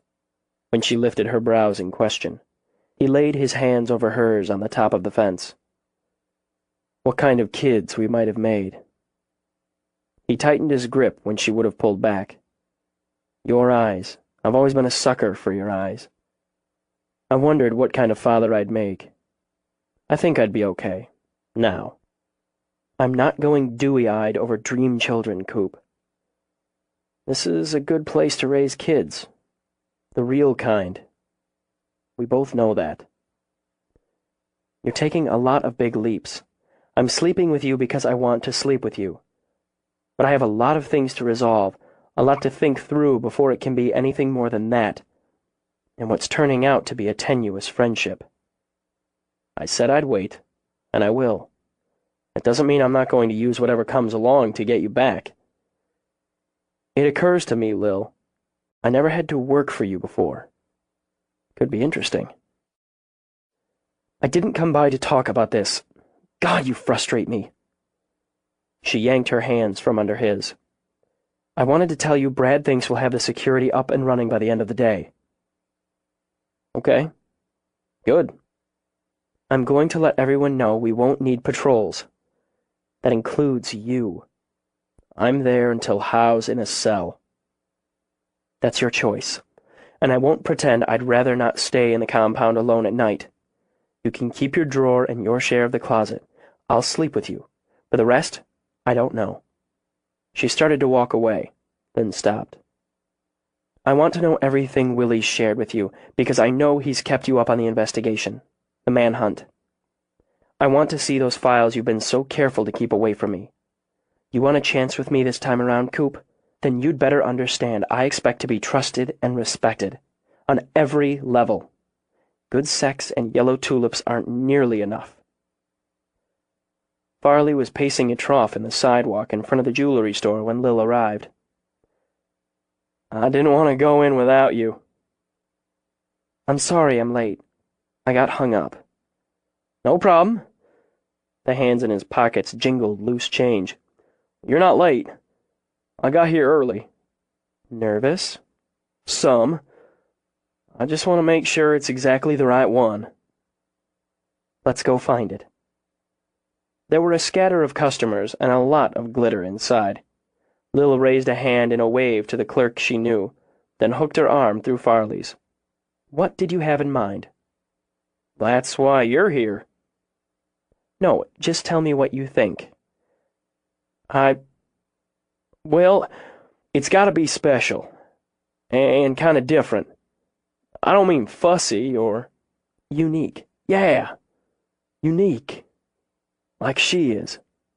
So far, you're exactly right, according to her best friend. She drew him over to a display of engagement rings. White or yellow gold?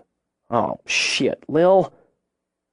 And he looked as panicked as if she'd asked him if he'd prefer cyanide or arsenic in his coffee. Okay, that was a trick question. Given her coloring and her personality, and her appreciation for the unique, I think you should go with rose gold. What the hell is that? Like this. She gestured to a band. See?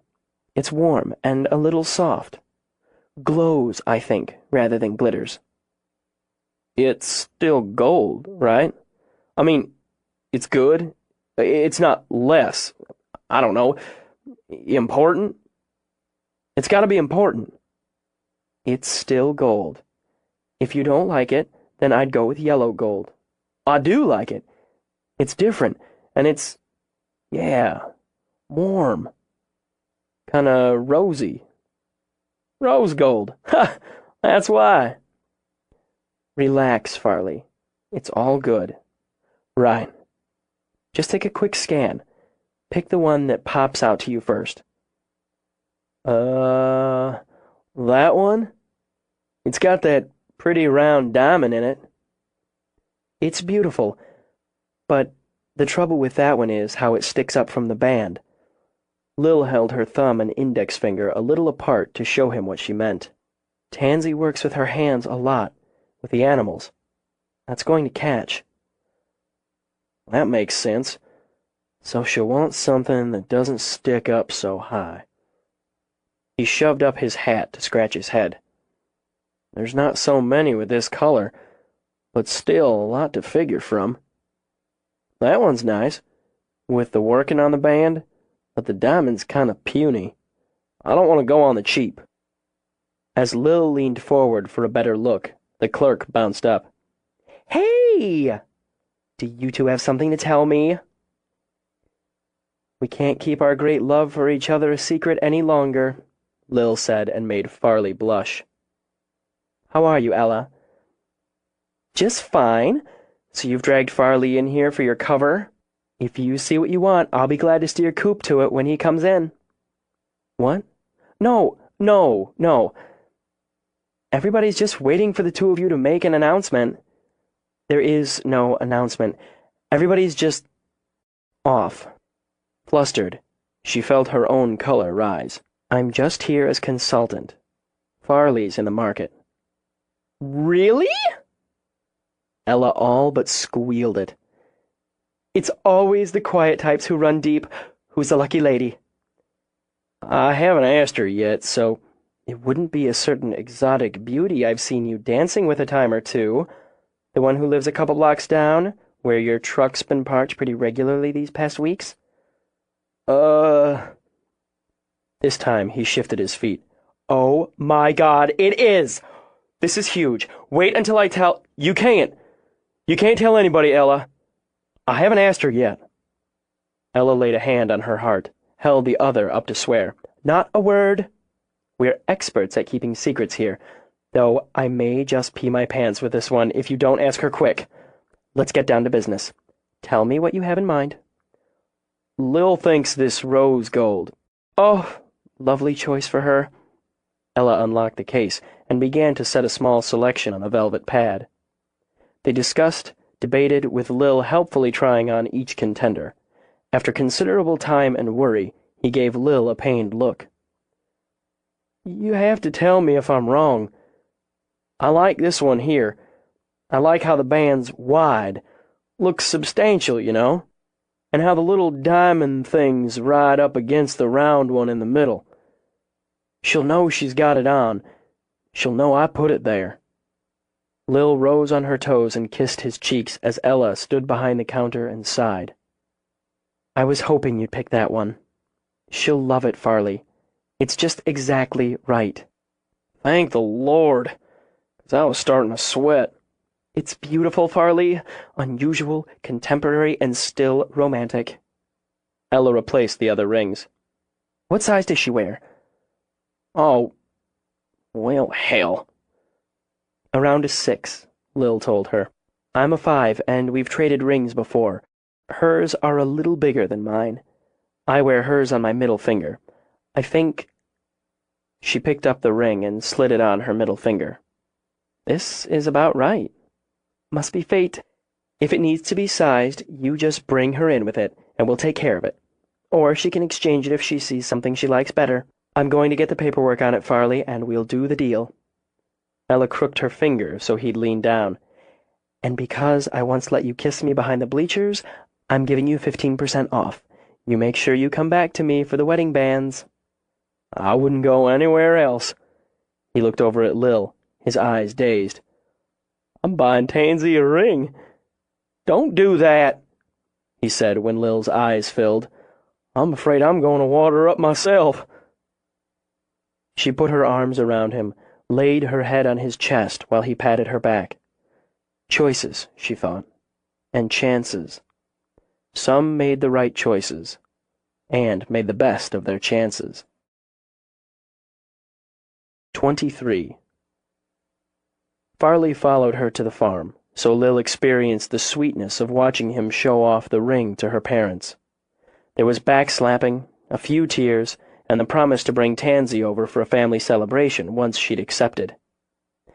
When Farley asked Joe to take a walk, undoubtedly to ask for man-to-man advice, Lil sat down with her mother. My God, he was a boy 5 minutes ago, Jenna said. You made a man out of him. Jenna dabbed at her eyes. Again. We gave him access to the tools so he could make a man out of himself. If Tansy breaks his heart, I'm going to kick her ass to pier and back.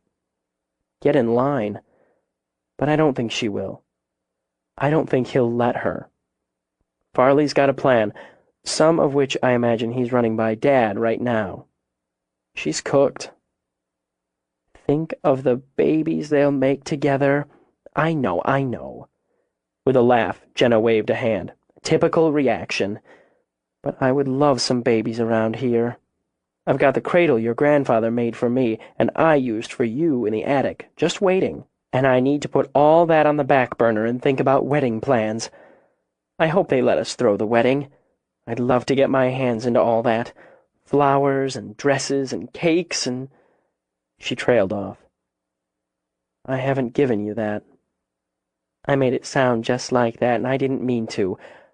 I don't have to tell you how proud we are of you, do I? No, you don't. I had a plan once, and it didn't work out. So I made another plan, and it did. Now, I'm in a strange and complicated place. I could use some input. Cooper. It's always been Cooper, but it stopped being just that simple a long time ago. He hurt you so much. Leaning over, she cupped Lil's hand in both of hers. Baby, I know. He took a piece out of me. Now he wants me to put it back, and I don't know if it can fit the way it did. It won't. It can't. Jenna gave her hand a squeeze before she leaned back. That doesn't mean it won't fit another way. A better way. You love him, Lil. I know that, too. Love wasn't enough before. He told me, took his sweet time about telling me why it wasn't enough.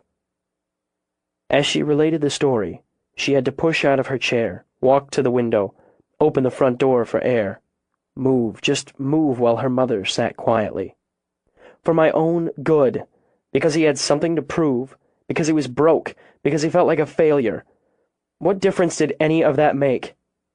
Besides all that, I deserved to know the reasons. I was part of that relationship. It's not a relationship if one person makes all the choices, is it? No, or not a balanced one. I understand what you're feeling, why you're angry. It's more than being angry, though. One of the biggest decisions of my life was made for me, and the reasons it was kept from me? How can I believe that won't happen again? And I won't build my life with someone who'd do that. I can't. No, you can't. Not you. And now I'm going to tell you something that may disappoint you. I'm sorry, so sorry you were hurt. I hurt for you, Lil, I did. I felt your heartbreak inside my own, but I'm so grateful he did what he did. Lil flinched, jerking back from the shock. How can you say that? How can you mean that? If he hadn't, you'd have given up everything you wanted, every passion you had, but him. If it had come down to him or your personal and professional goals, you were much too much in love to choose anything but him. Who's to say I couldn't have had both? Damn it! Where's the compromise? The working together? Maybe you'd have made it, but the odds were so stacked against you. Oh, Lil, she said with such compassion, Lil felt her eyes burn and tear. You, not quite 20 and with the world opening up for you. Him, almost 2 years older, with his world narrowing and harsh. He needed to fight, and you needed to grow. So we were young. You were young when you and Dad married. Yes, and we were lucky, but we also wanted the same thing, even then. What we wanted was right here, and that gave us a better chance. So you think I should just shrug off the last 10 years? All is forgiven. Coop, I'm yours? I think you should take as much time as you need and see if you can forgive him. Lil let out a long breath as some of the pressure on her chest lifted. And I think while he had something to prove to himself before, this time he has to prove something to you. Make him. And while you're taking that time, ask yourself if you want to live the next 10 years without him. He's changed. And who he's changed into, if I just met him, if there wasn't any history between us, I'd fall flat on my face. Knowing that is very scary. Knowing if I let myself fall flat, I'm giving him the power to rip another piece of me away. Aren't you tired, honey, of only getting close to men you know can't? I don't know, honestly. If I did that deliberately or if it's because he's the only one who can. Lil rubbed her own arms as if to warm them. Either way, it's another scary choice, and a lot to think about. I need to get back. I didn't mean to be gone this long. Important business. Jenna rose, laid her hands on Lil's shoulders. You'll find your way, Lil. I know that absolutely. I need you to tell me if you're sure you don't need us to be there tonight. The system was nearly done when I left. If they ran into any glitches, I'll call. I promise. I may be confused about myself, about Coop, but I'm clear on the refuge. No chances taken. Good enough. Most people think he's gone, that he wouldn't stay in this area with the manhunt. I hope most people are right. She laid her cheek on Jenna's. And I know we're not going to relax, not all the way, until he's caught. Don't you take chances either. She stepped out on the porch, saw Farley and her father circling one of the outbuildings with the dogs pacing around them. Tell Farley I'm pulling for him. She started for her truck, turned, walking backward as she studied how pretty her mother looked standing there on the porch of the old farmhouse. He gave me yellow tulips. And prettier yet, Lil thought, when she smiled. Did they work? Better than I let him know. Talk about your typical reaction. She got back before closing and found the new gate open. Still, she glanced at the security camera, at the key swipe and code pad.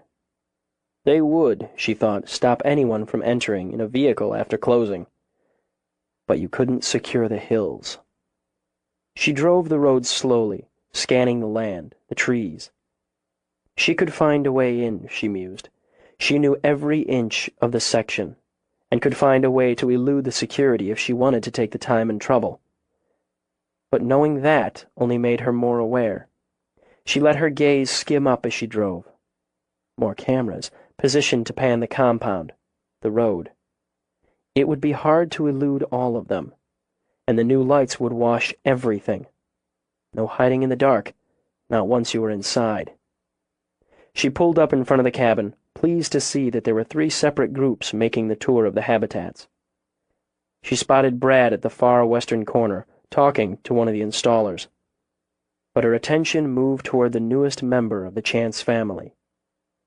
Everything in her lifted. Delilah lay against the fencing, with Boris stretched on the other side. She made that her first stop. The female didn't lift her head when Lil stepped up. She was crouched down, but her eyes open. Still wary, Lil noted. She may very well always be wary of the human, but still, she'd found comfort in her own kind. I guess we'll be taking that barrier out sooner rather than later. She kept her voice easy, her movements slow. Nice job, Boris. She needs a friend, so I'm counting on you to show her the ropes. Excuse me, miss? She glanced around to the group of 4 who stood behind the safety rail. Yes? You're really not supposed to be on that side. She straightened, walked over to speak to the man who'd addressed her. I'm Lil Chance. She offered a hand. This is my place. Oh, sorry. No need. I was just checking on our newest addition. We don't have her plaque up yet. This is Delilah, and it's her first full day here. She's a Bengal, she began, and indulged in one of her rare guided tours.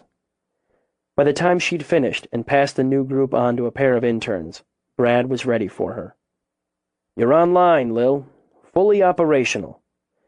I want to go over the whole system with you and your senior staff. I've let them know they may need to stay late tonight. I'd rather wait until closing, if that's okay with you. Not a problem, especially since Lucius said I could help with tonight's feeding, if you cleared it. It's a lot of work. I'd like to go back to New York and say I fed a lion. I can dine out on that for a long time. Then you're on. I'll walk you through that, then you can walk us through the system. She turned back toward the habitat. Even though I saw the design, I was afraid it was going to look intrusive, high-techy, and, well, institutional. It doesn't. Everything's nicely camouflaged. It doesn't intrude. Aesthetics count, but so does efficiency. I think you're going to find we delivered both. I already do. Let me take you to the commissary. After feeding, after closing, Lil worked through the controls of the security system under Brad's tutelage. For the late staff meeting, she'd broken out the beer, provided a bucket of chicken, and some sides. It might have been serious business, but there was no reason her people shouldn't enjoy it. There'd been enough stress. She went through the sectors, then elements, switching on lights, alarms, locks, cutting them again, varying the camera view on the monitor. Aced it, Brad told her. Not as fast as Lucius. He still holds the record. Geek, Tansy accused. And proud of it. Split screen, Lil. 4 views. Lucius bit into a drumstick, pushed his glasses back up his nose. Let's see what you're made of. You think I can't do it. I've got a buck says you can't first time out. I've got 2 says she can, Tansy countered. Lil rubbed her hands together and quickly ran over the codes and sequence in her head. When 4 images appeared on screen, she took a bow. Luck. I'll put 5 down. Mary can't run the sequence. Mary only sighed at Lucius. I'd bet against me. Key cards, security codes. Next thing, it'll be retinal scans. But she stepped up gamely. Inside 30 seconds, she had the alarm shrilling. Damn it. Thank God. Matt swiped a hand over his forehead. That takes the pressure off me. As Brad walked a frustrated Mary back through the drill, Lil eased over to Tansy. You've got it. You can cut out any time. I want to run through it one more time. Besides, she held up her paper plate. Potato salad. I'm not in a rush. What? She said when Lil frowned at her. Nothing. Sorry, I was thinking of something else. Which would be the ring burning a hole in Farley's pocket. You know, it's going to be quiet around here tonight. No guard duty. Well, Tansy wiggled her eyebrows when Coop came in. In a manner of speaking, maybe you should break out the sexy lingerie and give it one more wear. Lil gave her an elbow bump. Quiet! She muffled a laugh as Mary managed to shut down the monitor. It's going to be a while. If he could put the security on a spreadsheet, she'd kick ass. Meanwhile, Lil eased a hip onto Lucius's desk and nursed her beer. It was full dark, with a 3/4 moon on the rise, when she saw off the last of her staff. She hoped they all managed the key card on the gate in the morning, but for now, she wanted a quick pass at some of the work she'd had to neglect during the day. I'll be by tomorrow, Brad told her. He lingered on the porch while Coop sat on the rail. Work with Mary a little more and make sure we don't have any glitches. I appreciate all you've done. She looked out toward the habitats, the streams of lights, the red blink of motion detectors. It's a relief to know the animals are secure. You've got the local number if you have any problems, and you've got mine. I hope you'll come back, even if there aren't any problems. You can count on it. I'll see you tomorrow. She went to her own cabin. Considering the time, she opted to make a pot of tea to get her through the hour or so of work she'd hoped to put in. In the kitchen, on her rugged table, stood a vase of painted daisies, pretty as a rainbow. Damn it. Was she weak? Was she simple? For going a little gooey inside? But really, was there any more direct hit than flowers on a woman's table put there by a man? Just enjoy them, she ordered herself, as she put the kettle on. Just accept them for what they are. A nice gesture. She made the tea, got a couple of cookies from her stash, then sat at the table with her laptop and the flowers. She brought up her refuge email first, as always, amused by the letters from children and pleased by the ones from potential donors asking for more details about certain programs. She answered each in turn, and with equal attention. She opened the next, caught her breath, then slowly read it through a second time. Hello, Lil. Long time no see, at least for you. You've sure been doing a lot around the place. It gives me a good laugh to watch. I figure we'll get reacquainted. I figured on it being a surprise, but it seems like the locals figured out I was around. I'm having fun watching them chase their fat asses in the hills, and will be leaving a present for them soon. I have to say I'm sorry about the cougar, but you never should have caged it in that way, so it's your fault it's dead. You think about that, animals are free spirits, and our ancestors knew it and respected them. You violated the sacred trust. I thought about killing you for that back a ways, but I got sweet on Carolyn. She was fine, and she gave me a good game and died well. Dying well is what counts. I think you will. When we are finished, I will free all the animals you have put in prison. If you give me good game, I will do it in your honor. Stay well and strong, so when we will meet as equals. Good old Jim was good practice, but you will be the main event. I hope this gets to you okay. I am not good with computers, and have only borrowed this to send you this message. Yours truly, Ethan Swiftcat. Carefully, she saved the post, copied it. She took a moment to make sure she had her breath and her calm before she walked out to get Coop. She saw the taillights of Brad's rental car as Coop strolled toward the cabin porch. Brad wanted to get back to the farm in time to sweet-talk my grandmother out of a piece of pie. He broke off as she stepped into the light. What happened? He sent me an email. You need to see it. He moved fast, shifting her aside to go through the door and straight back to the kitchen. where he angled the laptop around to stand and read the message. Did you copy it? Yes. It's saved to the hard drive and the thumb drive. We'll need hard copies, too. Do you recognize the email address? No. Should be easy to trace. He crossed over, picked up the phone. Within a moment, she heard him giving Willie the details in a flat, expressionless voice that went with his face. I'm going to forward it to you. Give me your email. He scrawled it on the pad by the phone. Got it. He passed the phone to Lil on his way to the computer. Willie? Yes, I'm all right. Would you arrange for a drive-by? My parents. She glanced over at Coop as he tapped keys. Coop's grandparents. I'd feel better if... Thanks. Yes, we will. Okay. She hung up, barely stopped herself from twisting her hands together. He said he'll trace the email and check it out right away. He's going to call or come by as soon as he knows something. He knows he made a mistake with Tyler. Coop muttered it, as if speaking to himself.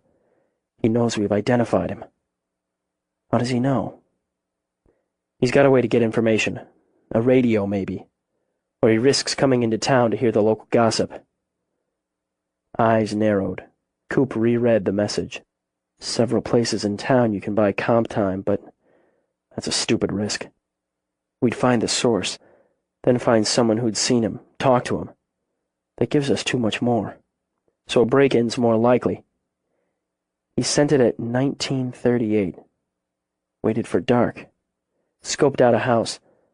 Maybe one with a kid or a teenager. They tend to leave their computers on. He may have killed someone else. He may have murdered someone. More than one. Just to send me that. Oh, God, Coop. We don't go there until we have to. Put it outside, he ordered. And coldly. Focus on what we know. And what we know is he made another mistake. He came out of the shadows because he was compelled to connect with you. He learned we know who he is. So he felt free to make that connection, to communicate with you. But it's not me. It's his warped idea of me. He's talking to himself. That's exactly right. Keep going. She pressed a hand to her forehead, shoved it back through her hair. He's uneducated and unfamiliar with computers. It had to take him some time to write that much. He wanted me, his version of me, to know he's watching. He wanted to brag a little. He said he laughed at what we've done here, the new security, at the manhunt. He's confident neither will stop him from the goal, the game. He said Carolyn gave him a good game. And Tyler was practice. Everything points to his driving Tyler off the trail, way off, pushing him toward the river. Tyler was a healthy man in good shape, and bigger, heftier than Howe. The conclusion would be Howe had a weapon. A knife doesn't work. Not if Tyler managed to get any distance away. What's the game if you force march some guy miles? She could see it now. The steps and the layers. And seeing it helped her stay calm. We know he has a gun, and he knows the hills. He can track. He hunts. Yeah, you'd have held your own on the job. That's the game. The hunt. Pick the prey. Stalk the prey. Make the kill. And he's picked me because he believes I violated sacred ground, sacred trust by building the refuge here. Because we share, in his head, the cougar as a spirit guide. It's crazy. He also picked you because you know the land. You can track and hunt and elude. So you're a major prize. He might have come here before, for me. But Carolyn distracted him. She was young and pretty and attracted to him. She listened to his theories, certainly slept with him. And when she saw through enough to be afraid or concerned to break things off, he went after her instead. She became his prey. Shaken, she lowered to the bench. It's not you, Lil. Not your fault. I know that, but she's still dead. Almost certainly dead. And there may be someone else dead tonight just so he could get his hands on a computer to send that to me. If he goes after anyone else, any of my people, I don't know what I'll do. I don't know. I'm less worried about that than I was. He's put you on notice, Coop said when she looked up at him. He doesn't have to show you anymore. Doesn't have to bait you or taunt you. She took a breath. Tell me, is Brad staying at your grandparents' just because he likes Lucy's cooking? Or did you ask him to so he could keep an eye on things there? The cooking's a bonus. He got out a bottle of water, twisted the top off, and handed it to her. She drank. He's a good friend.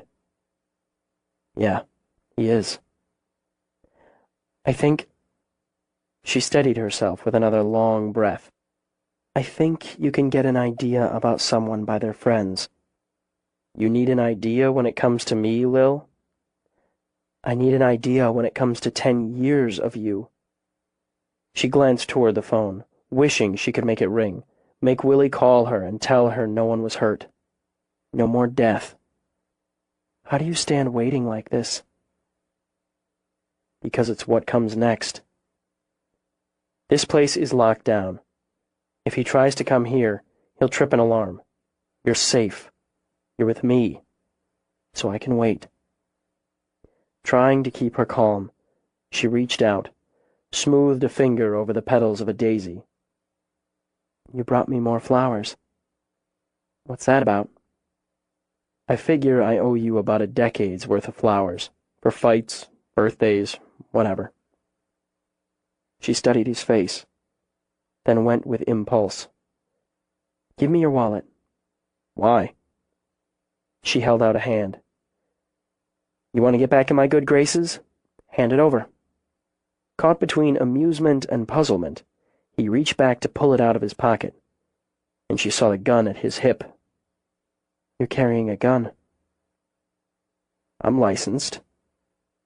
He passed her his wallet. You had clips in my drawer. They're not there anymore. Because I have a drawer all of my own now. Nice underwear, Lil. How come you never wear it? Another man bought it for me.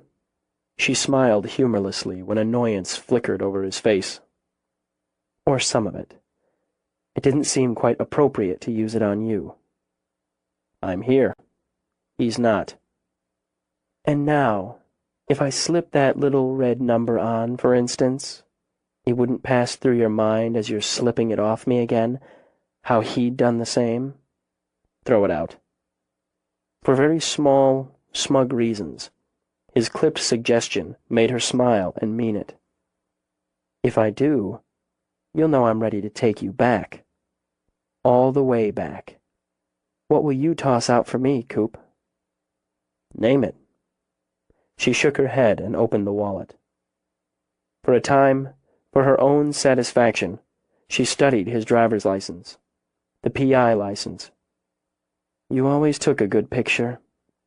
Those Viking eyes, and the hints of trouble in them. Do you miss New York? Yankee Stadium. I'll take you back for a game sometime. Then you'll see some real baseball. With a shrug, she flipped through and found the picture. She remembered when he'd taken it, the summer they'd become lovers. God, how young, she thought. How open and wildly happy. She sat by the stream, wildflowers spreading around her, the verdant green hills behind her. Her knees drawn up, her arms wrapped around them, and her hair free and tumbled over her shoulders. It's a favorite of mine. A memory of a perfect day, a perfect spot, the perfect girl.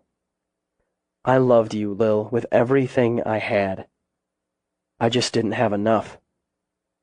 It was enough for her, she said quietly. And the phone rang.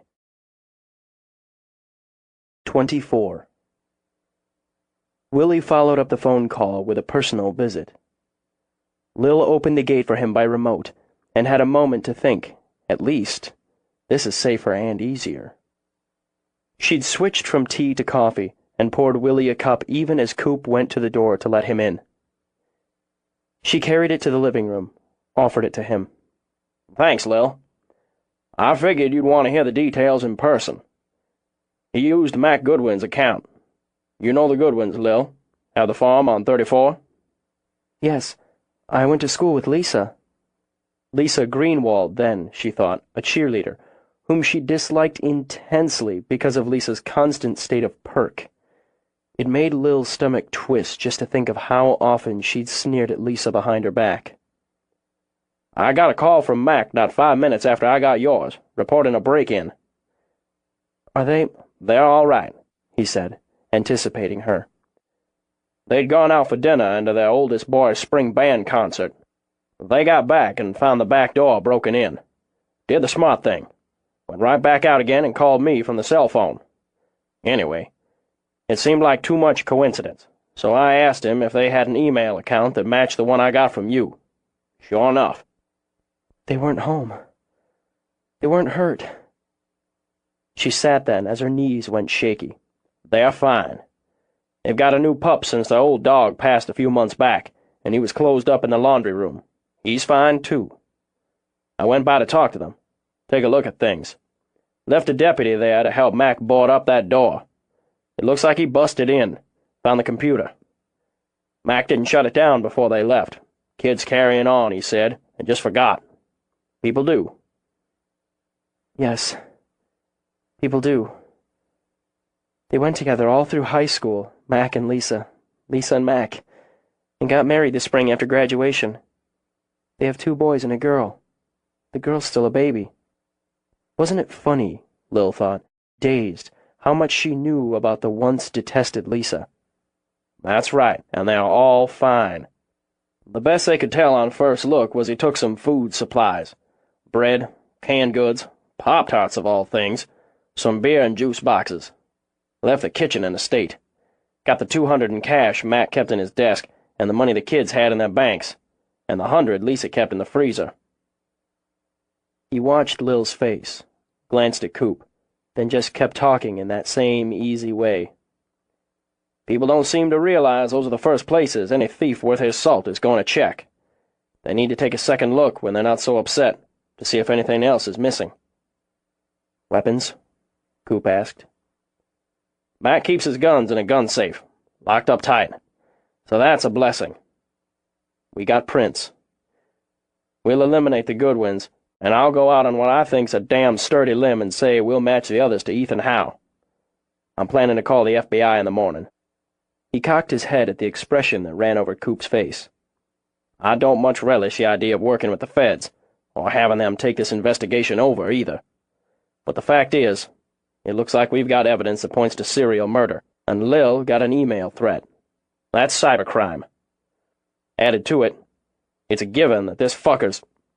Sorry, Lil. That his territory includes a national park.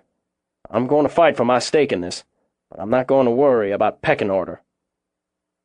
When you match the prints, you need to plaster Howe's photo all over the media, Coop said. Anybody coming into the area, using the trails, any of the locals need to be able to ID him on sight. That's on the list. If he's using this AKA, this Swift Cat, we might find something on it. 35 miles per hour, Lil mumbled, then shook her head when Coop turned to her. That's the peak for a cougar, and on a sprint. They can't run at that speed for any real distance. There are swifter cats, much faster cats than the cougar. What I mean is... She paused, pressed her fingers to her eyes to help line up her thoughts. He doesn't really know the animal he claims is his spirit guide, and I think he gave me the name he's chosen because he believes we share that guide. I doubt he's used it before or often. We'll do a little checking on it anyway. Willie set his coffee aside. Lil, I know you've got your new alarms here, and the ex-New York City detective, but I can arrange for protection. Where? How? Willie, this guy covers ground fast, and he can and will go to ground and wait it out if I leave. He's watching this place, and he knows what's going on. The only chance you have of tracking him down is if he thinks I'm accessible. Lil gets volunteers and interns, Coop began. There's no reason you couldn't put a couple of officers in soft clothes and have them go to work around here. I could fix that, Willie nodded. Work with the state boys, and with the Park Service. I think we could get a couple of men on site. I'll take them, Lil agreed immediately.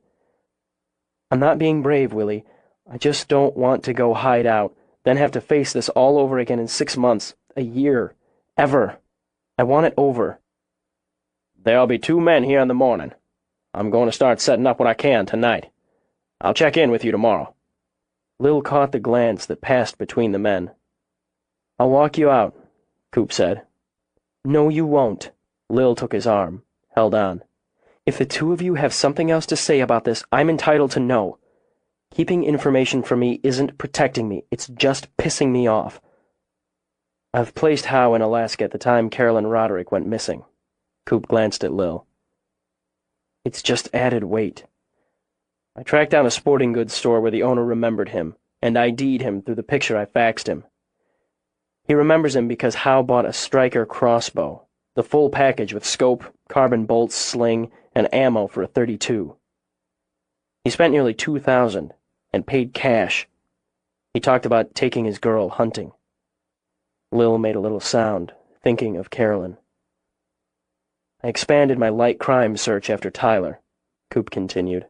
A body found in Montana 4 months later, male, mid-20s, was left for the animals and in bad shape. But the autopsy showed a leg wound into the bone. The ME there concluded was from a bolt strike. If he still has the bow... We could tie him up on the Roderick disappearance and the Montana murder, Willie concluded. Odds are he does. That's a lot of cash. He got over $300 from tonight's break-in, and what he took off of Tyler. It wouldn't take long, the way he works, to build up a cash supply. I'll add the bow and the bolts to the APB. That's nice work, Coop. If you make enough calls, you can get lucky. When they were alone, Lil went over to poke at the fire until the flames kicked up. She saw he'd brought his baseball bat, the one Sam had made for him a lifetime ago. It stood propped against the wall. Because this is home now, she thought. At least until we're done with this. He's home here. And she couldn't think of that. Not yet. It's harder to hide a crossbow than a handgun.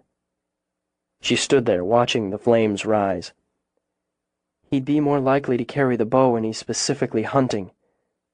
Maybe toward evening or before dawn. Maybe. He didn't use a bow on the cougar. If he had it, if he'd used it, it would have given him more time to get away, cover his tracks. But he didn't use the bow.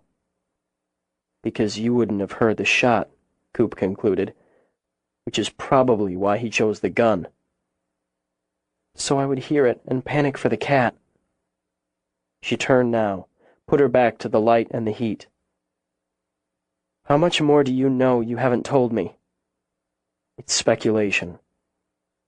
I want to see the files, the ones you put away whenever I come in. There's no point. There's every point. Damn it, Lil, what good is it going to do for you to look at photos of Tyler before and after they dragged him out of the river, after the fish had been at him? Or to read the details of an autopsy? What's the point in having that in your head? Tyler was practice. I'm the main event, she said, quoting the email. If you're worried about my sensibilities, don't. No, I've never seen pictures of a body. But have you seen a lion spring out of the bush and take down an antelope? Not human, but take my word, it's not for the faint of heart. Stop protecting me, Coop. That's never going to happen. But I'll show you the files. He unlocked a case, drew them out. The photos won't help you.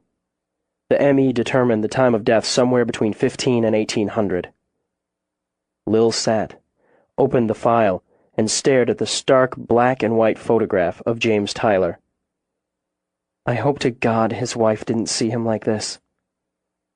They'd have done what they could beforehand. Slitting his throat. That's personal, isn't it? From my vast police knowledge from CSI and so on. You have to get in close. Make contact. Get blood on your hands. A knife's generally more intimate than a bullet. He took Tyler from behind, going left to right. The body had cuts and bruises incurred peri-mortem, most likely from stumbling and slipping. The knees, hands, elbows. You said he died between 3 and 6. Daylight hours, or just going to dusk, on the later side of that. To get from the trail Tyler was seen on to that point of the river has to take several hours.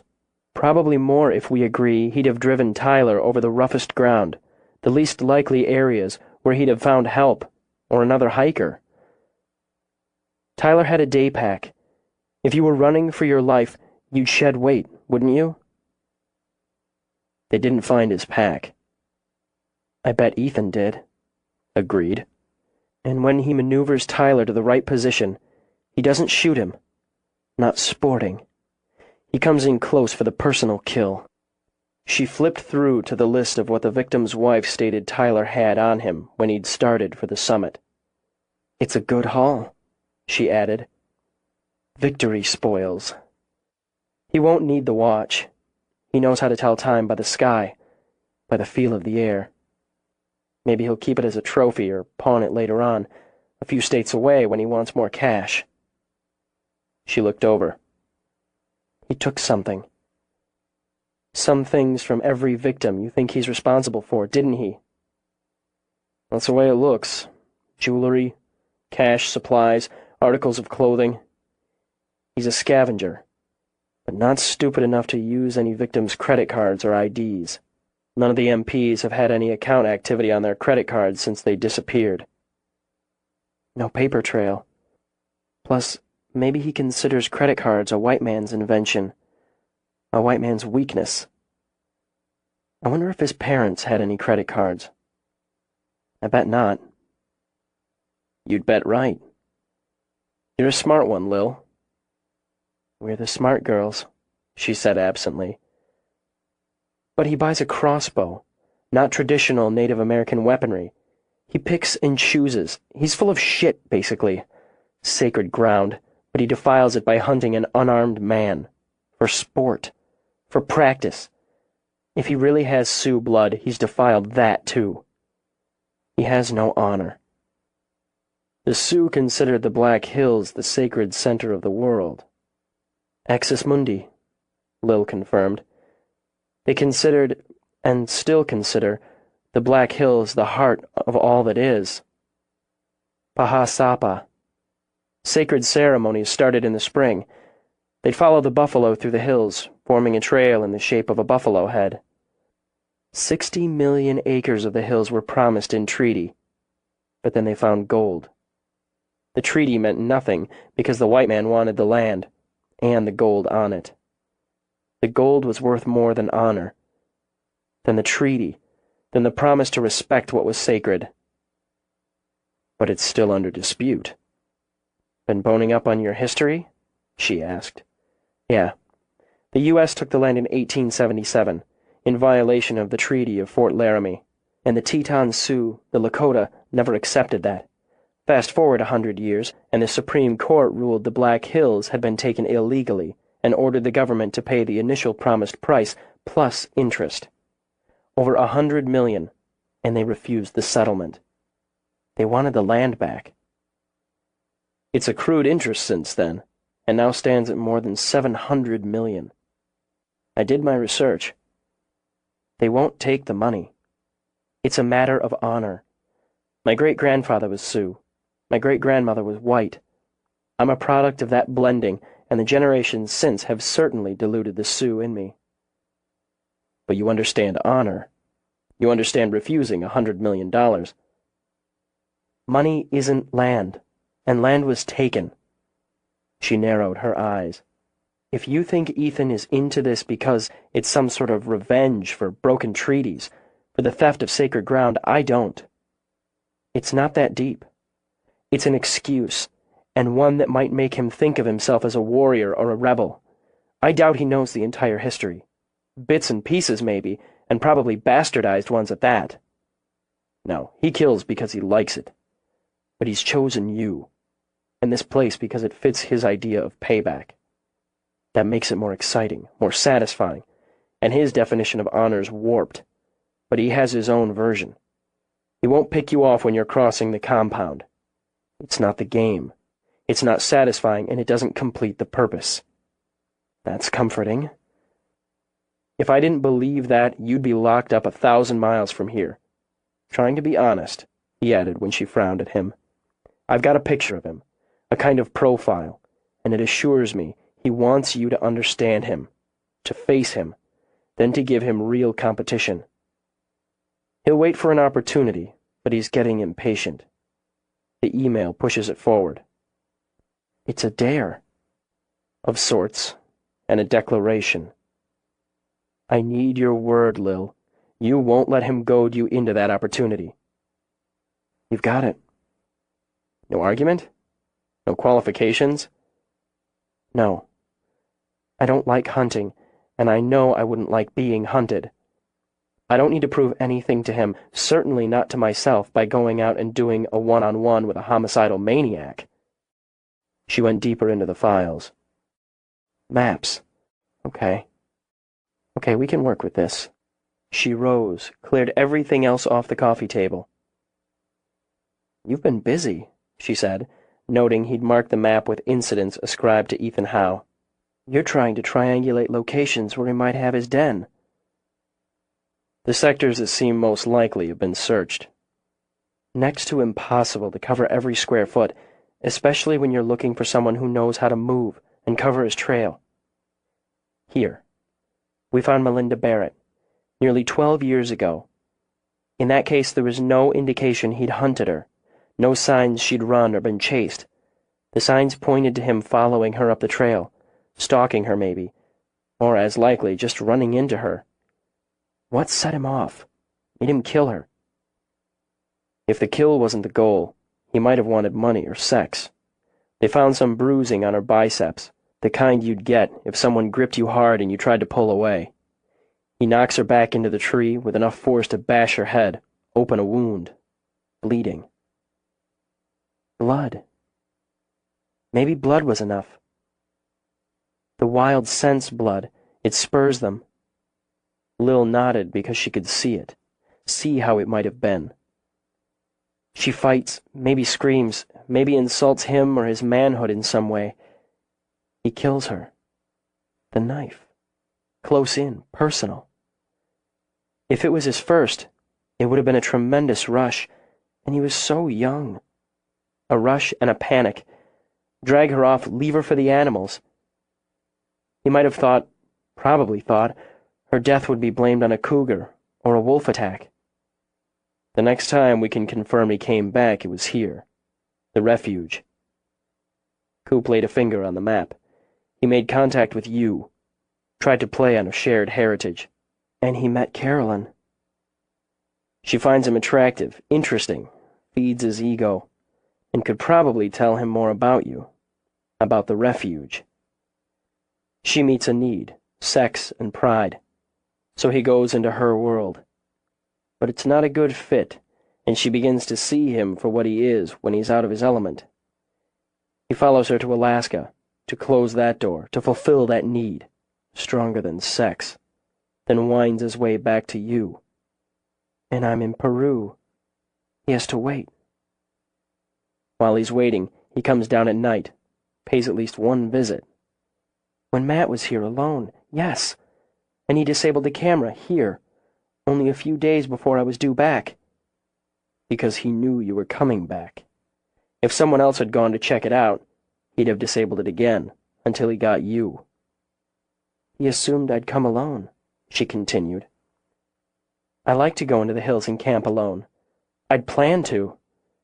He'd have been able to start the game if I'd done that, and he might have won it. So I owe you. He probably thought he could take me out once he saw you had company. Eliminate me, take you. So I'd say we both owe countless nights on stakeouts and the ability to sleep light. Comes into camp here. Coop continued with his attention back on the map. Heads back to camera site here, and doubles back to camp. Then it's to the main gate of the refuge to dump the wolf. Another pass at the refuge to let your tiger out. and to some point on the Crow Peak Trail where he intercepted Tyler to here, at this point by the river where he left him. Hits the Goodwin farm, which is about here. That's a lot of ground. The majority of it's in spearfish, so he's at home here.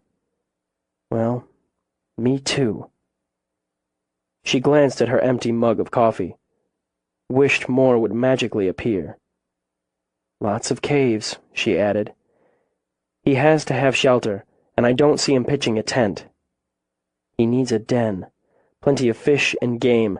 His best cover, best ground would be in here. Lil drew a circle on the map with her finger. It would take weeks to search that many acres, that many caves and hidey holes. If you're entertaining the idea of going up as bait to draw him out, you can forget it. I entertained the idea for about 2 minutes. I think I could track him, or certainly have as good a chance as anybody they've got searching. She rubbed the back of her neck, where the lion's share of her stress had chosen to make camp. And I've got a better chance of getting whoever's with me killed, so no, I'm not going to be bait. There should be a way to look at this and figure out where he'll go next, or where he goes when he's done. There should be a pattern, but I don't see it. She closed her eyes. There has to be a way to goad him into coming out, to pull him into a trap instead of the other way around. But I can't see that either. Maybe you can't see it because you've had enough for one day, and you'd be willing to take my mind off this. The thought crossed my mind. In the interest of truth, I'll admit the thought crossed mine. She turned to him. My mind's pretty busy, Coop. It's going to take some doing to distract me. I think I can handle it. Even as she reached out, he rose, evading her. Straight upstairs, huh? I thought you might warm me up a little right here. We're not going upstairs. He turned off the lights so only the fire glowed, then moved to her little stereo and punched the button for the CD player. Music poured out, low and soulful. I didn't know I had any Percy Sledge. You didn't. He crossed back, took her hand to bring her to her feet. I figured it might come in handy. He drew her in and swayed. We never did this much. No. She closed her eyes as Percy's magic voice told her what a man would do when he loved a woman. We didn't do this much. We'll have to start. He turned his head to brush his lips over her temple. Like the flowers, I owe you several years' worth of dances. She pressed her cheek to his. We can't get them back, Coop. No, but we can fill them in. He ran his hands up and down the tensed, tight muscles of her back. Some nights I'd wake up and imagine you were there, in bed beside me. Some nights it was so real I could hear you breathing. I could smell your hair. Now some nights I wake up and you're in bed beside me, and there's this moment of panic when I hear you breathing, when I smell your hair, that I'm imagining it. She squeezed her eyes tight. Was it her pain she felt, or his? I want you to believe in us again. In me. In this. He drew her back until his mouth found hers, and took her under, deep and breathless, while they swayed in the gold shimmer of firelight. Tell me you love me. Just that. Her heart trembled. I do, but just that, he repeated, and took her under again. Just that. Tell me. I love you. I love you, Lil. You can't believe the words yet, so I'll just keep showing you until you can. His hands skimmed up and down her sides. His mouth sampled and savored hers, and the heart that trembled for him began to beat for him, slow and thick. Seduction, a soft kiss and sure hands, easy, easy movements in golden light and velvet shadows. Quiet words whispered against her skin. Surrender. her body pliant against his, her lips yielding to a gentle, patient assault, a long, long sigh of pleasure. They lowered to the floor, kneeling, wrapped close, swayed there.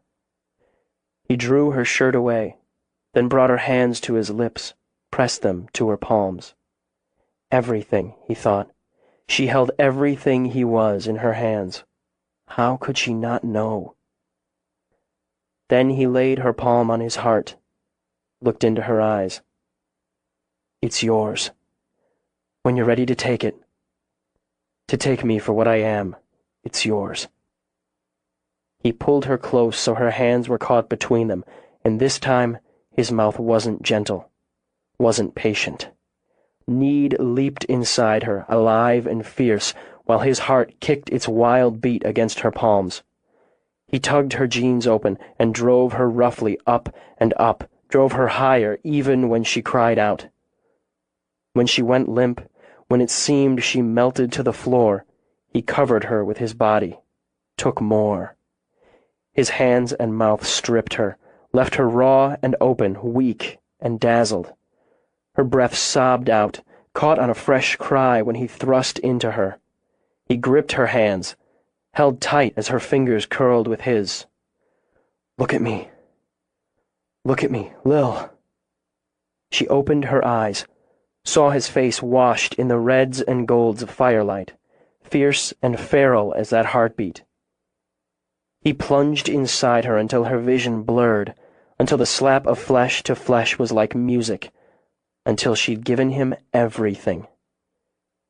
She didn't object when he carried her upstairs. She didn't protest when he lay down with her and drew her close, his arms wrapped tight around her. When he kissed her again, it was like the first in the dance, soft, sweet, seductive. She closed her eyes and let herself dream. In the morning, she rolled out of bed as he came out of the bath, hair still dripping. I thought you might sleep longer, he said. Can't. Full day. Yeah, me too. Some of your people should be here in about 30 minutes, right? About. That's assuming they all remember how to work the new gate. He crossed to her, skimmed a thumb down her cheek. I can wait until some of them get here. I think I can handle myself alone for a half hour. I'll wait. Because you're worried about me, or because you're hoping I'll use the time to fix you breakfast? Both. Now that thumb traced a line of her jaw. I picked up bacon and eggs since you were out.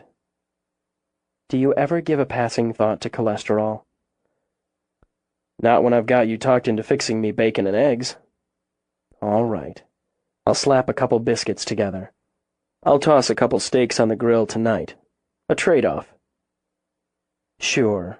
Eggs, bacon, red meat, screw the arteries. He caught her hips, levered her up for a hard good-morning kiss. So speaks the beef farmer's daughter. She headed downstairs, thinking it seemed almost normal, this talk of breakfast, of dinner plans, of full days. But it wasn't normal. Nothing was quite within that safe, normal zone. She didn't need the scattered clothes on her living room floor to remind her. She swept in there first, gathered them up to shove the whole armload into her laundry room. Once the coffee got going, she heated up a pan. Leaving the bacon sizzling, she opened the back door, stepped onto the porch to breathe in the morning air. Dawn broke in the east, bringing the hills into soft silhouettes against the first light. Higher, higher still, the last stars were going out like candles. She scented rain. Yes, she was a farmer's daughter, she thought. The rain would bring more wildflowers out, unfurl more leaves, and let her think about buying some plants for the compound. Normal things. She watched the sunrise and wondered how long he would wait. How long would he watch and wait and dream of death? She stepped back in, closed the door. At the stove, she drained bacon and broke eggs in the pan. Normal things. 25. Tansy wasn't wearing the ring. Lil actually felt her spirits plummet. She'd been counting on some happy news, but when Tansy rushed over to where Lil and Baby were having their morning conversation, the ring finger of her left hand was bare. Her eyes shining with distress, Tansy threw her arms around Lil and hugged hard. Lil said, I started to call you last night. I was so upset, but then I thought you had enough to do and didn't need me adding to it. Upset? Oh, Tans.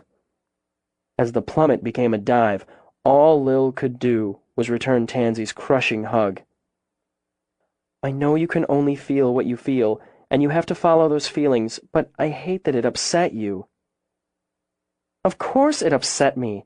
Tansy pulled back, gave Lil a little shake. Upset isn't even close to the mark when my best friend's being threatened. We're going to start screening your email as of now. In fact, we screen all emails. Emails? Honey, did you take drugs this morning? What? No. Emails. The email.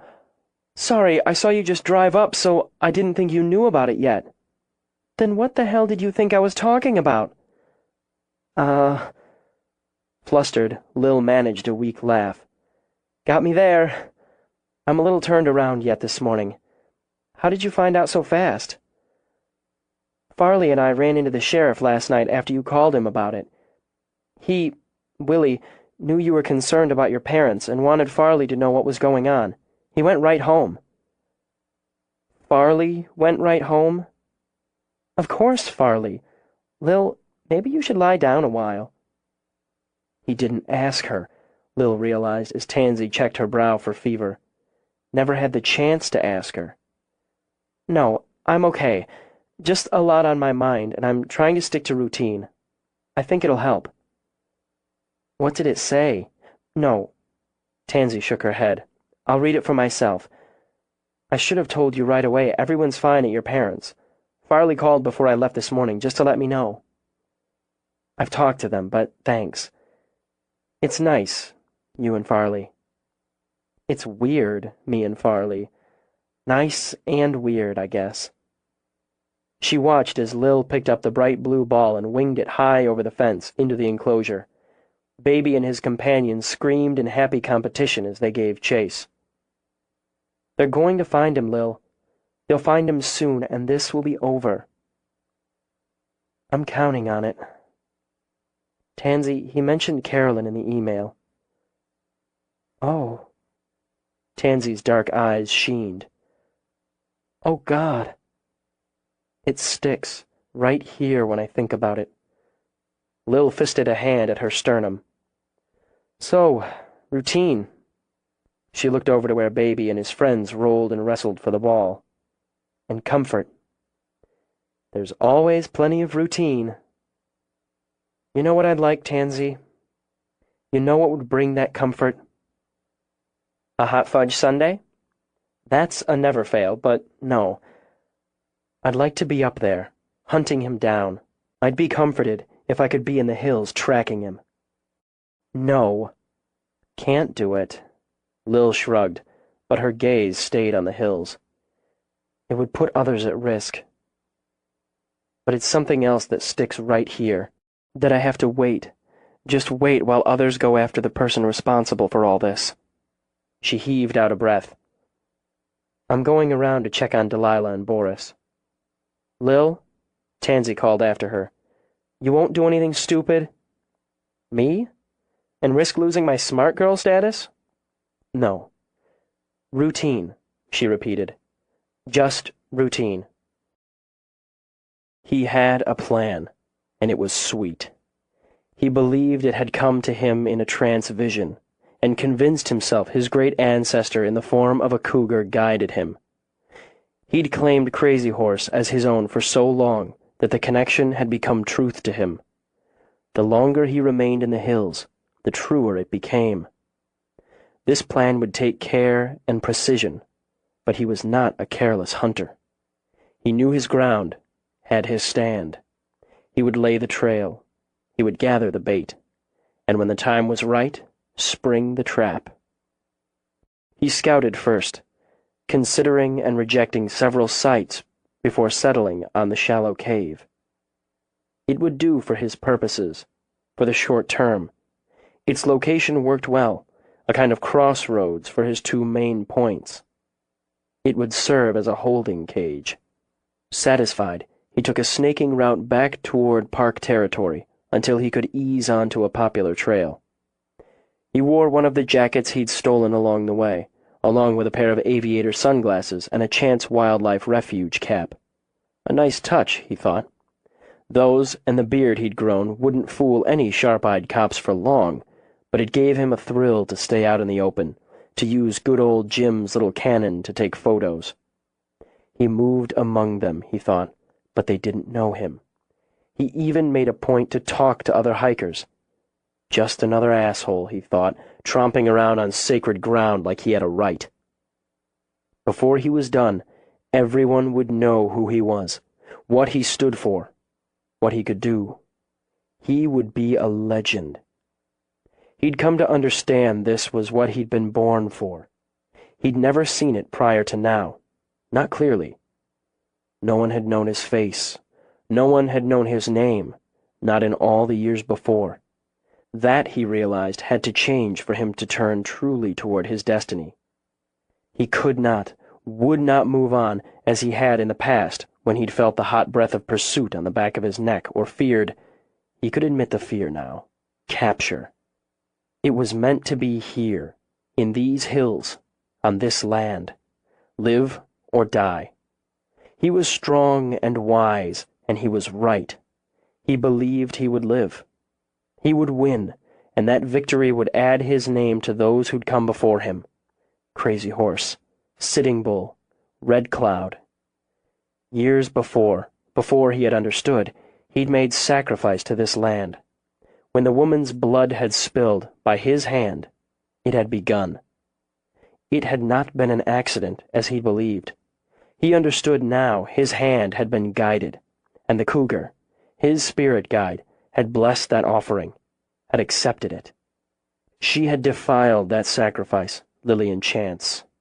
She'd come to the place of his sacrifice, his holy ground, where he'd become a man, a warrior, by spilling the blood of the woman. She'd brought the government there in the form of the police. She'd betrayed him. It all made sense now. It all came clear. It must be her blood now. He traveled with a small group, merged with them as a helicopter buzzed overhead, looking for him, he thought, and felt the pride fill his chest. When the group chose one of the many crossings over a narrow creek, he waved them off. It was time to slip away again.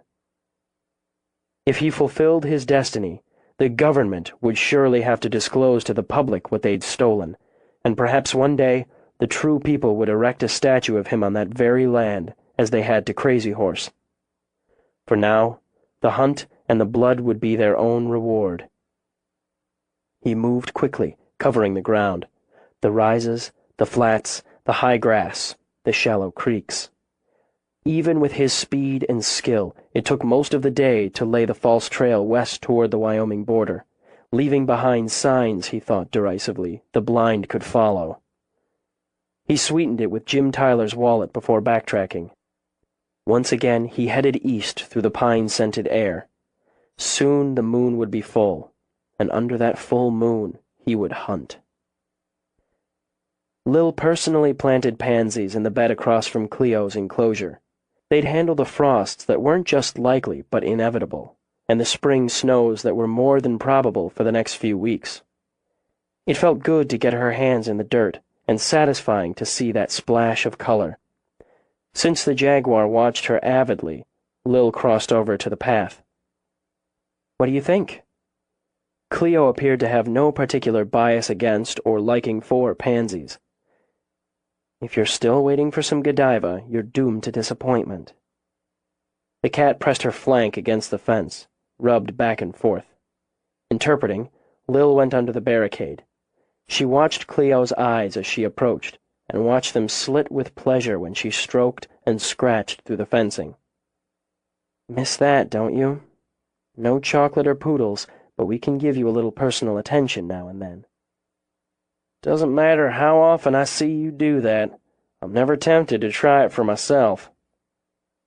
Lil glanced back to smile at Farley. You pet horses? A horse may kick the hell out of me, but it's not going to rip my throat out. She's used to being touched, to being spoken to the scents and voices of people. It's not just humans who need physical contact.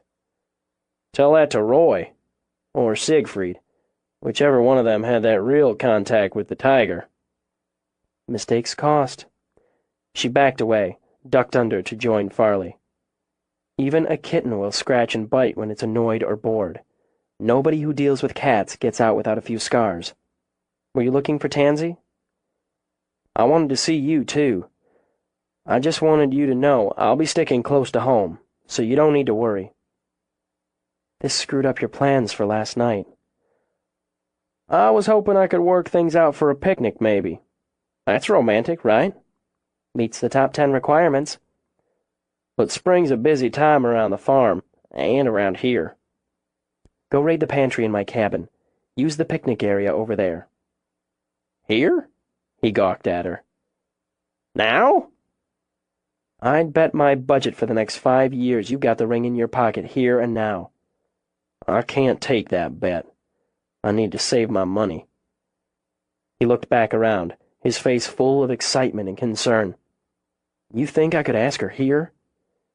It's a pretty afternoon, Farley. She loves this place as much as I do, so yeah, I think you could ask her here. I'll make sure everyone gives you some room. You can't tell them why. Have some faith. He had plenty of faith in Lil, and the more he thought about it, the more it seemed like the right thing. After all, he and Tansy had gotten to know each other right here at the refuge. He'd fallen in love with her here, and she with him, something he thought she was just about ready to admit. Lil didn't have much in the way of picnic food, but he found enough to put a couple of sandwiches together. He took apples, a bag of chips, and 2 Diet Cokes, since that was all she had. Then he nagged Tansy over to a picnic table. I can't take much of a break. Neither can I, but I want to spend what I've got with you. She went soft. He could see it. Farley, you just kill me. I missed you last night. He tipped her face up for a kiss before he gestured her to the bench he'd already brushed off. She sighed. I missed you too. I really did. But I'm glad you went back. It was the right thing. Everyone's trying not to be jumpy, and that makes me more jumpy. I spend a lot of my time in what most people consider a danger zone, and there is risk, of course, but it's calculated, and it's respected and understood. I just can't understand any of this. Humans are, to my thinking, the most unpredictable of animals. You got that scar right here. He reached out to trace the mark on her forearm with his finger. From a cheetah who saw me as a threat, and my fault more than hers. None of this is Lil's fault. None of it. We're not going to let anything happen to her. Or you. He's not interested in me. Tansy laid a hand over his. And I'm spoiling this quick picnic. What have we got? She picked up a sandwich, laughed. Peanut butter and jelly? Lil didn't have a lot of choices on the menu. She always has PB&J. Tansy bit in. How are things at the farm? Busy. Time for spring plowing soon, and we'll be turning some calves into steers shortly. Oh. She lifted a hand, made a scissor motion with her finger. Snip, snip? Yeah, it always pains me a little. Not as much as the calf. He smiled. One of those got-to-be-done things. Living on a farm, well, it's a lot like here. You get to see things as they are. You get to work outside, feel a part of things. You'd like living on a farm. Maybe. When I came out here to help Lil, I really thought it would be temporary. I'd help get her up and running, train some staff, then go to work for one of the big outfits, make a big name for myself. But this place got its hooks into me. You're home now. Looks like. He drew the ring out of his pocket. Make home with me, Tansy? Farley. Oh. She held up a hand, thumped the other on her heart. I can't breathe. I can't breathe. He dealt with the problem by spinning her around, then shoving her head between her knees. Take it easy. This is crazy. Her breath hitched and pitched. Just in and out a few times. Farley, what have you done? What have you done? Bought a ring for the woman I'm going to marry. A couple more times, in and out. Marriage is huge, huge. We barely dated. We've known each other a long time now, and we've been sleeping together regular the last little while. I'm in love with you. In firm strokes, he rubbed her back to help her settle. And if you weren't in love with me, you wouldn't have your head between your knees. That's your gauge of love? That I'm dizzy and short of breath? It's a good sign. Now, are you ready to sit back up so you can get a look at this ring? Lil helped me pick it out. Lil? She popped straight up. She knows about this? Who else? Well, I had to tell Joe and Jenna. They're my parents in every way that matters. And Ella at the jeweler's. It's hard to buy a ring without her knowing about it. That's all. I wanted to surprise you with it. You did. A lot, but... You like it? Maybe some women could have resisted taking a good look, but Tansy wasn't one of them. It's beautiful. It's gorgeous. Really, but... Like you. I couldn't ask you to wear a ring that wasn't.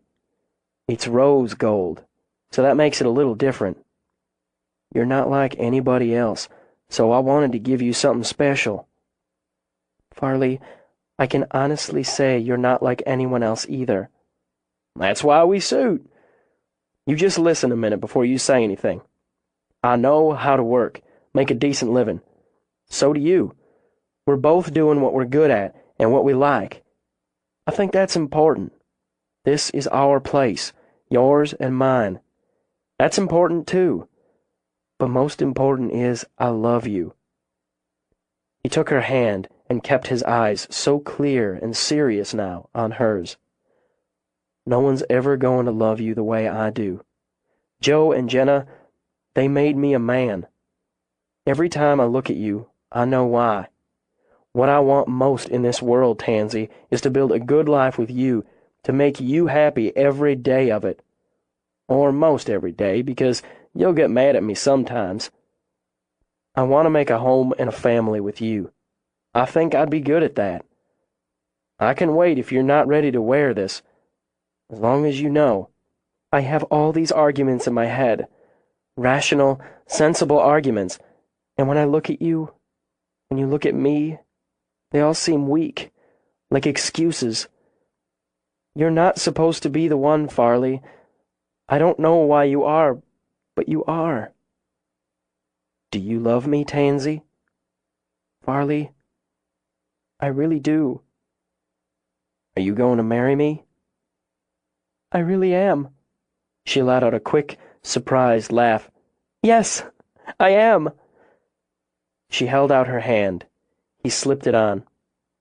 It fits. Her quiet murmur was thick and shaky. Dazzled, he stared at the ring, then at her. We're engaged. Yes. Now she laughed full out and threw her arms around him. Yes, we are. Lil kept the staff working on the other side of the compound as much as possible. She had to shift her own position to keep the picnic table in view when interns led a group around the habitats. She told herself it wasn't like spying. She was just keeping an eye on things. And when she saw Tansy go into Farley's arms, she didn't quite muffle the cheer. "Sorry, what?" Eric asked. Nothing. Can you make sure everything's set up for the school group tomorrow morning in the education center? Take a couple of the other interns along. Sure. Matt's going to do his exam of the new female tiger this afternoon. I was hoping I could observe, maybe even assist. If Matt clears it, the word is you're going to take the barricade down between the enclosures. Yes, when Matt finishes the exam. She's still caged, Eric. It's a bigger cage, and it's clean. It's safe. Once we take the barrier down, she'll be free to interact with her own kind, and she'll be able, when she's ready, to roam her habitat. Walk in the grass, run. Play, I hope. I wanted to make sure it wasn't just a rumor. I hate what they did to her. Cleo was different. She was so sleek and arrogant, but this one, she just seemed sad and tired. I guess I feel for her. That's why you've been getting better at your work, because you feel for them. His eyes brightened. Thanks. Was she ever that young, Lil wondered, so that a compliment from an instructor or trainer put that look in her eyes, that spring in her step? She supposed she had been. But she'd been so focused, so absolutely determined to carve out her route, not only to reach the goal, but to make up for what she'd lost, to make up for Coop. She drew a breath as she studied the compound. All in all, it had worked out for her. Now it would be her decision, her choice if she wanted to open back up, take back what she'd lost. She heard the steps on the gravel, slow steps, and whirled to defend. Matt wheeled back so quickly he slid and nearly went down. Jesus, Lil. Sorry.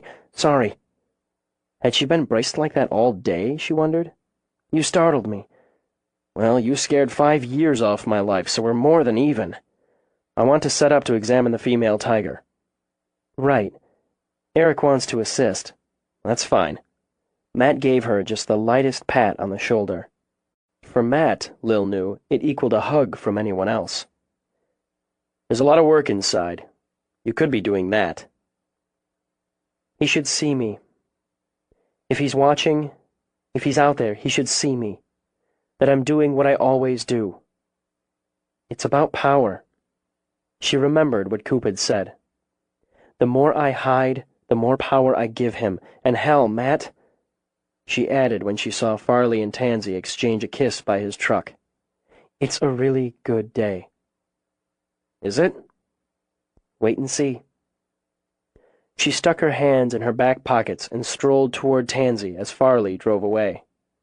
Tansy turned, and her shoulders went up and down with a bracing breath as she walked toward Lil. You knew. Let me see how it looks on you. She grabbed Tansy's hand. Fabulous. Perfect. I am good. Though he actually picked it himself, unless my mental shove actually worked. It's why you were babbling this morning. You thought I was talking about Farley asking me to marry him, not the email. There was momentary confusion, Lil allowed, but no babbling. He told me, just now, how he planned to ask me last night. He had a bottle of champagne and candles. He was going to set the stage in my apartment. And instead, he went to take care of family. Yes, he did. Tansy's eyes went damp. That's who he is, and that's one of the reasons this ring's on my finger. I figured it out. So he's younger and paler than I am. He's a good man. He's my man. Lil, I'm going to marry Farley. With a laughing hoot, Lil grabbed Tansy to dance in a circle. What the hell is this? Matt demanded. I told you it was a really good day. So, the two of you are yelling and jumping?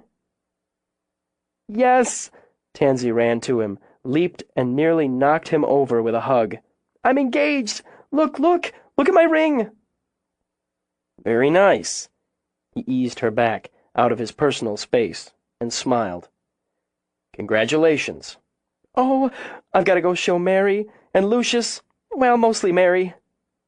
When she ran off, Lil just grinned. See? A really good day. Family came first. Lil reminded herself and tried not to worry as she sat at her parents' dining room table. Her mother insisted on, a celebrational family dinner, so she was where she should be, with them, and Farley and Tansy, with Lucy and Sam, who'd stood as Farley's unofficial grandparents, and, of course, with Coop. But her mind kept turning back to the refuge. Security system up and running, she reminded herself. Matt and Lucius and 2 of the interns on site. Everything was fine. They were fine. Her animals were fine. But if something happened when she wasn't there... As conversation buzzed around them, Coop leaned over and whispered in her ear, "Stop worrying." "I'm trying. Try harder." She lifted her wine glass and made sure she had a smile on her face. Late summer wedding. She tuned in. And here it was, already April, so much to be done. Debates ran on the venue, the farm, the refuge, on the time, afternoon or evening. Did he know she wasn't there, Lil wondered? Would he try to hurt someone just to prove he could? Under the table, Coop took her hand and squeezed, not supportive and lover-like, but cut it out. She kicked him, but pulled herself back. "If I get a vote, it's for here at the farm, afternoon. That way we can party right through the evening. We'll close the refuge for the day. There's more room here, and if we have any sort of bad luck with the weather..." "Bite your tongue," Jenna ordered. "Well, the house is more accommodating than the cabins." "Close for the day?" Tansy pushed that single point. "Really?" "Come on, Tans. It's not every day my best friend gets married." "Oh boy, we have to shop." Jenna winked at Lucy. "Dresses, flowers, food, cake." "We're thinking to keep it kinda simple," Farley put in, to which Joe muttered, "Good luck, son." "Simple's no problem, but simple still has to be pretty, and perfect." Jenna emphasized the point by jabbing a finger in Joe's arm.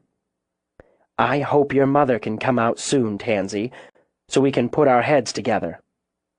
"There's no stopping her. She's called 3 times since I told her, and already has a stack of bride magazines." "We'll have a girl trip when she comes." "Oh, this'll be fun. Lucy, we have to have a shopping safari." "I'm already there, Jenna. Remember the flowers at Wendy Rearder's daughter's wedding? We can outdo that." "Simple." Sam rolled his eyes at Farley. "Before you women get too far along and start talking about releasing 100 doves and 6 white horses..." "Horses!" Jenna interrupted her husband by clapping her hands together in delight. "Oh, we could do a horse and carriage. We could..." "Just hold on, Jenna. Farley's looking pale." "All he has to do is show up. You leave the rest to us," Jenna told Farley. "Meanwhile," Joe said, pointing a hushing finger at his wife, "Jenna and I talked about some practicalities. Now the 2 of you might have something else in mind, or maybe you haven't thought about it as yet. But Jenna and I want to give you 3 acres, room enough for you to build a house, have a place of your own, close enough to make it easy for both of you to get to work. That is, if you're planning on staying on here at the farm, Farley, and Tansy staying on with Lil."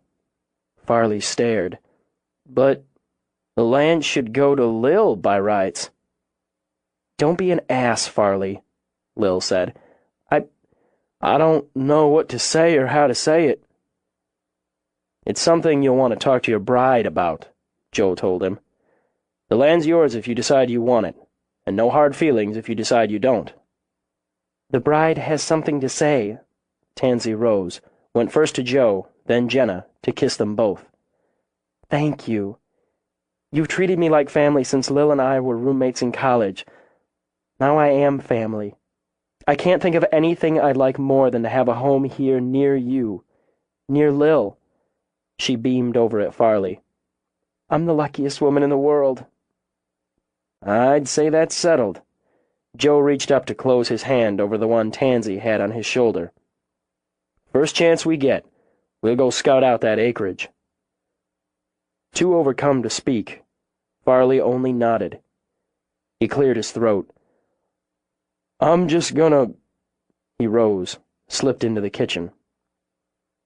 Now we've got something interesting to talk about. Sam rubbed his hands together. We've got a house to build. Jenna exchanged a look with Tansy as she got up and followed Farley. He'd gone straight through and stood on the porch, his hands braced on the rail. The rain Lil had scented that morning pattered the ground, soaked the fields waiting for plowing. He straightened when Jenna laid a hand on his back, then turned and hugged her hard. Hard. "Ma." She made a little sound, weepy pleasure, as she pressed him close. He rarely called her that, and usually with a kind of joking tone when he did. But now, that single word said everything. "My sweet boy." "I don't know what to do with all this happy. You used to say, 'Find your happy, Farley, and hold on to it.' Now I've got so much, I can't hold it all. I don't know how to thank you." "You just did. Best thanks going." "When I was a boy, they said I'd never have anything, never amount to anything, never be anything. It was easy to believe them. It was harder to believe what you and Joe told me.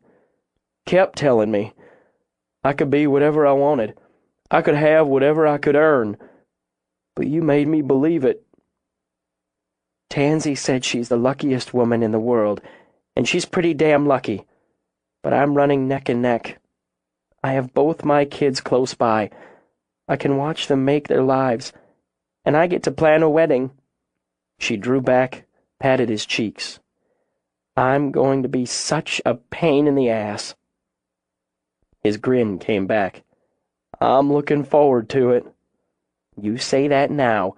Wait until I'm nagging you brainless. Are you ready to go back? If you're out here too long, Sam and Joe will have designed your house before you get a chance to say whoa. Right now," he swung an arm around her shoulders, "I'm ready for anything."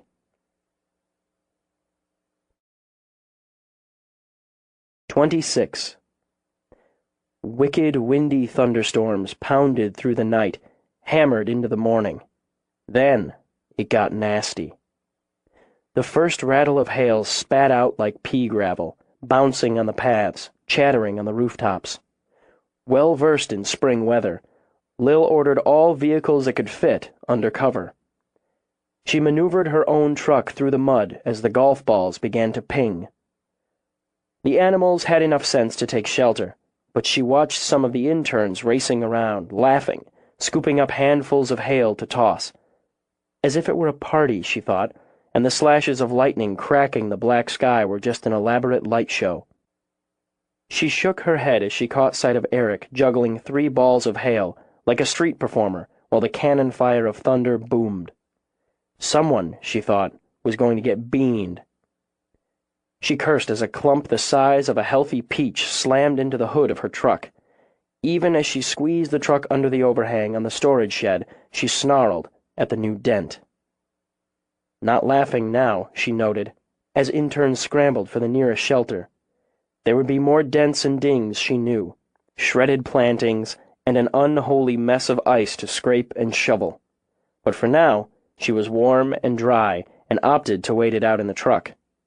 Until she saw a softball of ice wing into the back of one of the running interns and pitch her forward into the mud. Crap! Lil was out and sprinting, even as a couple of her other kids rushed to pick up the fallen. "Get her inside! Inside!" It was like being pelted by an angry baseball team. She grabbed the girl, half-dragged, half-carried her to the porch of her own cabin. They arrived wet and filthy, with the girl pale as the ice that battered the compound. "Are you hurt?" The girl shook her head and, wheezing, braced her hands on her knees. "Knocked the wind out of me." "I bet." Lil flipped through the jumbled data in her brain to find names for the 2 of the new crop of interns, while thunder roared over the hills like stalking lions. "Just relax. Reed, go in and get Lena some water.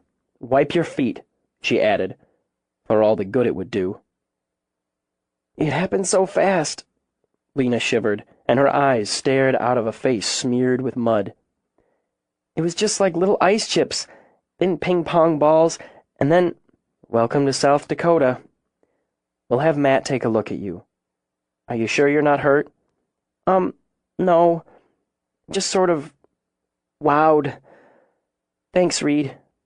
She took the water bottle, drank deep. Scared me. And still... She looked past Lil to where the ice balls hammered the ground and a vicious pitchfork of lightning hurled out of the clouds. Weirdly cool. Remember that when we're cleaning up. The hail won't last long. Already slowing, Lil judged. Storm's tracking west now. Really? Lena blinked at her. You can tell? The wind's carrying it. You can use my shower. I'll lend you some clothes. When it's over, the rest of you report to the cabin. There'll be plenty to do. Come on, Lena. She took the girl upstairs, gestured toward the bathroom. You can toss out your clothes. I'll throw them in the wash. I'm sorry to be so much trouble. Taking a header in a hailstorm wasn't the way I wanted you to notice me. Sorry. Lil turned from where she dug fresh jeans and a sweatshirt out of her dresser.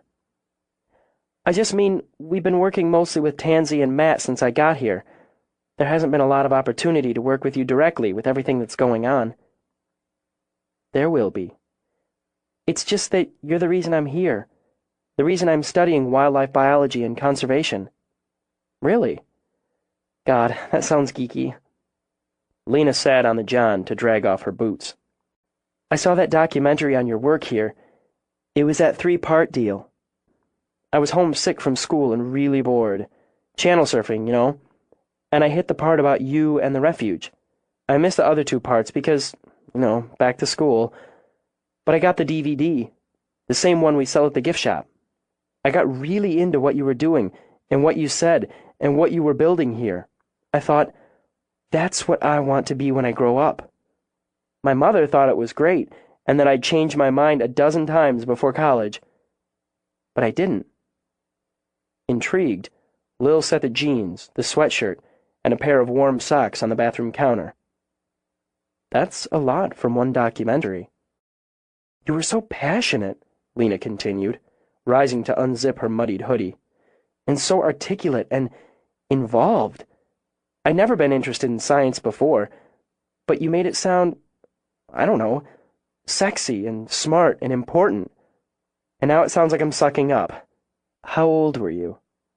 16. Up till then, I thought I'd be a rock star. She smiled and wiggled out of her wet jeans. Not being able to sing or play a musical instrument didn't seem to be a problem. Then I saw you on TV, and I thought, now that's a rock star, and here I am stripping in your bathroom. Your instructors gave you a very high rating when you applied for internship here. Obviously unconcerned with modesty, Lena stood in her underwear and watched Lil with wide, hopeful eyes. You read my file? It's my place. I've noticed you work hard and you listen well. You're here on time every morning and you stay late when you're needed. You don't complain about the dirty work, and your written reports are thorough, if still a little fanciful. I've noticed you take time to talk to the animals. You ask questions. There may be a lot going on, and that's cut into the one-on-one time I like to put into the intern program. But I noticed you before you took the header in the mud. Do you think I have what it takes? I'll let you know at the end of the program. Scary, but fair. Go on and clean up. She started to leave, hesitated. Lena, what's everyone saying about what's going on? How are you guys dealing with it? You talk, she said. I was an intern once. I remember. Everyone's a little freaked, but at the same time, it doesn't feel really real.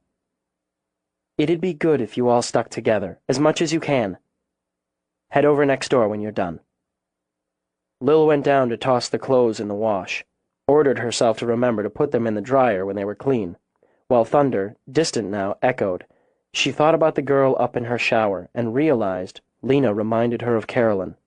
The idea gave her a quick shiver before she went out to start cleaning up from the storm. At the farm, Coop and Sam let the horses out to pasture. Sam limped a bit, and maybe always would, but he seemed sturdy and steady enough. enough that Coop didn't feel the need to watch his grandfather's every step. Together, they watched the young foals play while the adults grazed. At least we hadn't gotten any other spring crop in. Could have been worse. Bending, Sam picked up a baseball-sized hunk. How's that arm of yours? I've still got it. Let's see. Amused, Coop took the ice, set, then winged it high and long. How's yours? Might be better suited for the infield these days, but I put it where I throw it. Sam plucked up another ball, pointed to a pine, then smashed the ice dead center of the trunk. I still got my eyes. Runner on second's taking a long lead. Batter fakes a bunt, takes a strike. Runner goes. Coop scooped up the next ball of ice, bulleted it to his imaginary third baseman. And he's out! Even as Sam chuckled and reached for more ice, Lucy's voice carried to them. Are you two fools going to stand around throwing ice, or get some work done around here? She leaned on the hoe she'd been using to clean the ice from her kitchen garden. Busted, Coop said. She's mad 'cause the hail tore into her kale. Fine by me. I can't stand the stuff. Be right there, Lucy. Sam brushed his hands on his pants as they started back. I've been thinking about what you said about getting more help around here. I'm going to look into it. That's good. It's not that I can't handle the work. No, sir. I just figure you should put more of your time into the business. If we get somebody to pitch in with what needs doing around here, that gives you that time for the rentals and guiding. That's what makes practical sense. I agree. And I figure you won't be using the bunkhouse all that much longer. Not if you've got any sense or spine. If you've got that sense and spine, you'll be adding on to that cabin of Lil's. You'll want more room when you settle down and start a family. You kicking me out? Bird's gotta leave the nest. Sam grinned over at him. We'll give you a little time first. See you don't waste it. Things are complicated right now, Grandpa. Boy, things are always complicated.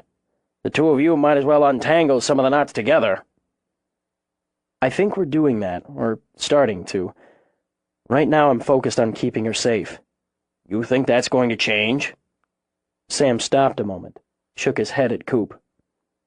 It won't be what it is now, God willing, but you'll be working to keep her safe the rest of your life, and if you're blessed, you'll be keeping the children you make between you safe.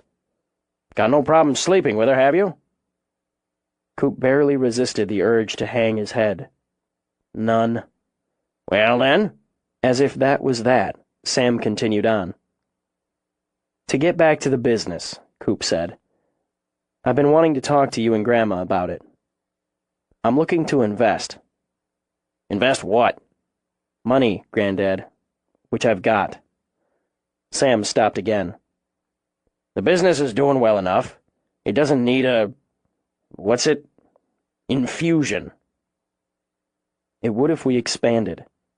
Built onto the stables, added pony rides, a small retail space. Retail?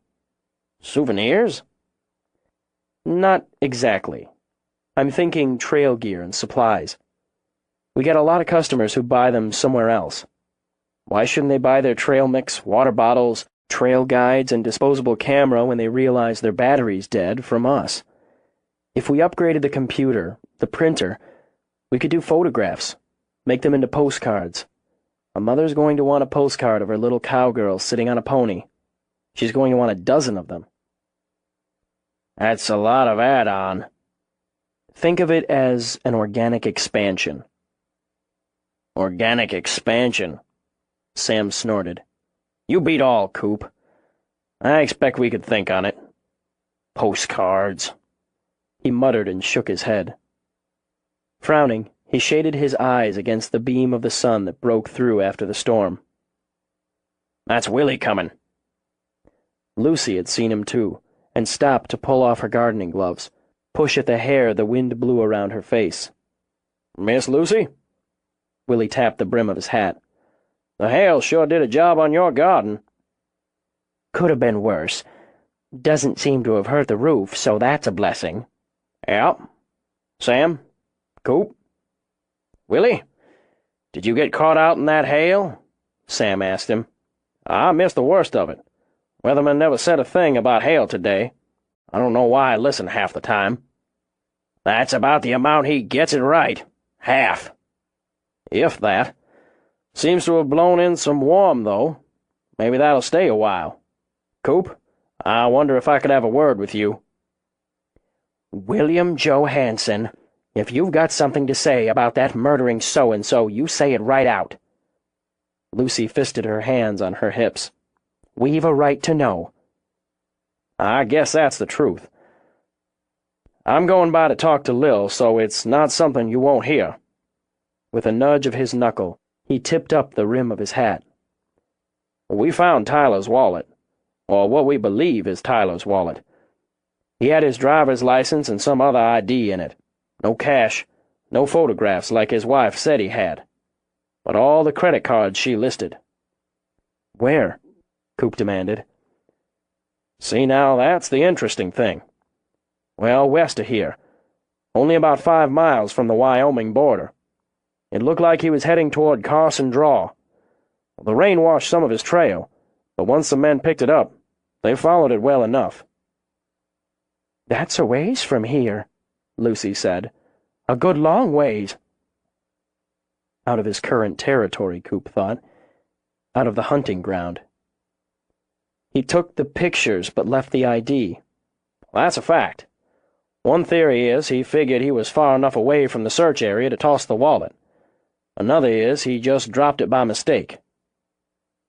If he wanted to toss it, he could have used the river or buried it. Willie nodded at Coop. Well, that's a fact, too. But this is good news, isn't it? If he's that far west and still moving, he's leaving. Lucy reached out for Coop's arm. I know he needs to be caught, to be stopped, but I won't be sorry if that happens miles from here. So this is good news. Might be. It's sure not bad news, she shot back at Willie. Now, Miss Lucy, in circumstances like this, I've got to be cautious. You be cautious. I'll be sleeping easier tonight. Come on in and sit down a minute or two. I've got some sun tea cold and coffee hot. I'd like that, I would, but I've got to get on. I want you to sleep easier tonight, but I want you to keep your doors locked just the same. Don't you work too hard now. Miss Lucy? Sam? I'll be right back. Coop walked off with Willie. How long to verify it's Tyler's wallet and match his prints? I'm hoping tomorrow, but I'm willing to put money down it's Tyler's, and that Hal's prints will be on it. Are you putting the same money down that he tossed it or dropped it? That's not a gamble I'm willing to take. I'd put mine on him planting it. Willie pressed his lips together as he nodded. I'd say we're on the same page of this book. It just strikes too easy. We barely find a sign of this bastard for days. Then he leaves a trail, even after it rains, that my nearsighted grandmother could follow. I may be small-time law, but I'm not as stupid as he thinks. He wants a little time, a little space, to prepare for whatever he has in mind. You make sure Lil understands that. I'll be doing the same when I see her, but I want her to hear it from you first. I'll do that. He opened the door of his cruiser. Coop, the feds are putting their focus on Wyoming. Could be they're right. They're not. The evidence points there, so they're following the evidence. All I've got is a gut telling me he's hornswoggling us. That's what I'll be telling Lil. He got in the car, tipped Coop a salute, and drove back down the farm road. By the time Coop got to the compound, the dusk-to-dawn lights had glowed on. He knew by the sounds the animals made they were feeding. A group of interns, finished for the day, piled into a van. Immediately, Weezer rocked out. A glance at the office cabin told him that was locked up for the night. Still, he made the rounds over gravel, concrete, mud to offices, sheds, stables, ed center, commissary to assure himself all was empty and secure. Lights shone in the windows of Lil's cabin. As he circled, he saw her, her hair pulled back from her face in a tail, the strong blue of her cotton sweater, even the glint of the silver dangles that swung at her ears. He watched her through the glass, the way she moved as she poured wine, sipped it while she checked something on the stove. He saw the steam rise, and through it, the strong lines of her profile. Love rolled through him, over him, in one strong, almost violent wave. Should be used to it, he thought. Used to her after so much time, even counting the time without. But he never got used to it, never got through it or over it. Maybe his grandfather was right. Time was wasting. He stepped up on the porch, pushed open the door. She spun from the stove, drawing a long serrated knife from the block as she whirled. He saw in that moment both the fear and the courage. He held up both hands. "We come in peace." Her hand shook very slightly when she shoved the knife back into the block. "I didn't hear you drive up. I didn't expect you to come in the back." "Then you should make sure the door's locked." "You're right." Time might be wasting, Coop thought, but he had no right pushing now. "Willie's been by?" Coop asked, and got down a second glass. "Yes." He glanced at the stove, the bottle of good white wine. "Lil, if you're thinking of a kind of celebration dinner, when did I suddenly go stupid?" She bit off the words, snapping more out as she took the lid off the skillet and made him lift his brows when she poured the good wine over the chicken she had sautéing. "He's no more in Wyoming than I am. He made sure he left enough signs for them to follow, and might as well have put up a 'Here's a clue' sign pointing to that wallet. Okay. It's not okay. He's trying to make fools out of us." "Which is worse than trying to kill us?" "It adds insult. I'm insulted." She grabbed up her wine and drank. "So you're cooking chicken using $25 a bottle wine? If you knew anything about cooking, you'd know if it's not good enough to drink, it's not good enough for cooking either. And I felt like cooking. I told you I could cook. Nobody said you had to eat it." After she'd slapped the lid back on the skillet, he crossed to her. He said nothing, just grabbed her, tightening his hold when she tried to pull away, drawing her in, holding her to him, saying nothing at all. "He's up there somewhere, laughing. It makes it worse. I don't care how petty it is, it makes it worse, so I'm going to be pissed off." "That's fine. Be pissed off. Or look at it this way. He thinks we're stupid, that you're stupid. He thinks we bought his little game, and we didn't. He underestimated you, and that's a mistake. It took a lot of time and effort for him to make that trail, plant that wallet. He wasted it on you." She relaxed a little. "When you put it that way." He lifted her face to his, kissed her. "Hi." "Hi." He ran his hand down the length of her braid, wishing he could ask, demand, even beg, and let her go. "Any hail damage?" "Nothing major. How about at your grandparents'?" "To my grandfather's secret pleasure, they lost most of the kale." "I like kale." "Why?" She laughed. "No good reason." "There's a ball game on tonight. Toronto at Houston. Want to watch?" "Absolutely." "Good. You can set the table." He got out plates, laid them with the scent of cooking, of her, filling the air. He decided it wasn't pushing just to ask. "Is that sexy underwear still in your dresser?" "It is."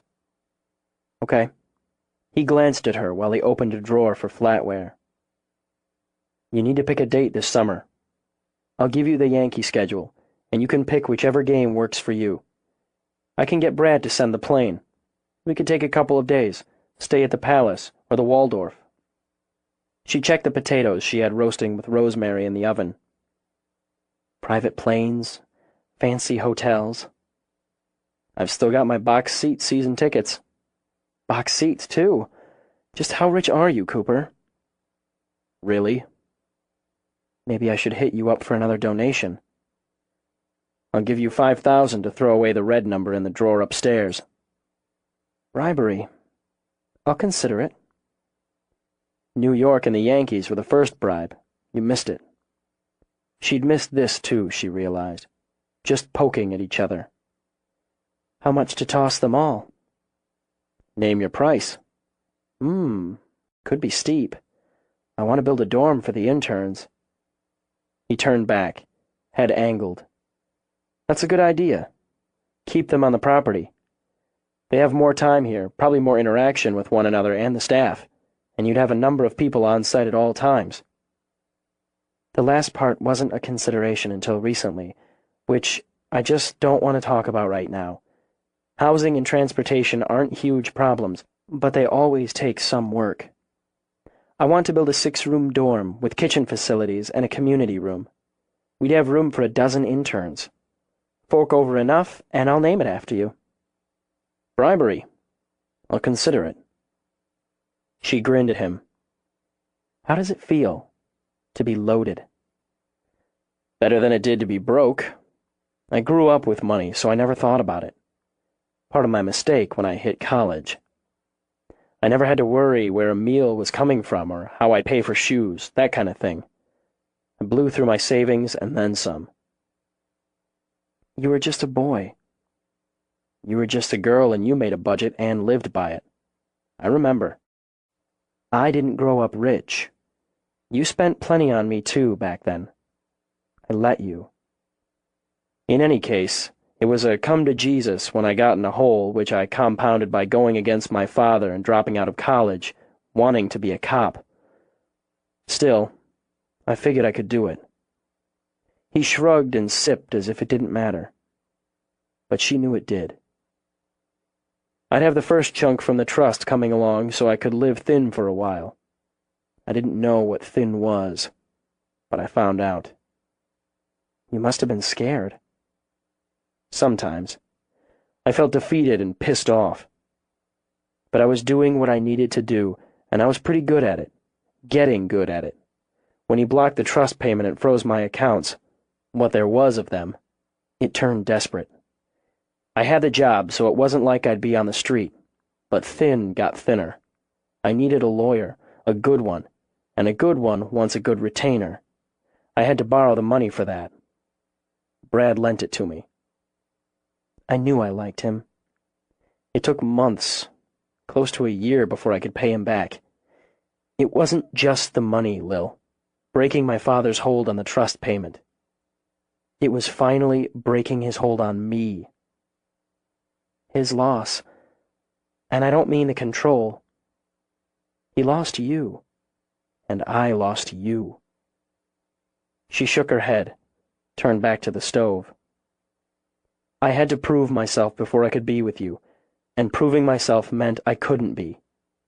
Yet here we are. And now I have to prove myself to you. That's not it. Fresh annoyance shimmered in her voice. That's not right. Sure it is. It's fair, a pisser, but fair. There's a lot of thinking time when you're working with horses. I've spent a good chunk of that thinking about this. You've got me on probation, and that's a pisser. You want to make sure I'm not going to leave again, and you want to make sure you want me to stay. But in the meantime, I get to have you in bed, and now and then I get a hot meal I didn't have to make myself. And I can watch you through the kitchen window. That's fair. Sex and food and occasional voyeurism? And I can look in your eyes and see that you love me. I know you can't hold out forever. I'm not holding out, I'm making sure, he finished. Same thing. He moved fast and smooth and had her wrapped in a kiss, layered in the warmth, in the need. He let her go slowly and with a soft, lingering bite. The chicken smells good. She eased him back a little farther. Sit down. It should be done. They ate, and by tacit agreement turned the conversation to simple things. The weather, the horses, the health of her new tiger. They did the dishes together. After he'd checked the locks, the only outward sign of trouble, they settled in to watch the ball game. They made love while the waxing moon poured its light through the windows. And still, in the night, she dreamed of running. A panic race through the moon-struck forest, with terror galloping in her chest and her breath a harsh echo.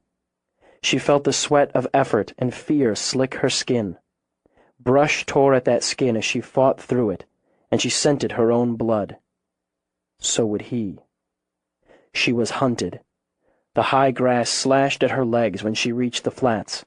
She heard the pursuit, steady, always closer, no matter how fast she ran, which direction she took. The moon was a spotlight, mercilessly bright, leaving her no place to hide. Flight, only flight could save her. But his shadow fell over her, nearly bore her to the ground with its weight. Even as she turned to face, to fight, the cougar sprang out of the high grass, its fangs bared for her throat. 27.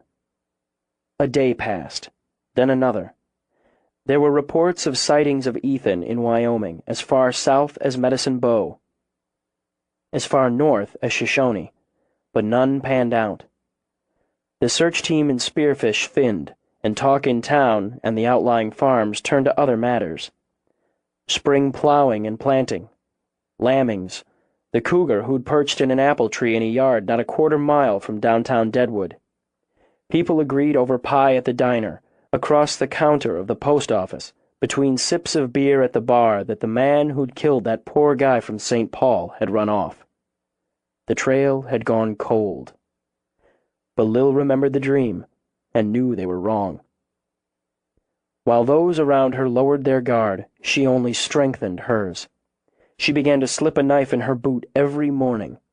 Its weight gave her peace of mind even as she resented the need for it. Good weather brought the tourists, and the tourists meant increased donations. Mary reported their 7% increase for the first quarter held steady for the first weeks of the second. Good news, Lil knew, but she couldn't work up enthusiasm. The more settled and ordinary the days became, the more her nerves frayed.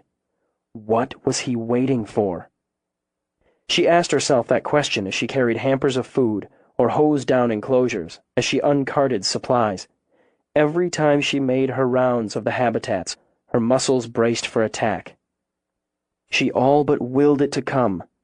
She'd rather see Ethan leap out of the woods armed to the teeth than wait and wait for some unseen trap to spring. She could watch Boris and Delilah curl together, or see him lead and her tentatively follow into the grass, and feel pleasure, a sense of accomplishment. But under it brewed worry and stress. She should be helping Mary and Lucius plan the summer open house, or put real effort into helping Tansy plan her wedding. But all she could think was, when? When would he come? When would it be finished? The waiting's driving me crazy. Following another new habit, Lil circled the habitats with Coop after the staff had gone for the day. Waiting's what you have to do. I don't have to like it. She wore one of their new Chance Wildlife Refuge hoodies under her oldest jacket, and couldn't seem to stop playing with the strings. It's not like sitting in a jeep half the night waiting for a pride of lions to come to the watering hole, or even sitting at a computer tracking a collared cougar for a report. That's doing something. Maybe we were wrong. Maybe he did head west. You know he didn't. Coop shrugged. Willie's doing the best he can, but he's got limited resources. There's a lot of ground up there, and a lot of hikers, trail riders, and campers making tracks. Willie's not going to find him. I think we both know that. Luck plays, Lil, and you have a better chance of getting lucky with persistence. Willie's damn persistent. And you have a better chance of getting lucky if you take a chance. I feel like I'm locked in here, Coop, and worse, just running in place. I need to move, need to act. I need to go up there. No. I'm not asking for your permission. If I decide to do this, you can't stop me." "Yes, I can." He glanced at her. "And I will." "I'm not looking to argue, not looking to fight. You've gone up. I know you've guided tours on the trail the last couple days, and we both know he'd be happy to hurt you if only to get to me." "Calculated risk. Hold it," he ordered before she could debate. "If he tried to take me out, he'd bring back the full force of the search. He took the time and effort to point the arrow west, and the FBI's followed it. Why bring them back? Second, if he was stupid or impulsive enough to try, I carry a radio, which I show every member of the tour how to use in case of accident, so he'd have to take me out and the entire group I'm guiding. Calculated risk," he repeated. "And you get to sit your ass on a horse, ride, breathe." He skimmed a hand over her hair, a subtle show of sympathy. "That's true enough. I know you're going up hoping to find some signs, pick up a trail. You won't. You've got some skills, but they're rusty, and you were never as good as I was."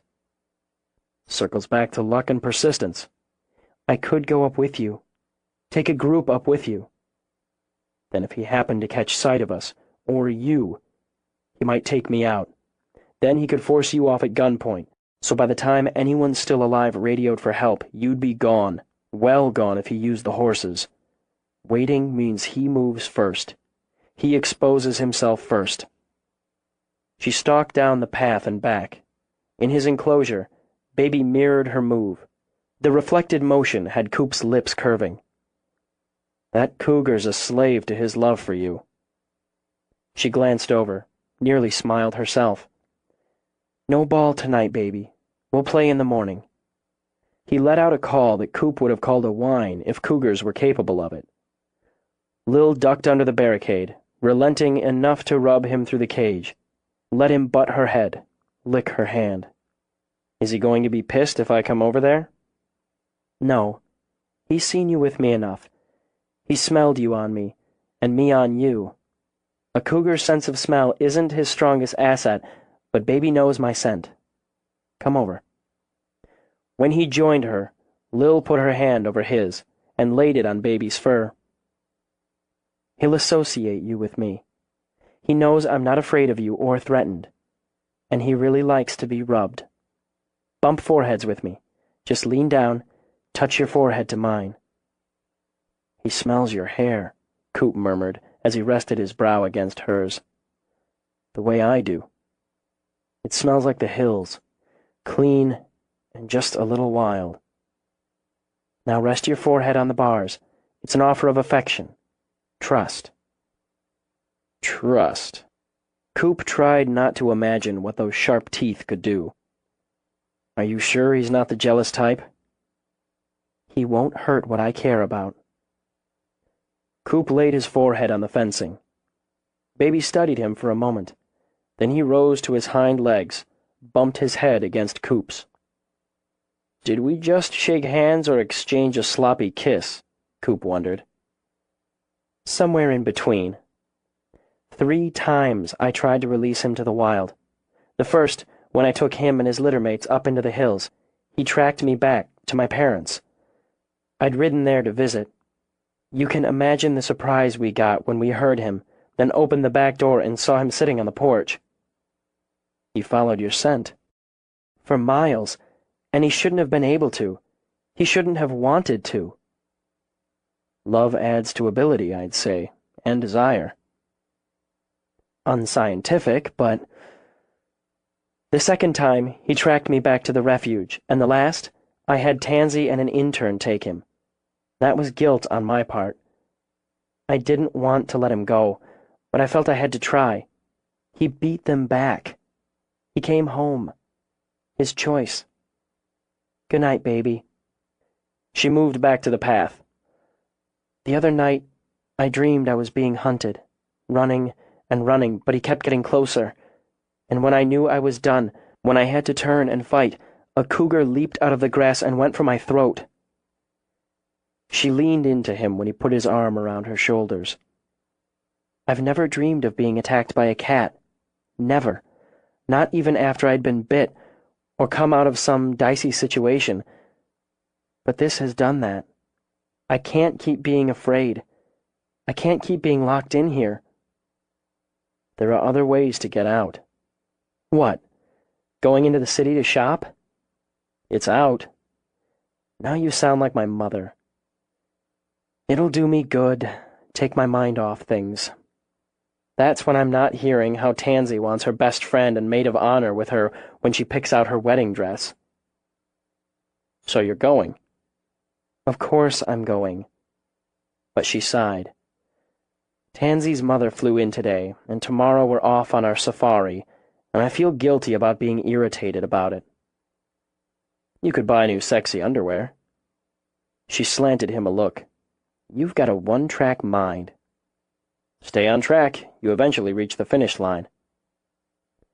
I need the hills, Coop. Her fingers went back, tugging and twisting the strings of the hoodie. How long can I let him take them from me? This time he leaned down, pressed his lips to her hair. We'll take the horses down to Custer. We'll ride the hills all day. She wanted to say those weren't her hills, but it would have been petty and pouty. She looked toward their silhouette, blank and black under the night sky. Soon, she thought. It had to be soon. Lil reminded herself, again, she liked to shop. Geography and circumstances meant she did a lot of that online, so when she had the chance to really dig into the colors, shapes, textures, smells of shopping in 3 dimensions, she did so with enthusiasm. And she enjoyed the company of women, particularly these women. Sue-Ann Spurge had charm and a sense of fun, and got along like a house afire with Jenna and Lucy. She liked the city, too, usually. She enjoyed the change of pace, the sights, the stores, the crowds. Since childhood, a trip into Rapid City had been a special treat and a day of fun and busy doings. But now the noise annoyed. The people just got in the way, and she wanted nothing more than to be back at the refuge, which only the night before had begun to feel like a prison. She sat in the pretty dressing room of the bridal boutique, sipping sparkling water garnished with a thin slice of lemon, and thought about what trails she would take if she had the opportunity to hunt Ethan. She'd start on the flat, where he'd disabled the camera. The search had covered that area, but that didn't matter. They might have missed something. He'd killed there at least twice, a human and her cougar. It was part of his hunting ground. From there, she'd cover the ground to the Crow Peak Trail, where he most likely had intercepted James Tyler. From there to the river, where the body had been found. From that point, Lil jolted back so fast she nearly tipped the water into her lap. What? The dress. Tansy spread her arms to model the off-the-shoulder ivory confection of silk and lace. You look gorgeous. All brides look gorgeous. A hint of impatience edged into Tansy's tone. We're taking opinions on the dress. I just love it. Sue-Ann clasped her hands together at her heart as her eyes filled. Baby, you look like a princess. The color's lovely on you, Tansy, Jenna put in. That warm white, and the lines. Lucy rubbed her hand up and down Sue-Ann's back. It's very romantic. It's a spectacular dress, Lil managed finally. And it's an outdoor country wedding. Doesn't anyone else think this is, yes, spectacular, but too much for a simple country wedding? You're still the showpiece, Sue-Ann insisted. Mama, I know you've got Princess Tansy in mind, and I love you for it. I love the dress, too, but it's not what I have in mind for my wedding. Oh, well. Obviously deflated, Sue-Ann managed a wobbly smile. It has to be your dress. Why don't we go hunt some more? Lucy suggested. Lil can help her out of that one and into one of the others we've got in here, but maybe we missed the perfect one. That's a great idea. Come on, Sue-Ann. Jenna took the mother of the bride by the arm to steer her out. I love it, I really do. Tansy did a turn in front of the three-way mirror. What's not to love? If we were doing something more formal, I'd snatch this in a heartbeat, but Lil! Damn it! I'm sorry.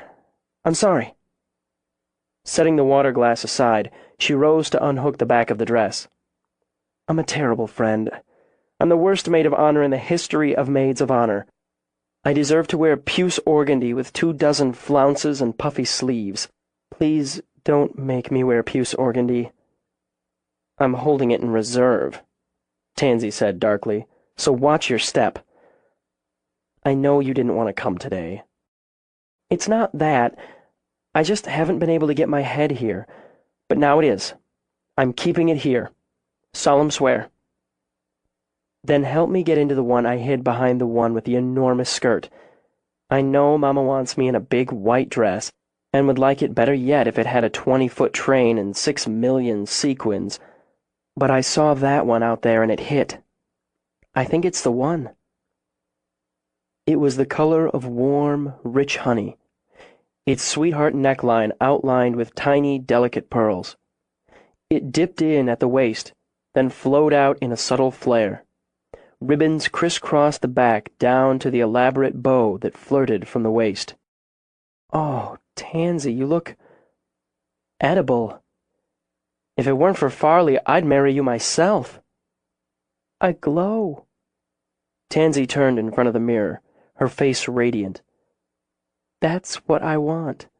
I want to glow on the outside the same way I am on the inside. You really do. It's not spectacular. It's stunning, and it's so absolutely you. It's my wedding dress. You have to help me convince my mother. I don't want to disappoint her, but this is my dress. I think... Lil stopped short as Sue-Ann bustled back in, leading the parade. Sue-Ann stared at Tansy, then pressed her hands to her mouth. Tears spilled out of her eyes. Oh, baby. Oh, my baby girl. I don't think she needs convincing, Lil concluded. Shopping did take her mind off things when she let it, and there was nothing quite like the fun of an all-girl day in the shops. Pretty dresses and pretty shoes and pretty bags, all guiltlessly purchased thanks to Tansy's wedding. Intermission was a fancy lunch, which included, at Sue-Ann's insistence, a bottle of champagne. With the mood as bubbly as the wine, they went back to the task at hand, scouring florists and bakeries for ideas and inspiration. Triumphant, they squeezed back into Jenna's SUV with their mountain range of shopping bags. By the time they dropped off Tansy and her mother in Deadwood, the streetlights burned. I bet we walked 20 miles. With a little groan, Lucy stretched out her legs.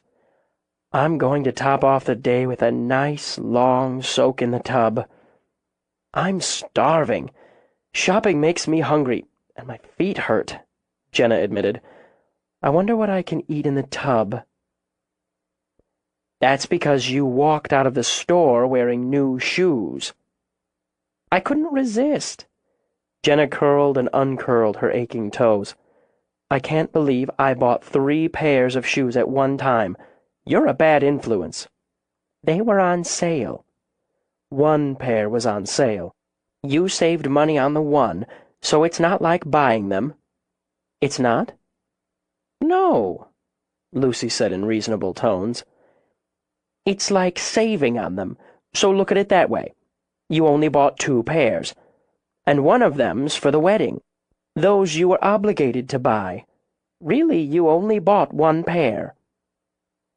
Your logic is wise and confusing. In the back seat, Lil listened to the old friends enjoy each other's company and smiled. She hadn't taken enough time for this, she admitted. Time to just sit and listen to her mother talk, to be with her, with Lucy. She had let that bastard steal that from her, too. Those little moments of pleasure. That would stop. Let's have a spa day.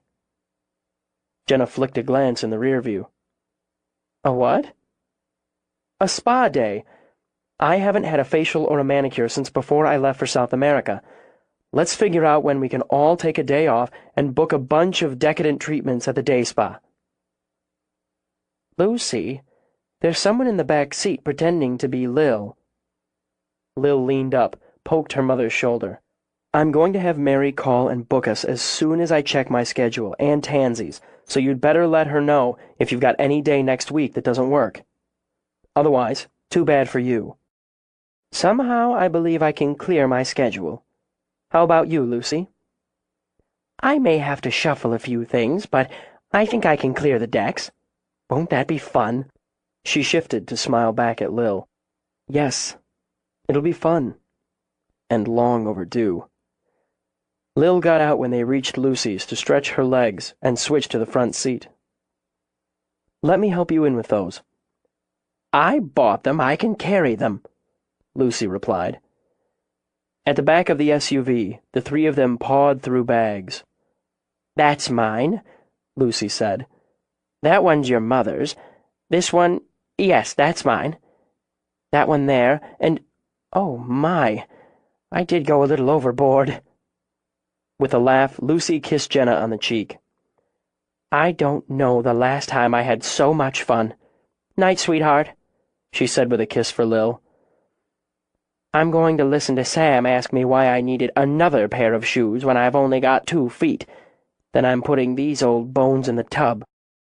I'll talk to you tomorrow, Jenna called out, and waited until Lucy was in the house before heading down the farm road. What about you? Are you looking to soak or eat? I'm thinking shoes off, feet up, and a big fat sandwich. You had a good day, and you're going to be a beautiful maid of honor. It's a great dress. Sighing, Lil let her head tip back. I haven't done a shopping marathon like that in years. Literally years. I know it wasn't easy for you to take a full day away like this, and now you're planning a spa day? You're a good friend.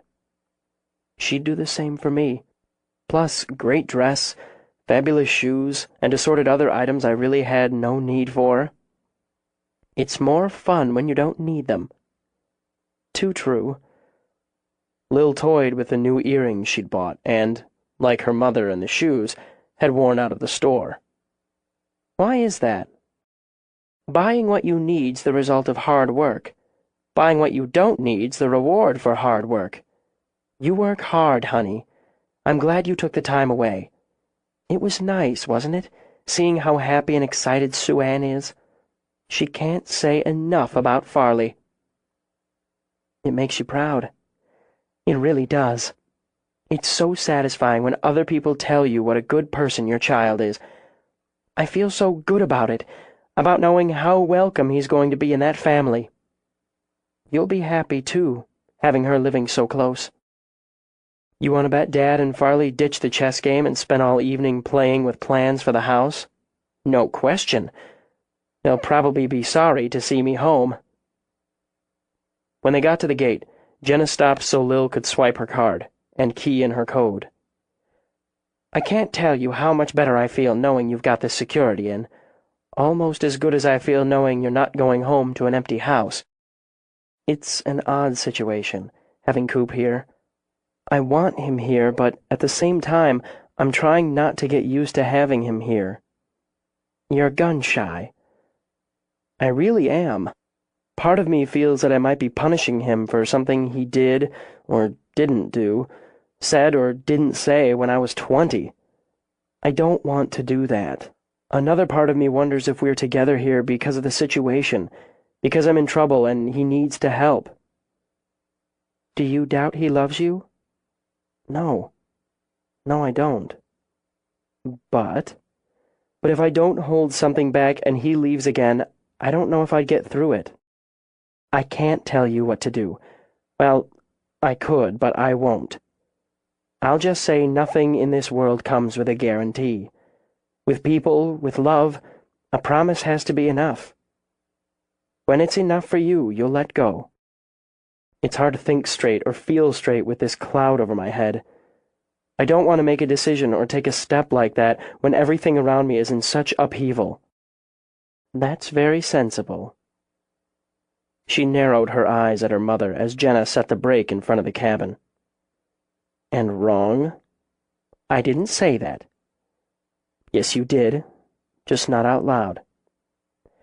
"Lil, you're my daughter, my shining star."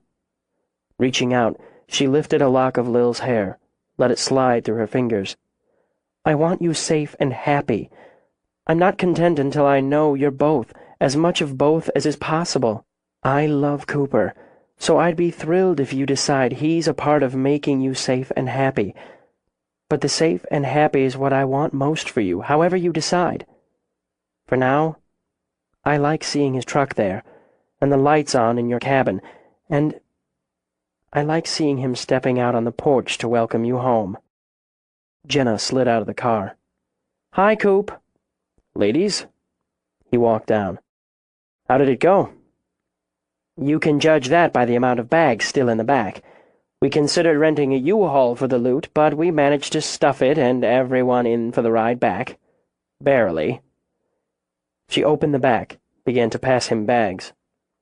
"Did you leave anything for the rest of the state?" "Not if we could help it. There. The rest is mine, all mine." She turned, gave Lil a hug. "We don't do this often enough. I'd have to give myself a raise to do it more often. You call me tomorrow." "I will. Take care of my girl, Cooper." "Top of the list." Lil waved her off, watched the tailgate fade.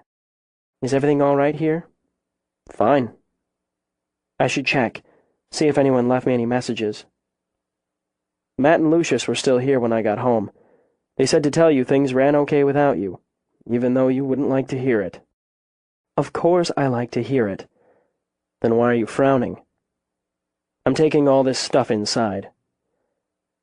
"I'm just not used to being away all day." And now that she was back, she wondered what had possessed her to suggest another day away. "You were in Peru for 6 months. That's different. I don't care if it's illogical, it's different. I should do a circuit around the habitats." "I already did." He dumped the bags at the base of the stairs. "Baby may do with me." "Oh, that's good too. I guess there's no word on Ethan or anything in that area." "I'd tell you if there were." He leaned down, kissed her. "Why don't you relax? Isn't stripping stores of all their stock supposed to relax the female?" "That's very sexist, and mostly true. I'm starving. I ate the leftovers. I want a sandwich, a really big sandwich." "Then it's a good thing I went shopping too," he said as he walked with her to the kitchen. "Because you were out of bread and anything, other than peanut butter, to put between it."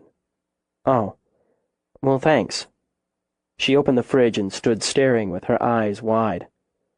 "Wow, this is a lot of food." "Not if 2 people actually eat a couple of meals a day." With a shrug, she pulled out packs of deli meat. "We did fancy for lunch, which means you end up ordering salad. Fancy salads. I nearly ordered a Reuben, but somehow it felt wrong, especially since we had champagne. I just don't think you can have a Reuben and champagne at the same time."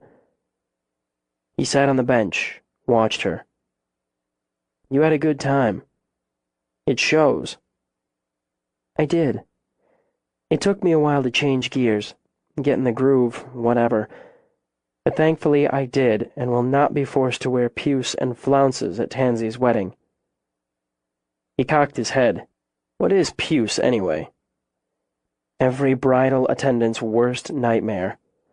Tansy got the most fabulous dress, a killer of a dress which mine will complement perfectly. Then there were the shoes. Watching Lucy and my mother in the shoe department is an education and a thrill. I'm a rank amateur in comparison. Then there were handbags." She chattered about purses, then the flower shops, reliving little pieces of the day in the telling while she poured a glass of milk. "We grazed through shops like a herd of starving deer. I think my credit card gasped weakly at the end of the day. She brought the sandwich to the table, plopped down. God, my feet. Even as she bit in, she towed off her shoes. It's work, you know. The shopping safari, as physical as mucking out stalls. Uh-huh. He lifted her feet onto his lap and began to rub, running his knuckles up her instep. Lil felt her eyes roll back in her head. Oh, this is probably what heaven's like. A huge sandwich, a glass of cold milk, and a foot rub. You're a cheap date, Lil. She smiled and took another bite. How much of my shopping adventure did you actually listen to? I tuned out in the shoe department. Just as I suspected. Lucky for you, you give a good foot rub. Later, when she hung her new dress in the closet, she thought it had been an exceptional day, stress-free once she'd put stress aside, and touched with moments of real joy and wonderful foolishness. And her mother had been right, she realized as she heard Coop tune in for the baseball scores. It was nice to have someone who'd walk out on the porch to welcome her home. 28. Lil felt him touch her, just the lightest touch, a brush on her shoulder, down her arm, as if he reassured himself she was there before he got out of bed in the pre-dawn dark. She lay wakeful now, in the warmth of the bed, the warmth he'd left for her, and listened to the sound of the shower, the hiss of water against tile and tub. She considered getting up herself, putting on the coffee, getting a jump on the day. But there was something so comforting, so sweetly simple about just staying where she was and listening to the water run. The pipes clanged once, and she smiled when she caught his muffled oath through the bathroom door. He tended to take long showers, long enough for the small hot water heater to protest. He'd shave now, or not, depending on his mood. Brush his teeth with a towel slung around his hips and his hair still dripping. He'd rub the towel over it briefly, impatiently, maybe scoop his fingers through it a few times. Oh, to have hair that didn't require fuss or time. But in any case, vanity wasn't part of his makeup. He'd already be thinking about what needed to be done that day, which chore to deal with first on the daily list of chores. He'd taken on a lot, she mused. The farm, the business, and because of who and what he was, the responsibility of finding ways to keep his grandparents involved in the day-to-day while making sure they didn't overdo. Then he'd added her, she thought, not trying just to win her back, but also to help her deal with the very real threat to her and hers. That piled extra hours, extra worry, extra work into his day. And he brought her flowers. He came back into the bedroom, moving quietly. That, she knew, was both an innate skill of his and basic consideration. He took some care not to wake her, dressing in the half-dark, leaving his boots off. She could smell the soap and water on him, and found it another kind of comfort. Heard him ease a drawer open, ease it shut again. Later, she thought, she'd go downstairs to the scent of coffee, the scent of companionship. Someone cared enough to think of her. He'd probably light a fire, to take the chill off the house, even though he'd be leaving it. If she needed him at any time of the day, she could call. He'd find a way to help. He came to the bed, leaned down and pressed a kiss to her cheek. She started to speak, but felt words would spoil the moment, would distract from what was happening inside her. She stayed silent as he slipped out of the room. The night before he'd come out on the porch to greet her. He'd eaten the leftovers and gone to the market. He'd walked with her on her evening check of the habitat. He waited for her, she admitted. But what was she waiting for? Promises, guarantees, certainties? He'd broken her heart and left her unspeakably lonely. It didn't matter that he'd been motivated by good intentions. The hurt still happened, still existed. She feared it nearly as much as she feared Ethan. In fact, Coop was the only man who'd ever had the power to break her heart or make her afraid. Did she want to live without that risk? Because she would never get there. Not with Coop. Just as she would never, never feel so utterly safe, happy, and excited about anyone else. As dawn streamed in the windows, she heard him leave, the door closing behind him, and moments later, the sound of his truck. She rose, crossed to her dresser to open the bottom drawer. She dug under layers of sweats to draw out the cougar he had carved for her when they'd been children. Sitting cross-legged on the floor, she ran her fingers over the lines as she had countless times over the years. She'd put it away, true, but she took it with her when she traveled, kept it in that drawer at home, her good luck piece, and a tangible piece of him she'd never been able to toss away. Through that roughly carved symbol, Coop had gone with her to Peru, to Alaska, to Africa and Florida and India. He'd been her companion on every field study. 20 years, she thought, nearly 20 years since he'd taken a block of wood and carved the image of what he knew, even then, she valued. How could she live without that? Why would she choose to? Standing, she set the cougar on her dresser, then opened another drawer. She felt a tug for Jean-Paul. She hoped he was well, and he was happy. She wished him the love he deserved. Then she emptied the drawer. She carried the lingerie downstairs. A fire crackled in the hearth, and the scent of coffee tantalized the air. In the kitchen, she put the nightwear in a bag, and with a smile ghosting around her mouth, put it in the laundry room. It would wait until he got home, she thought, because this was home now, for both of them. Home was where you loved, if you were lucky, where someone would light the fire and be there when you came back. It was where you kept the precious, a baseball bat, a carved cougar. She poured a mug of coffee and, carrying it with her, went upstairs to dress for the day. It was a good day, she thought, when you opened yourself to both the joys and the risks of love. Coop worked up the first sweat of the morning, mucking out the stalls. They had 3 group rentals booked for the day, 2 of them guided, so he'd need to load up a couple more horses and get in to set up. He needed to schedule a visit from the vet and the farrier, both at the stables and at the farm. He had to get in, check the website for future bookings. And he wanted an hour, a good hour without interruptions, to study the files, his notes, the map, and try to find a new angle for tracking down Ethan Howe. It was there. He knew it was there. But somehow he was missing it. A handful of men couldn't cover the hundreds of acres of hills, forests, caves, and flats. The dogs couldn't hold the scent when there was essentially nothing to hold. A lure was needed. Something to lure Ethan out, just far enough to trap him. But since the only bait that seemed potent enough to accomplish that was Lil, he had to find another way. Another angle. He tossed another load of soiled hay into the wheelbarrow, then leaned on the pitchfork as his grandfather came in. Barely a limp now, Coop noted, though it generally increased if Sam stayed on his feet for several hours. The angle there, Coop knew, was to get the man to take periodic breaks without making them seem like breaks. Just the man I wanted to see.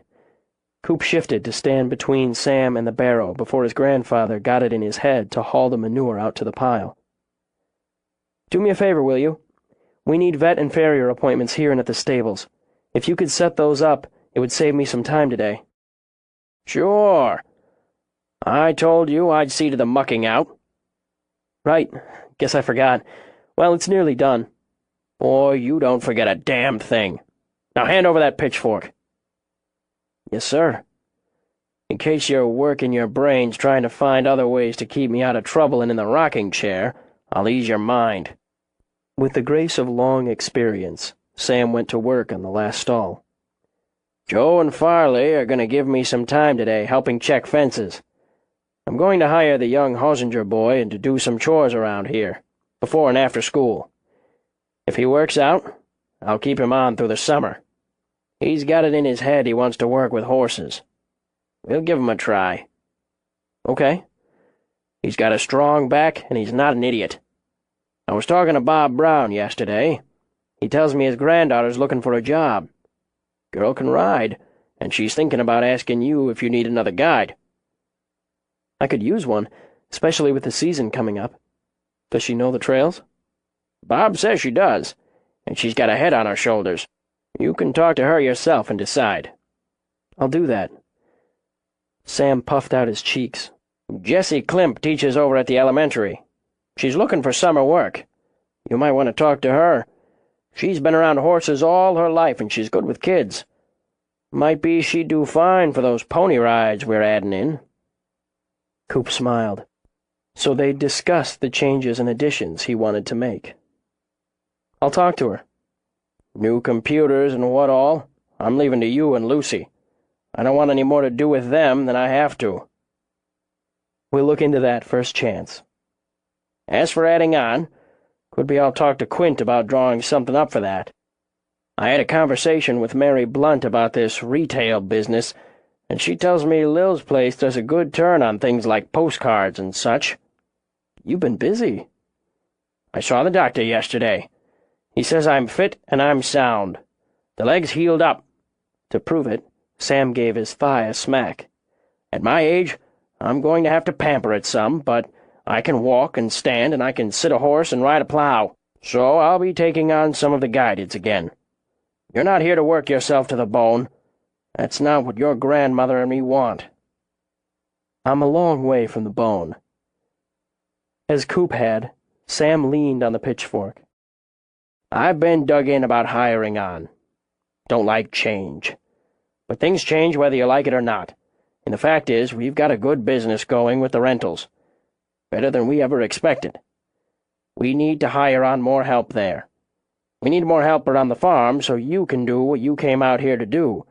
And if that's adding some things, changing them some, that's the way it is. More help's not going to hurt my feelings, but I'm doing what I came out here to do, whether we add on or change a thing. You came out to help your crippled grandfather. Sam did a bounce and kick that had Coop laughing. Do I look crippled? No, but you don't look like Fred Astaire either. Sam wagged the pitchfork. You came back to start digging in the roots you planted when you were just a boy, to run the horse business and help with the farm. Like I said, I'm doing what I came out to do. Not all. This time, Sam pointed a finger. Are you married to that girl? Did you just forget to invite me to the wedding? I didn't come out here to marry Lil. I thought she was going to marry someone else. Had that been the case, you'd have been working out ways to win her away from that French guy 10 minutes after setting eyes on her again. Maybe. Pleased, Sam nodded. You'd have done it, too. Anyway, we're hiring on, and we're adding on. Your grandma and me decided on it. Okay. I'll make it work for you, Grandpa. You make it work for you. I expect it'll work for me. And you'll have time to do everything you came out here to do. I'll finish up here. You go in and sweet-talk your grandmother out of some breakfast before you go on. She's got the start of her spring cleaning in mind today, so God help me. I got the names and phone numbers of those I told you about in the kitchen. I'll haul this load out first. Do you think I haven't got the muscle for that? Grandpa, I figure you can haul your share of shit and everyone else's, but it's on my way. Coop wheeled out the barrow while Sam guffawed. He headed to the manure pile with a grin. In the Chance kitchen, breakfast was on. Farley plowed into flapjacks, dazzled by his luck. Along with them were sausage and hash browns, a kingly breakfast in his mind for the middle of the week. Our stomachs are getting full because Jenna emptied my wallet yesterday. Jenna bumped Joe's shoulder with her elbow, then topped off his coffee. It did ease the guilt of the stings she put on their credit card. That's our wallet, mister. It's still empty. She laughed and sat to look over her grocery list. the list for the feed store, and other errands. It's market day, so I'm going to be putting another dent in that tin can with the spare cash you've got buried outside. I used to think you really had one of those, Farley said between bites. What makes you think I don't? Take my advice, Farley. Get yourself a tin can and bury it deep. A married man needs some backup. Jenna's eyes twinkled with humor even as she narrowed them. I know where everything's buried around here, and just where to bury you where no one will ever find the body if you're not careful. A woman who can threaten your life before you've finished breakfast is the only kind of woman worth having, Joe told Farley. I've got one of those. I'm a lucky man. The two of you lucky men better finish up and get out of here if you expect to get your work done, then help Sam. We'll be the best part of the day. We'll have the radio if you need anything. I've got my own full day. Lucy's packing you two lunch so you won't starve, or have need to come back in before you're done. I'll be heading into town later on, then swinging by Lucy's. She started her spring cleaning, so I'm picking up what she needs at the market. Can you go by the hardware? I need a couple of things. Put it on the list. Joe wrote down what he needed while he finished his coffee. We can call the dogs in if you want them around today. I'll be leaving in a couple hours anyway. Let them have a good run with you. Are you home for supper, Farley? Well, Tansy's mom's going back today, so I was thinking... I know what you're thinking. I'll see you in the morning, then. She added to her list while Farley cleared the table. I'll load up the tools, he said. Thanks for breakfast, Jenna. When they were alone, Joe winked at his wife. We'll have the house to ourselves tonight, so I was thinking... She laughed. I know what you're thinking, too.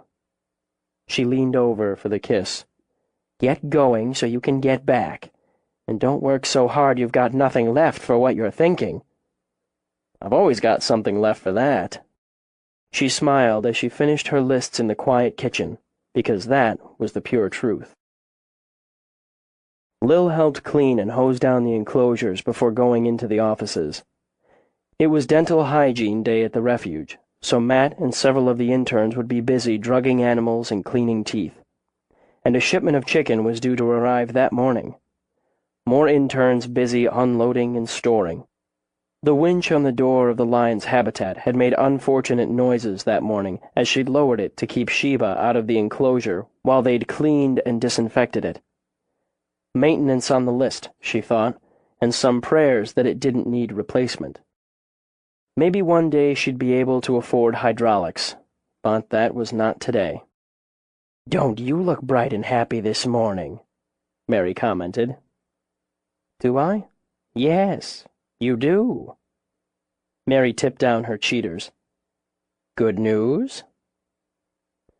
No news, so I suppose that's good. It's going to hit 70 today, a veritable heat wave. Forecasters claim it'll hang around through tomorrow before we drop about 20 degrees. We do need more feed for the petting zoo. I ordered it yesterday. I've got news. Lucius waved the whip of red licorice in his hand. I just checked the website. We're up to $5,000 in donations attached to Delilah. People are all excited about her and Boris. It's the love story that's done it, I think. If it is, we're going to generate a romance for every animal in here.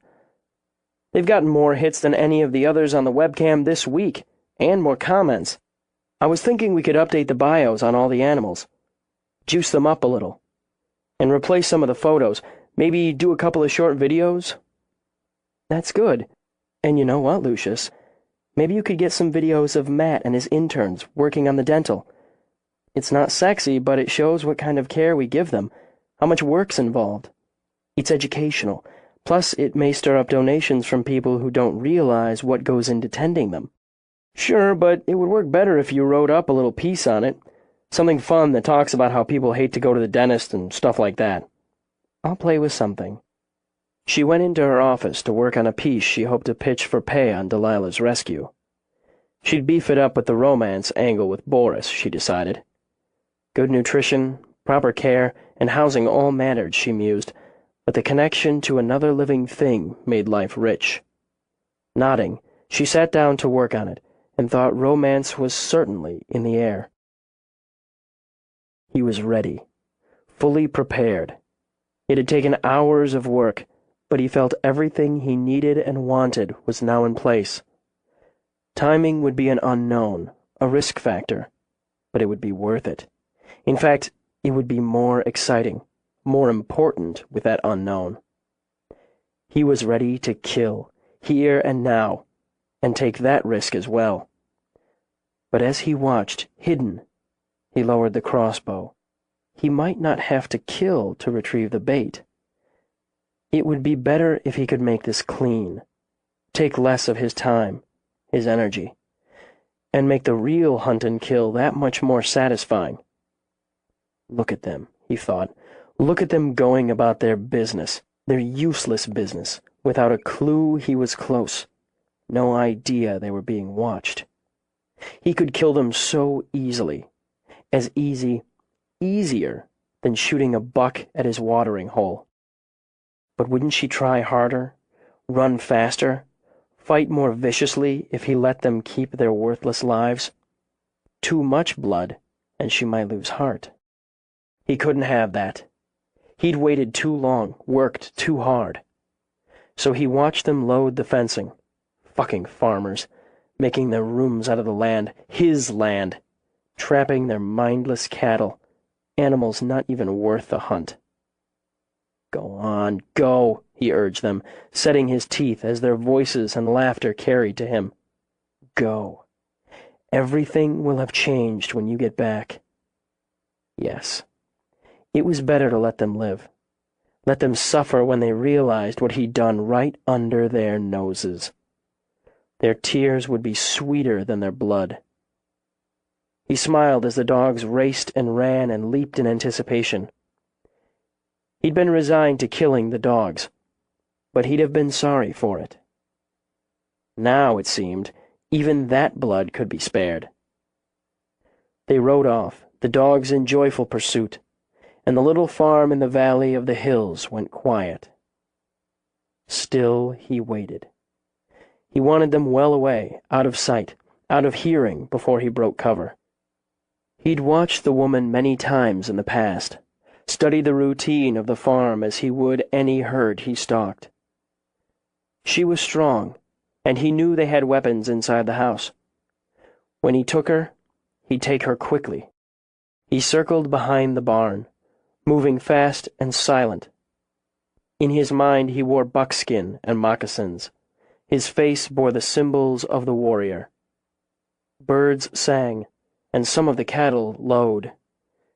He heard the chickens humming, and as he neared the house, the sound of the woman's voice singing.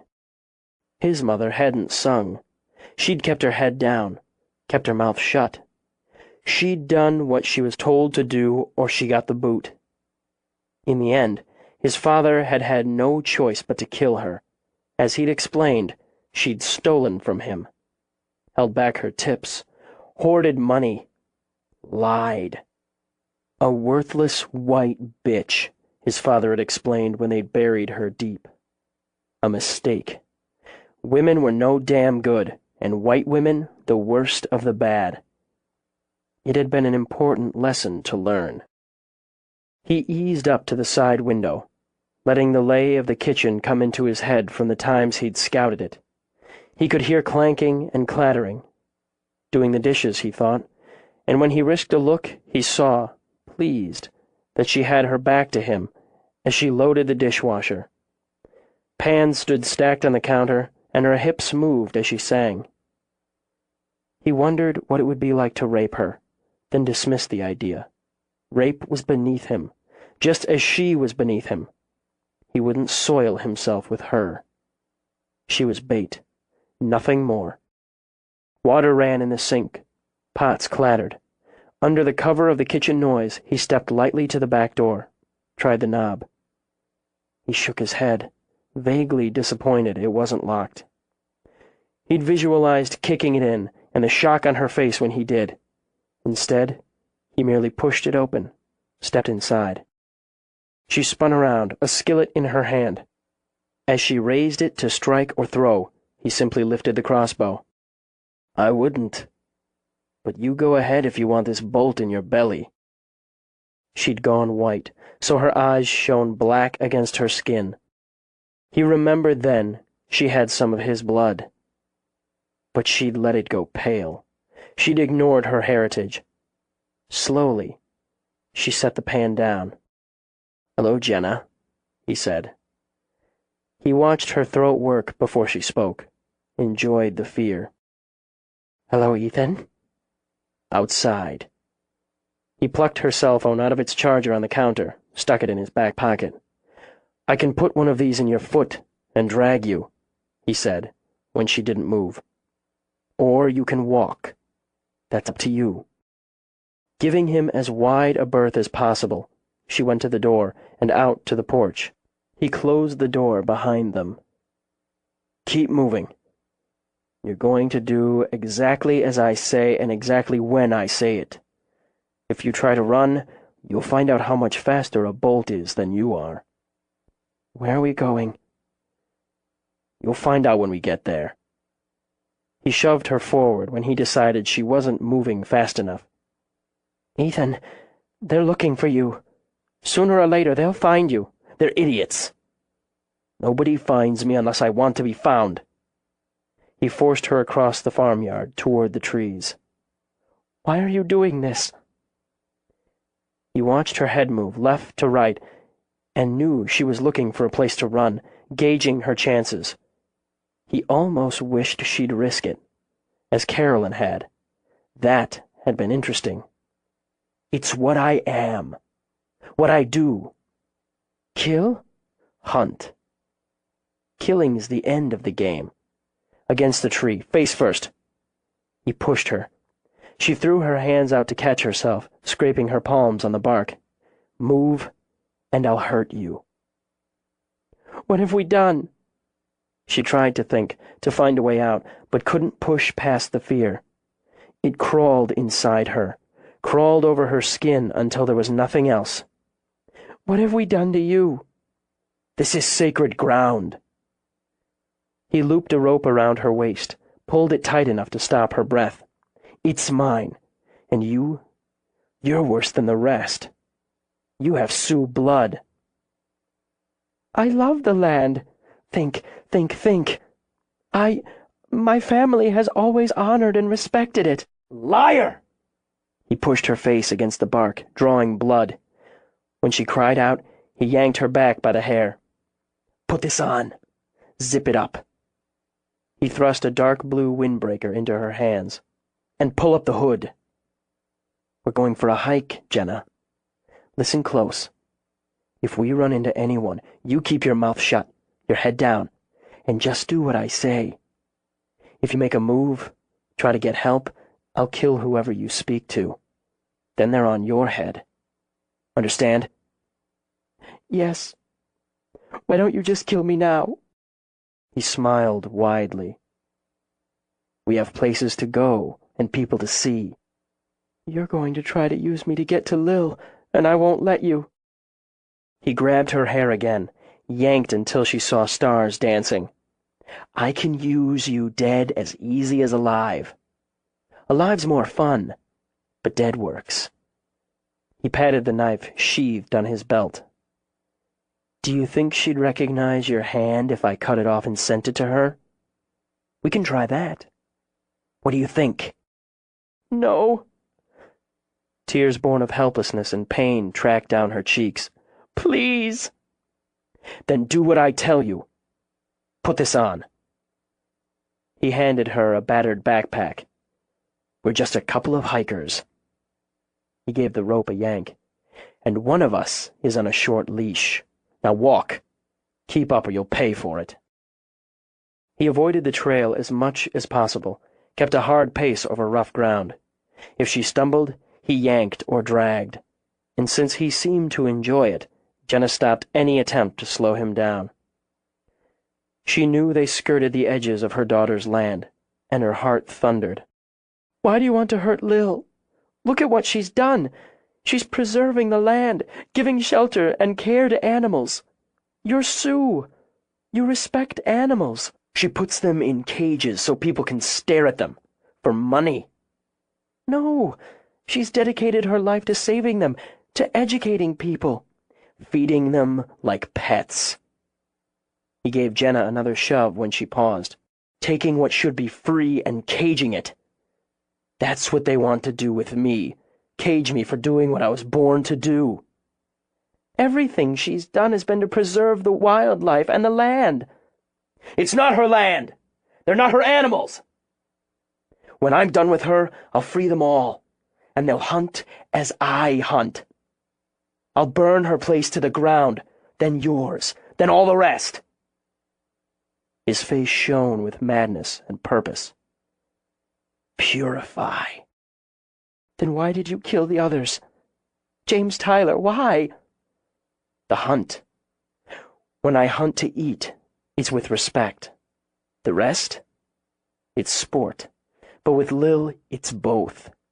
She has my respect. We're connected. By blood. By fate. She found my first kill. I knew someday we'd compete. Ethan, you were only a boy. I was a man. I thought at first it was an accident. I liked her. I wanted to talk to her, to touch her. But she pushed me away. She cursed at me, struck me. She had no right. He yanked the rope so she stumbled against him. No right. No. Her heart skidding. Jenna nodded. No right. Then her blood was on my hands, and I was afraid. I admit it. I had fear. But I was a man and knew what should be done. I left her as a token to the wild, and it was the cougar who came for her. My spirit guide. And it was beautiful. I gave back to the land what had been taken. That's when I became free. Ethan, I need to rest. You have to let me rest. You'll rest when I say. I'm not as strong as you are. God, I'm old enough to be your mother. I can't keep up. He paused, and she saw a flicker of hesitation on his face. She swallowed on her dry throat. What happened to your mother, Ethan? She got what she deserved. Do you miss her? Do you— Shut up! Just shut up about her! I didn't need her. I'm a man. Even a man starts as a boy, and he— She broke off when he closed his hand over her mouth. His eyes scanned the trees. Someone's coming. Keep your head down. Your mouth shut. 29. She felt Ethan's arm go around her waist, to keep her still, she imagined, and to cover up the rope snaking from under the jacket. She prayed for the life of whoever crossed their path, and at the same time prayed they would sense trouble. She didn't dare give them a sign, but surely they would sense her fear, sense the madness in the man holding her hard against his side. It was in his eyes. How could anyone not see the murder and madness in his eyes? They could get help. There was a chance for help, and then Ethan would never get to Lil. "Mornin'!" She heard the cheerful greeting and risked lifting her eyes a few inches. Her pulse picked up speed when she saw the boots, the uniform pants. Not another hiker, she thought, but a ranger. And he'd be armed. "Morning," Ethan called back. "It sure is a pretty one." "Nice day for hiking. You're a little off the trail." "Oh, we're exploring some. We saw some deer and figured we'd follow them for a while." "You don't want to wander off too far. It's easy to get lost if you go off the posted trails. Just out for the day, are you?" "Yes, sir." Can't you hear the madness? Can't you hear it in his overbright cheer? It's licking at every word. "Well, you've made some real progress from the trailhead. If you're going to stick to this loop, it gets pretty steep, but the views are worth it." "That's what we're here for.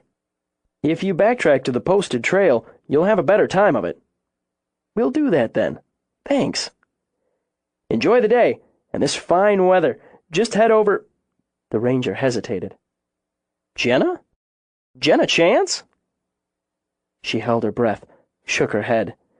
"What in the world are you doing out—" She felt it, that moment of awareness. On instinct, she raised her head and pushed her body hard against Ethan's, but even as she moved, he swung the bow from behind his back. She screamed, tried to lurch forward, but he was right. The bolt moved faster, much faster than she could. She watched it strike home, and the force of it knocked the ranger back and off his feet. "No, no, no!" "Your fault!" The backhand sent Jenna sprawling to the ground. "Look what you did, stupid bitch! Look at the mess I've got to clean up! Didn't I tell you to keep your mouth shut?" He kicked her, his boot slamming into the small of her back so she rolled and curled up in defense. "I didn't say anything. I didn't say anything. God, he has a wife. He has children." Then he should have minded his own business. Assholes. They're all assholes. When he stomped over to wrench the barbed bolt from the ranger's chest, Jenna began to retch. "Look here. Got something out of it." He pulled the sidearm out of the holster, brandished it. Spoils of war. Shoving the body over, he dug out the wallet. He slapped the gun back in the holster, unclipped it, and fixed it to his own belt before pushing the wallet in his backpack. "Get up. Help me drag him." "No." He walked over, pulled the gun again, and pressed the barrel to her temple. "Get up or join him. You can both be wolf bait. Live or die, Jenna. Decide." Live, she thought. She wanted to live. Fighting sickness, breathless from the pain radiating from her back, her face, she got to her feet. Maybe he wasn't dead. Maybe someone would find him, help him. His name was Derek Morgensen. His wife was Kathy. He had 2 kids, Brent and Lorna. She said his name, his family's names, as she followed orders, took the feet and dragged the body farther off the trail. She said nothing when he used the rope to tie her to a tree so he could retrieve Derek's radio, go through his pockets for anything else he found useful. She kept silent when they began to walk again. Nothing more to say, she thought. She tried and failed to find some place in him to appeal to. There was no place inside him, nowhere to reach. He wasn't covering the tracks, and she wondered what that meant. She wondered if she would live through the day. Such a pretty spring day. See her husband again, her home. Hold her children. Would she speak with her friends? Wear her new shoes? She'd been washing the skillet, she thought, when her life had changed. Would she fry bacon again? Her throat burned. Her legs ached. Her palms throbbed where she'd scraped them against the bark, but those discomforts meant she was alive. Still alive. If she had the chance to kill him and escape, would she? Yes. Yes, she would kill him to live. She would bathe in his blood if it meant protecting Lil. If she could get his knife, or the gun, a rock. If she could find a way to use her bare hands. She concentrated on that, on the direction, the angle of the sun, the landmarks. There, she thought. Look at the brave pasque flowers, blooming, delicate and hopeful, and alive. She'd be the pasque flower. Look delicate, be brave. She walked 1 foot in front of the other, with her head down, but she kept her eyes, her body alert for any chance of escape. "We're home," he announced. Confused, she blinked sweat out of her eyes. She barely saw the mouth of the cave. It was so low, so narrow, like a slitted eye. It looked like death. She spun around, launched herself at him to fight. She felt the pain and the satisfaction when her fist connected with his face. Screaming, she used her nails, her teeth to claw and bite like an animal, and when she tasted his blood, it thrilled. But when his fist plowed into her belly, he took her breath. When it rammed into her face, the sun went dim in a wash of dark red. "Bitch! Bitch whore!" Dimly, she heard the harsh wheeze of his breath. She'd hurt him. That was something. She'd given him pain. He used the rope to drag her over the rough ground and into the dark. She fought as he bound her hands and feet, screamed, spat, and cursed until he gagged her. He lit a small lantern, and with his free hand, dragged her farther into the cave. "I could kill you now. Carve you up and send the pieces to her. What do you think about that?" She'd marked him, was all she could think. Blood welled and dripped from the grooves she'd scored in his cheeks, on his hands. Then he smiled at her, wide and wild, and she remembered to be afraid. "The hills are honeycombed with caves. I've got a few nice ones I use regular. This one's yours." He set the lantern down, then drew out his knife before he crouched. He turned the blade so the soft light stuck the edge. "Need a couple of things from you." "Joe," she thought. "Joe. Lil. My baby," and closed her eyes. It took longer than he'd hoped, but he was still well within the time frame. The rush, the incidental kill, the unexpected fight left in the mother bitch all added a fresh anticipation. The best part was walking right into the refuge like any other paying customer. It was the biggest risk and the biggest thrill. But he had no doubt Lil would give him more of both. He smiled at the pretty intern through the beard he'd grown over the winter. It hid most of the scratches the mother bitch had given him. He wore old riding gloves to cover the ones on his hands. "Is something wrong with the lion?" "No, not a thing. She's getting her teeth cleaned. Cats especially need regular dental checks, as they tend to lose teeth." "Because they're caged up." "Actually, they'll keep their teeth longer in the refuge than in the wild. We provide them with bones once a week, an important element of dental hygiene. Cats' mouths tend to be full of bacteria, but with regular cleanings, good nutrition, and the weekly bones, we can help them maintain that smile." She added one of her own. "Our vet and his assistant are making sure Sheba's teeth are healthy." It made him sick, made him furious, brushing the teeth of the wild animal as if it were a kid who ate too much candy. He wanted to drag the smiling girl off, plunge the knife into her belly. "Are you all right?" she asked. "Fine and dandy. I thought this was a nature preserve. How come you don't let it be natural?" "Part of our responsibility to the animals here is to give them good, regular medical care, and that includes their teeth. Nearly all of the animals here at Chance were rescued from abusive situations or taken in when they were sick or injured. They're caged, like criminals. It's true they're enclosed, but every effort has been made to provide them with a habitat natural to their needs and culture. It's unlikely any of the animals here would survive in the wild." He saw the concern, even suspicion in her eyes, and knew he'd gone too far. This wasn't why he was here. "Sure, you know more about it." "I'd be happy to answer any questions you might have about the sanctuary or any of our animals. You can also visit our education center. There's a video on the history of the refuge and on the work Dr. Chance has done." "Maybe I'll do that." He moved along before he said something to make her worried enough to call for assistance, or before he gave in to the urge to batter her bloody. He understood the need. He'd washed carefully, but he could still smell the ranger's blood and the mother bitch's.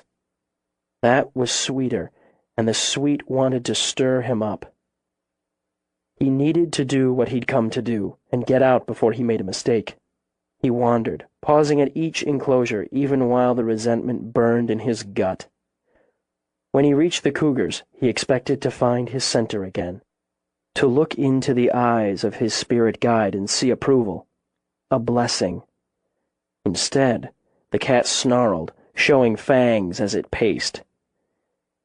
"You've been caged too long, brother. I'll come back for you one day. You have my promise." At his words, the cougar called a warning and hurled itself against the fence. In the compound, guests and staff came to attention.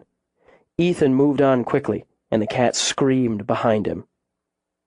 She'd corrupted it, he thought as rage shook through him, turned it into a pet.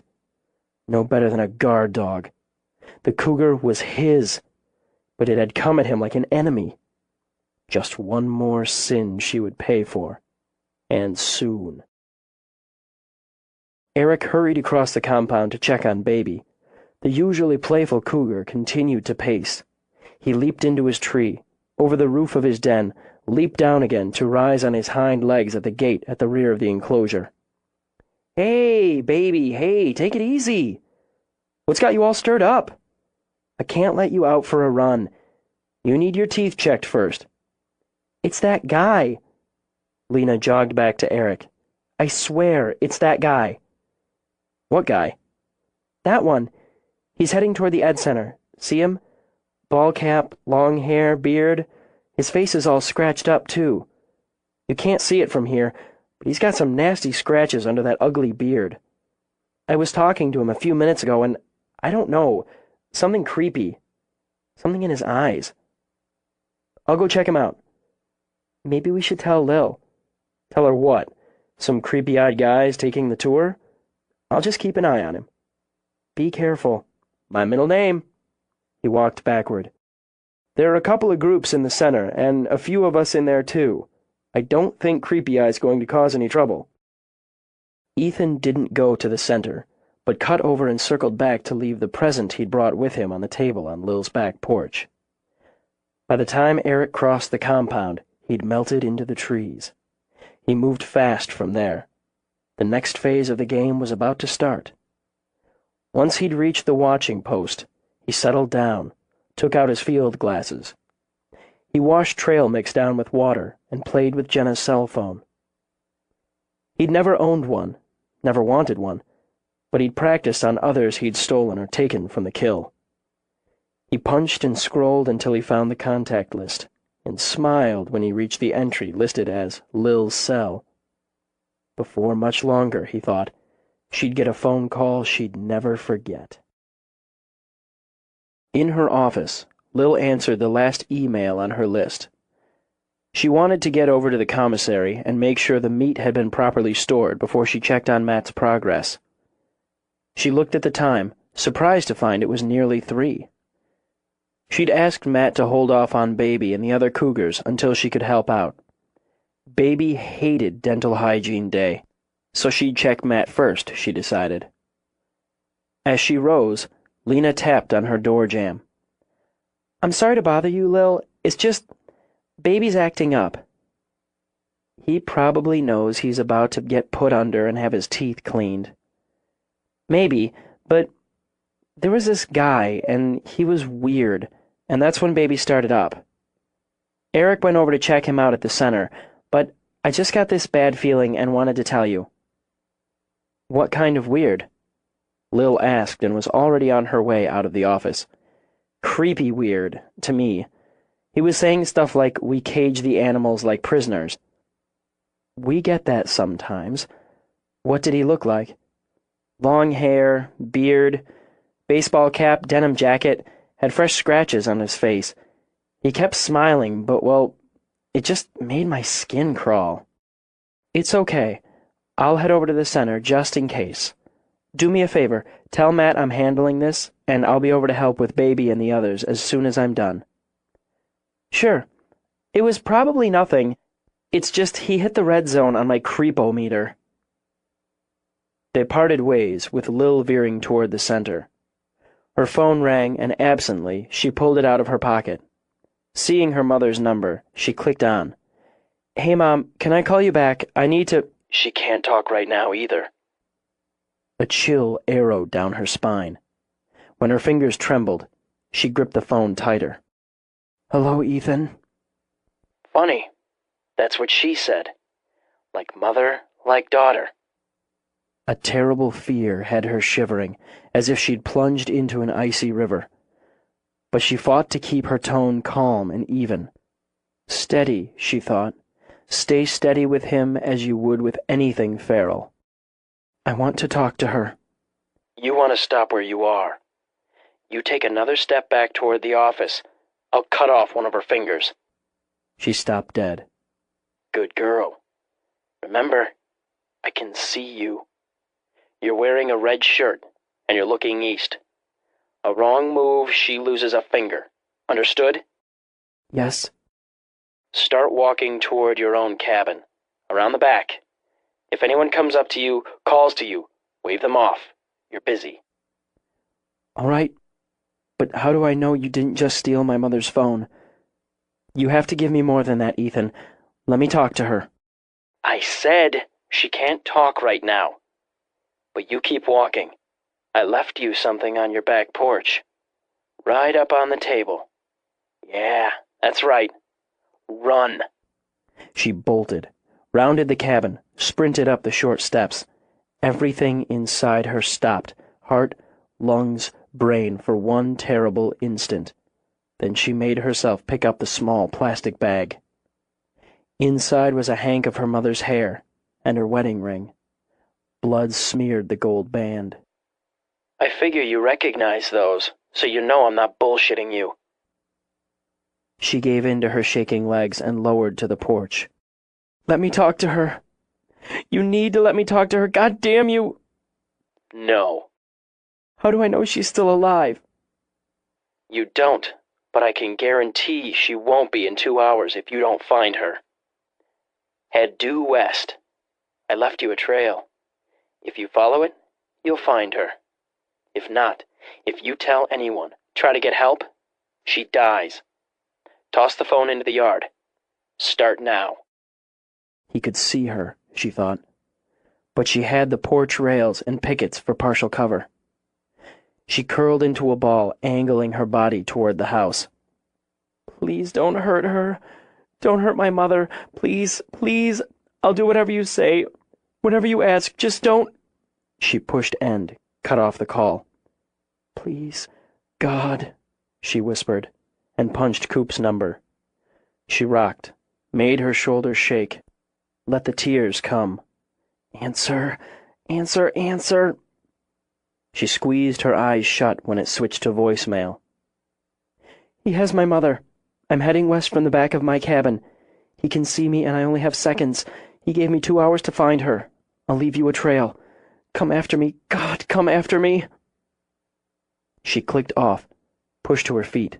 She turned to face west, hoped Ethan could see the tears, the fear, and she threw the phone away, then ran. She picked up the trail right away. Trampled brush, broken twigs, prints in soft ground. He didn't want her to go astray, she thought. He might be leading her miles from wherever he had her mother, but there was no choice. Her wedding ring smeared with blood, the hacked-off hank of her beautiful hair. She forced herself to slow, to breathe.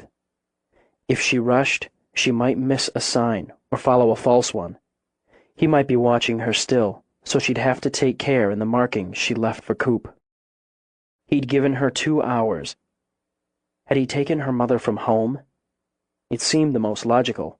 Wait until she was alone, then take her. On foot or by horseback? On foot, most likely. A hostage would be easier to control on foot, unless he'd forced her into the car and... No, don't think that way. She ordered herself as panic bubbled into her throat. Think simple. Under it, he's simple. 2 hours from her cabin, and he'd want to push her. Want it to be close. She put a map in her mind, somewhere accessible and solitary from the cabin and from the farm. If she was alive. She was alive. She had to be alive. He'd have to hide her. A cave would be best. If he... She stopped, studied the tracks, the carelessly trampled wildflowers. He'd backtracked. She drew a breath, then another, steadying her nerve, and did the same until she found where he'd laid the false trail.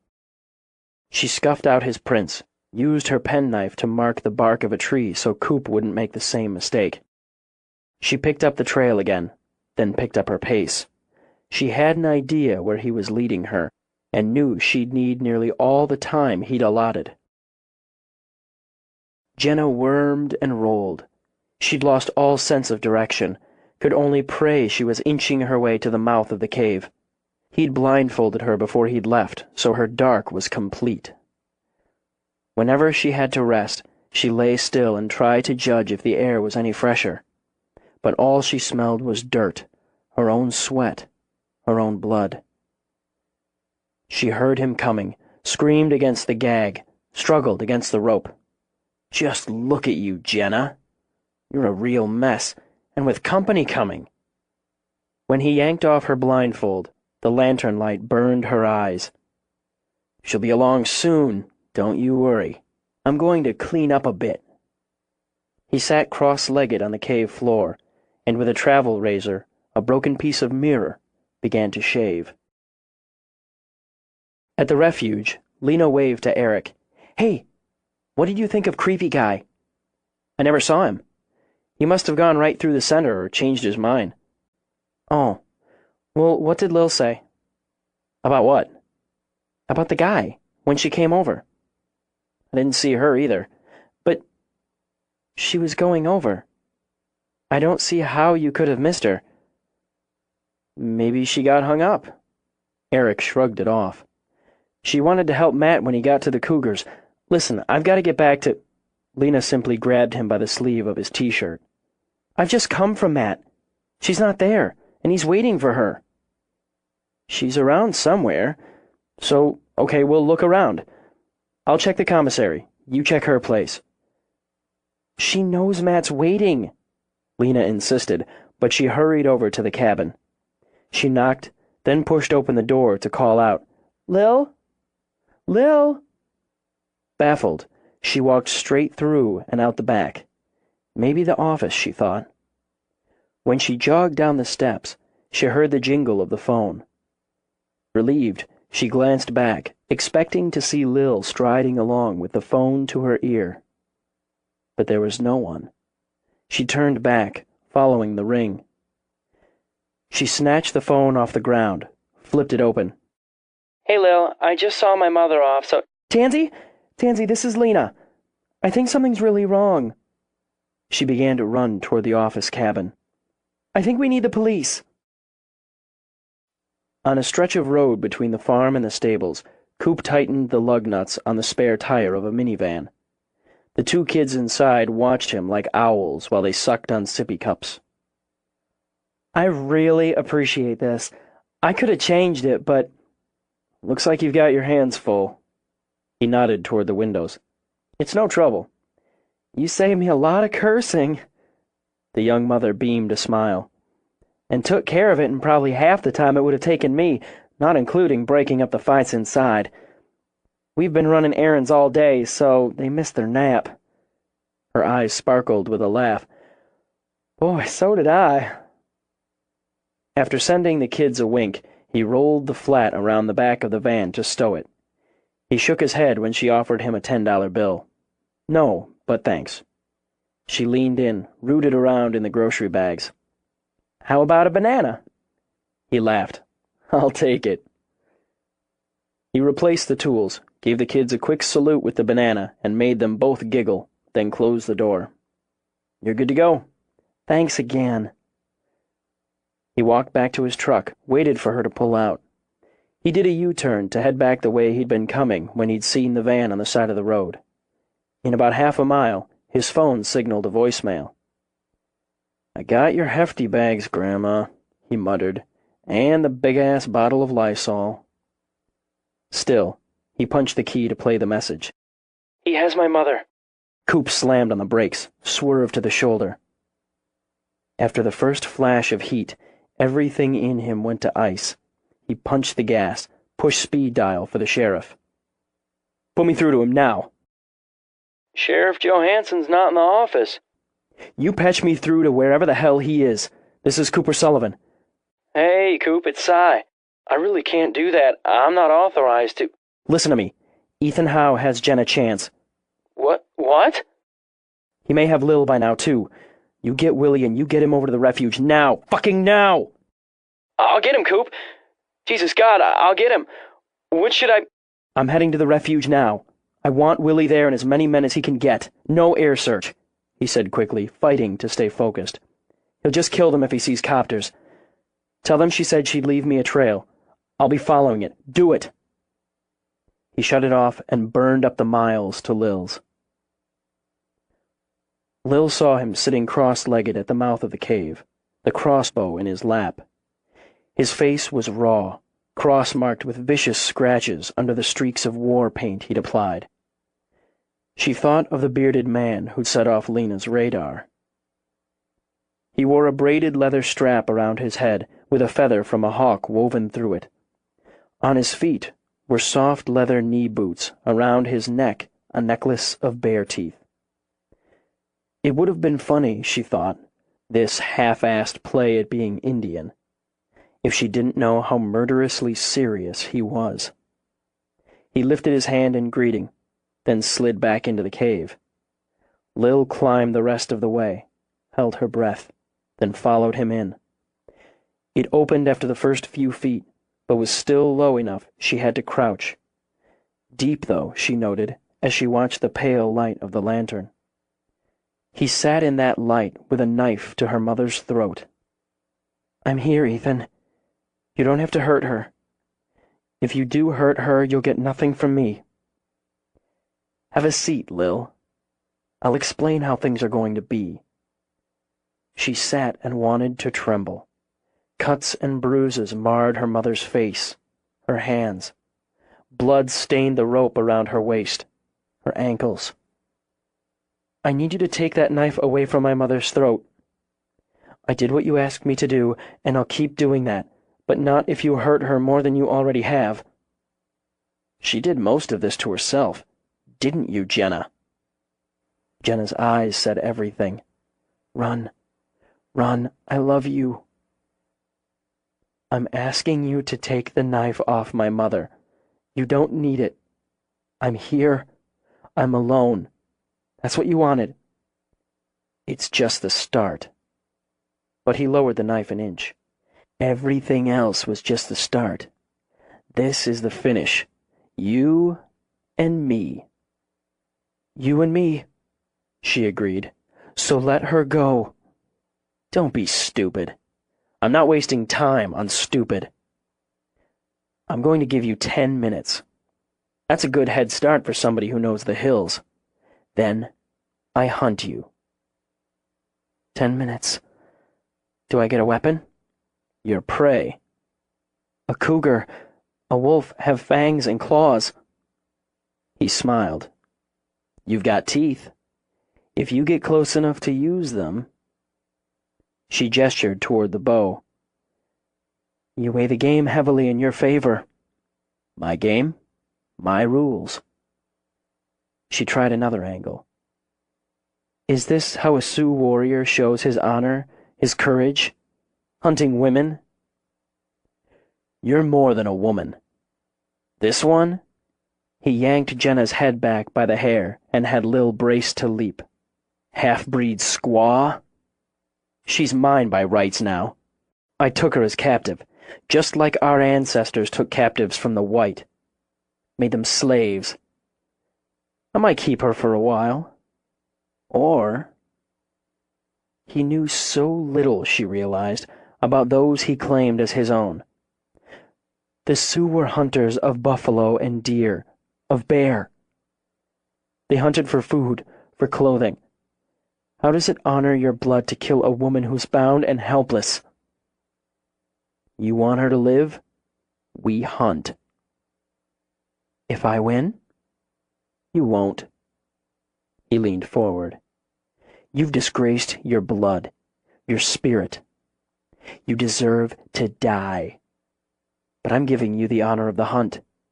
You'll die on sacred ground. If you play the game well, maybe I'll let your mother live.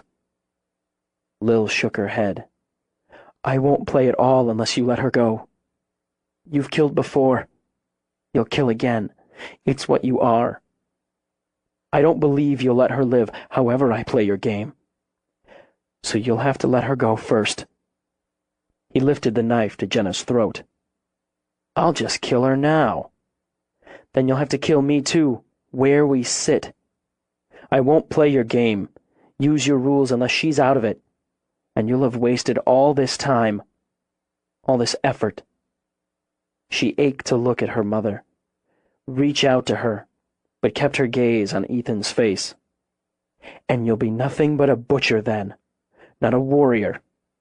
The spirit of Crazy Horse will turn from you. Women are nothing, less than dogs. A true warrior honors the mother, for all life comes from her. Let mine go. You won't finish this, Ethan. It'll never be finished unless we compete. Isn't that right? You don't need her, but I need her to be worthy of the game. I'll give you the hunt of your life, I swear it. His eyes glowed at her promise. She's useless anyway. Then let her go, and it's just you and me, just the way you want it.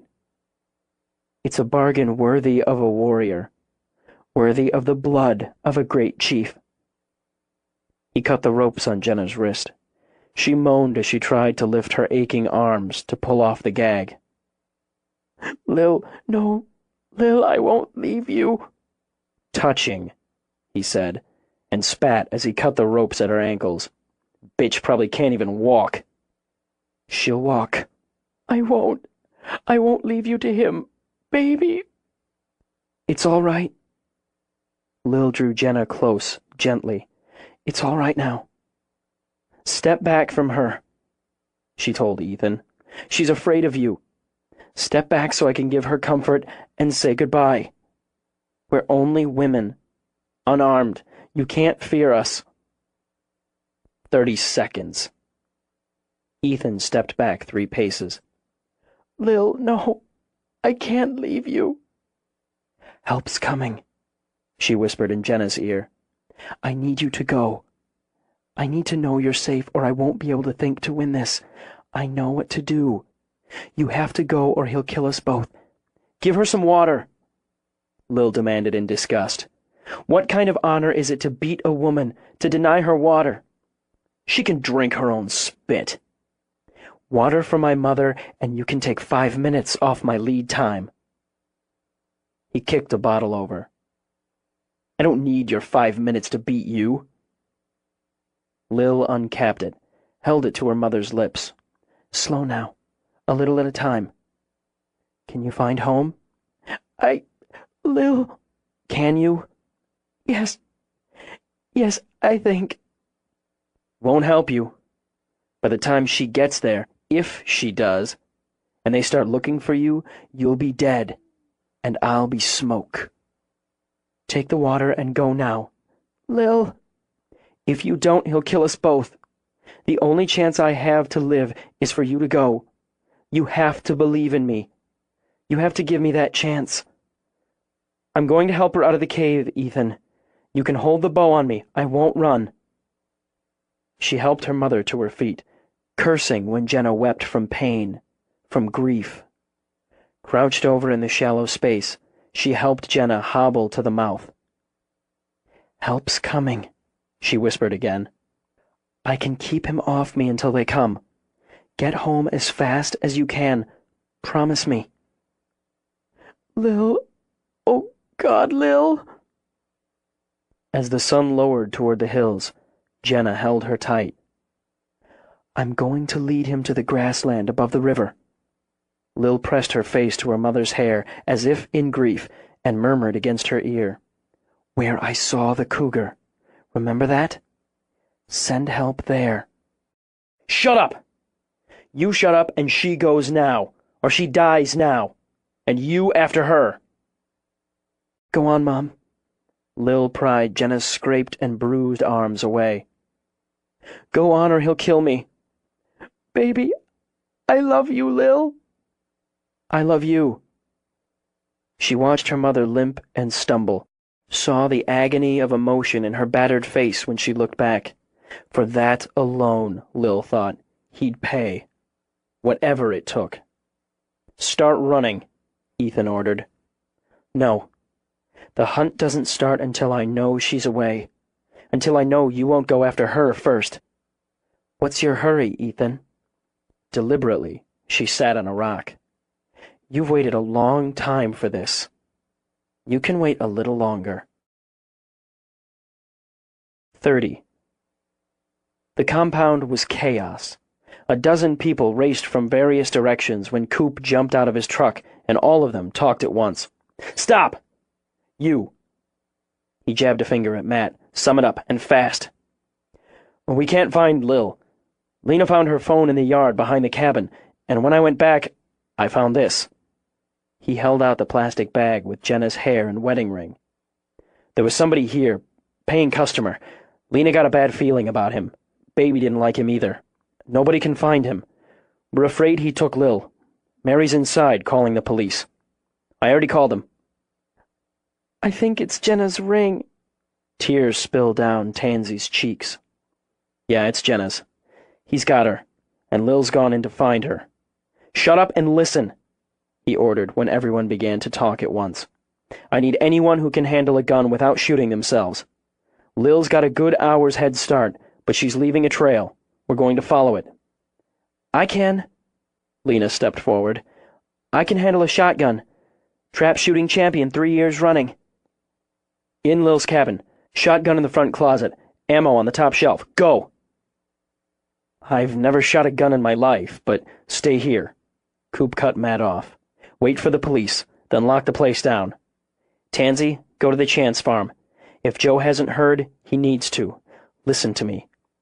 Tell him it's most likely Jenna was taken from there. He and Farley and whoever else he can round up should start from there. He taught Lil to track. He'll pick up the trail. We need radios." Mary came out of the cabin as 2 interns sprinted for radios. "The police are on their way. 15 minutes. "Send them in after us. We're not waiting for them. You upstairs, bedroom, top left dresser drawer. 3 ammo clips. Get them. Wait." Struck, he held up a hand, looked over to the enclosures. "I need something of Lil's. Something she was wearing." "Sweater in the office," Mary said. "Hold on." "That cat loves her. Will he track her?" "Yes. God, yes." Tansy pressed a hand to her mouth. "He followed her back every time she tried to release him." "We're going to let him out." "He hasn't been out of the habitat since he was 6 months old." Matt shook his head. "Even if he leaves the compound, there's no telling what he'll do." "He loves her." Coop took the sweater Mary brought him. "We'll have to separate the others." Tansy hurried to the enclosure with him. "Do what you have to do. Make it fast." He held the sweater to the bars. Baby prowled over, then grumbled in his throat, rubbed his face against the sweater, purred. "Yeah, that's right. You know her. You're going to find her." Interns chicken-baited the range area while Eric pulled up the door. Baby lifted his head, looked around while his companions rushed through the feed.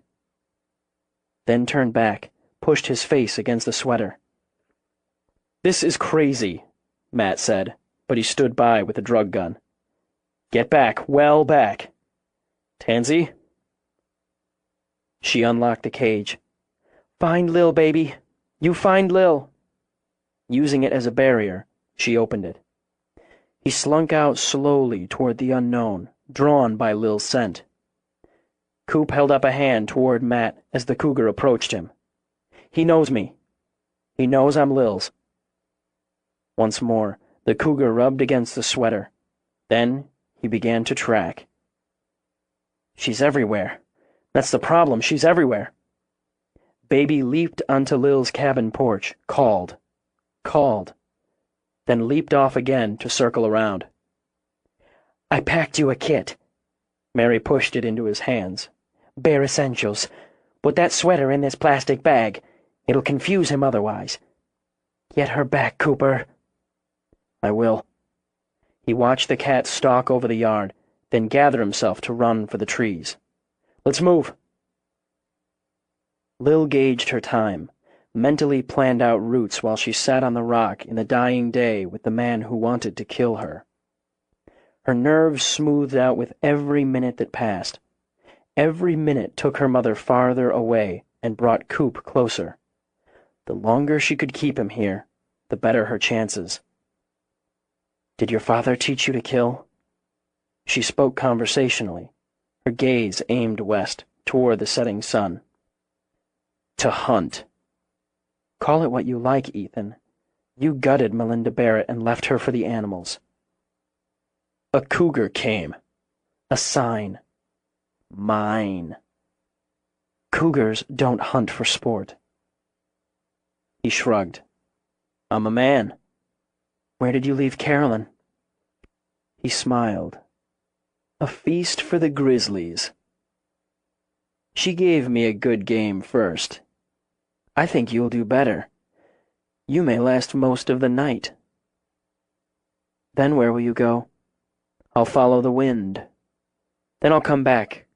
I'll kill your parents and burn their farm to the ground. I'll do the same with that zoo of yours. I'll hunt these hills and live free, the way my people should have lived free." I wonder how much of your view on the Sioux comes from actual truth or your father's bastardization of the truth. Color flooded his face, warning her not to test him too far. "My father wasn't a bastard." "That's not what I meant. Do you think the Lakota would approve of what you do? The way you hunt down and slaughter innocent people?" "They aren't innocent." "What did James Tyler do to deserve to die?" "He came here. His people killed my people. Stole from them." "He was a real estate agent from St. Paul. It's just you and me here, Ethan, so there's no reason to pretend this is anything but what it is. You like to kill. You like to terrorize. To stalk. You like the feel of warm blood on your hands. It's why you use a knife. Otherwise, saying you murdered Tyler because of broken treaties, lies, dishonor, greed perpetrated by people who've been dead more than 100 years would just be crazy. You're not crazy, are you, Ethan?" Something, a slyness, came and went in his eyes. Then he bared his teeth. "They came. They killed. They slaughtered. Now their blood feeds the ground like ours did. On your feet." Fear blew through her again, one icy blast. 10 minutes, she reminded herself, if he kept to his own rules. She could cover a lot of ground in 10 minutes. She got to her feet. "Run." Her legs quivered too. "So you can watch where I go? Is that how you track? I thought you were good at this." He smiled. 10 minutes, he said, and backed into the cave. She didn't waste time. Her first priorities were speed and distance. Cunning had to wait. The farm was closer, but she needed to draw him away from her mother. Cooper would come from the east. She scrambled down the slope, warning herself not to sacrifice safety for speed and risk a broken ankle. Fear urged her to take the shortest, straightest route toward the compound. But she thought of the bow. He'd track her too easily that way, and he could disable her from a distance with the bow. And any trail she left for Coop, Ethan could follow. She veered north and raced ahead of the dark. At the Chance farm, Joe stuffed extra ammo in his pockets. "We're losing the light. We'll use flashlights until moonrise." "I want to go with you, Joe." Sam gripped Joe's shoulder. "But I'd just slow you down." "We'll stay by the radio." Lucy handed him a light pack. "We'll wait for word. Bring them home." He nodded, moved out the door ahead of Farley. "Be careful." Tansy wrapped her arms around Farley, held hard and brief. "Be safe." "Don't you worry." Outside, Farley took point with Joe, ahead of the 3 armed men who would join them on the search. Dogs already on the scent bayed. "If he's hurt her," Joe said quietly to Farley, "if he's hurt either of them, I'll kill him." "We will." Miles away, Coop studied the signs Lil had left for him. He hadn't seen the cougar since it had run into the forest. He had 2 college kids with him, and twilight falling fast. He should have come alone, he thought now. Shouldn't have wasted even the few minutes it had taken to outfit the backup, release the cat. The others were 10 minutes or more behind him, with some steering south, others north. He knew Joe, by the information relayed by radio, led another group headed in from the west. And still, there were untold acres to cover. "You 2 wait here for the rest to catch up." "You're worried we'll screw up or get hurt." "We won't." Lena looked at her companion. "Right, Chuck?" Chuck's eyes were huge, but he nodded. "Right." "If you fall behind, go back. Radio back our new direction," he ordered Chuck, then headed southwest. She'd left clear markings, he thought, as he forced himself not to run and miss one of those markings. She was counting on him. If he hadn't stopped to play Good Samaritan, he'd have gotten her call. He'd have convinced her to wait until he could go with her. He'd have... No point. No point. He'd find her. He thought of Dory. Good cop. Good friend. And the long, syrupy seconds it had taken to draw his weapon. He wouldn't be too late. Not this time. Not with Lil. She laid a trail to a stream, backtracked. With sundown, the air chilled. Despite the sweat of exertion and fear, she was cold. She imagined the warm sweater she'd shed in her office that afternoon as she took the time to remove her boots, her socks. Brushing out tracks as she went, she returned to the stream, gritted her teeth as she waded through the icy water. The false trail might fool him, might not, but it was worth a try. She waded downstream 10 yards, then 10 more before she began to search the banks. Her feet were numb by the time she spotted the tumble of rocks. They'd do. She climbed out, put her socks and shoes on again, then picked her way over the rocks until they gave way to soft ground. She ran, cutting away from the water, circling the brush until she was forced to shove through it. Her boots thudded as she propelled herself up a slope. She sought the shelter of trees again to rest, to listen. The moon rose like a spotlight over the hills. It would help her avoid tripping over roots or rocks in the dark. Her mother should be halfway back to the farm by now, she calculated. Help would be coming from that direction, too. She had to believe her mother would make it, and would direct the help toward the high ground she'd chosen for her stand. She had to cut east again. She rubbed her chilled arms, ignoring the stings from nicks and scrapes she'd incurred on the run. If her maneuver at the stream bought her any time, she had the distance to make it. She just needed the stamina. Gritting her teeth, she pushed to her feet, then cocked her head as she heard a quiet splash. Some time, she thought as she turned east, but not as much as she'd hoped. He was coming, and he was closing in. Coop stopped again. He saw the slash, fresh on the pine bark. Lil's sign. But he studied the prints. Cougar tracks. The first pointed west, and the second north. Nothing to prove it was her cougar, he thought, and clearly she'd gone west, following Ethan's trail to find her mother. But after, he'd want the hunt. Want the thrill. Coop's head said go west, but his heart... Head west. Be slow. Go quiet. Follow the slash marks. Radio back. Tell them I'm heading north from here. But why? Lena demanded. Where are you going? I'm following the cat. Wouldn't she have led Ethan away from her mother? Coop asked himself. His heart thudded every time he thought he'd lost the trail. What made him think he could track a cougar, Mr. fucking New York. She wouldn't leave signs now. No handy slash marks or rock piles. She couldn't leave signs because by now he was hunting her. "Come after me," she asked him. He could only pray he was. Twice he lost the trail, so desperation and terror made his skin clammy, and his belly would clutch each time he found it again. Then he saw the boot prints.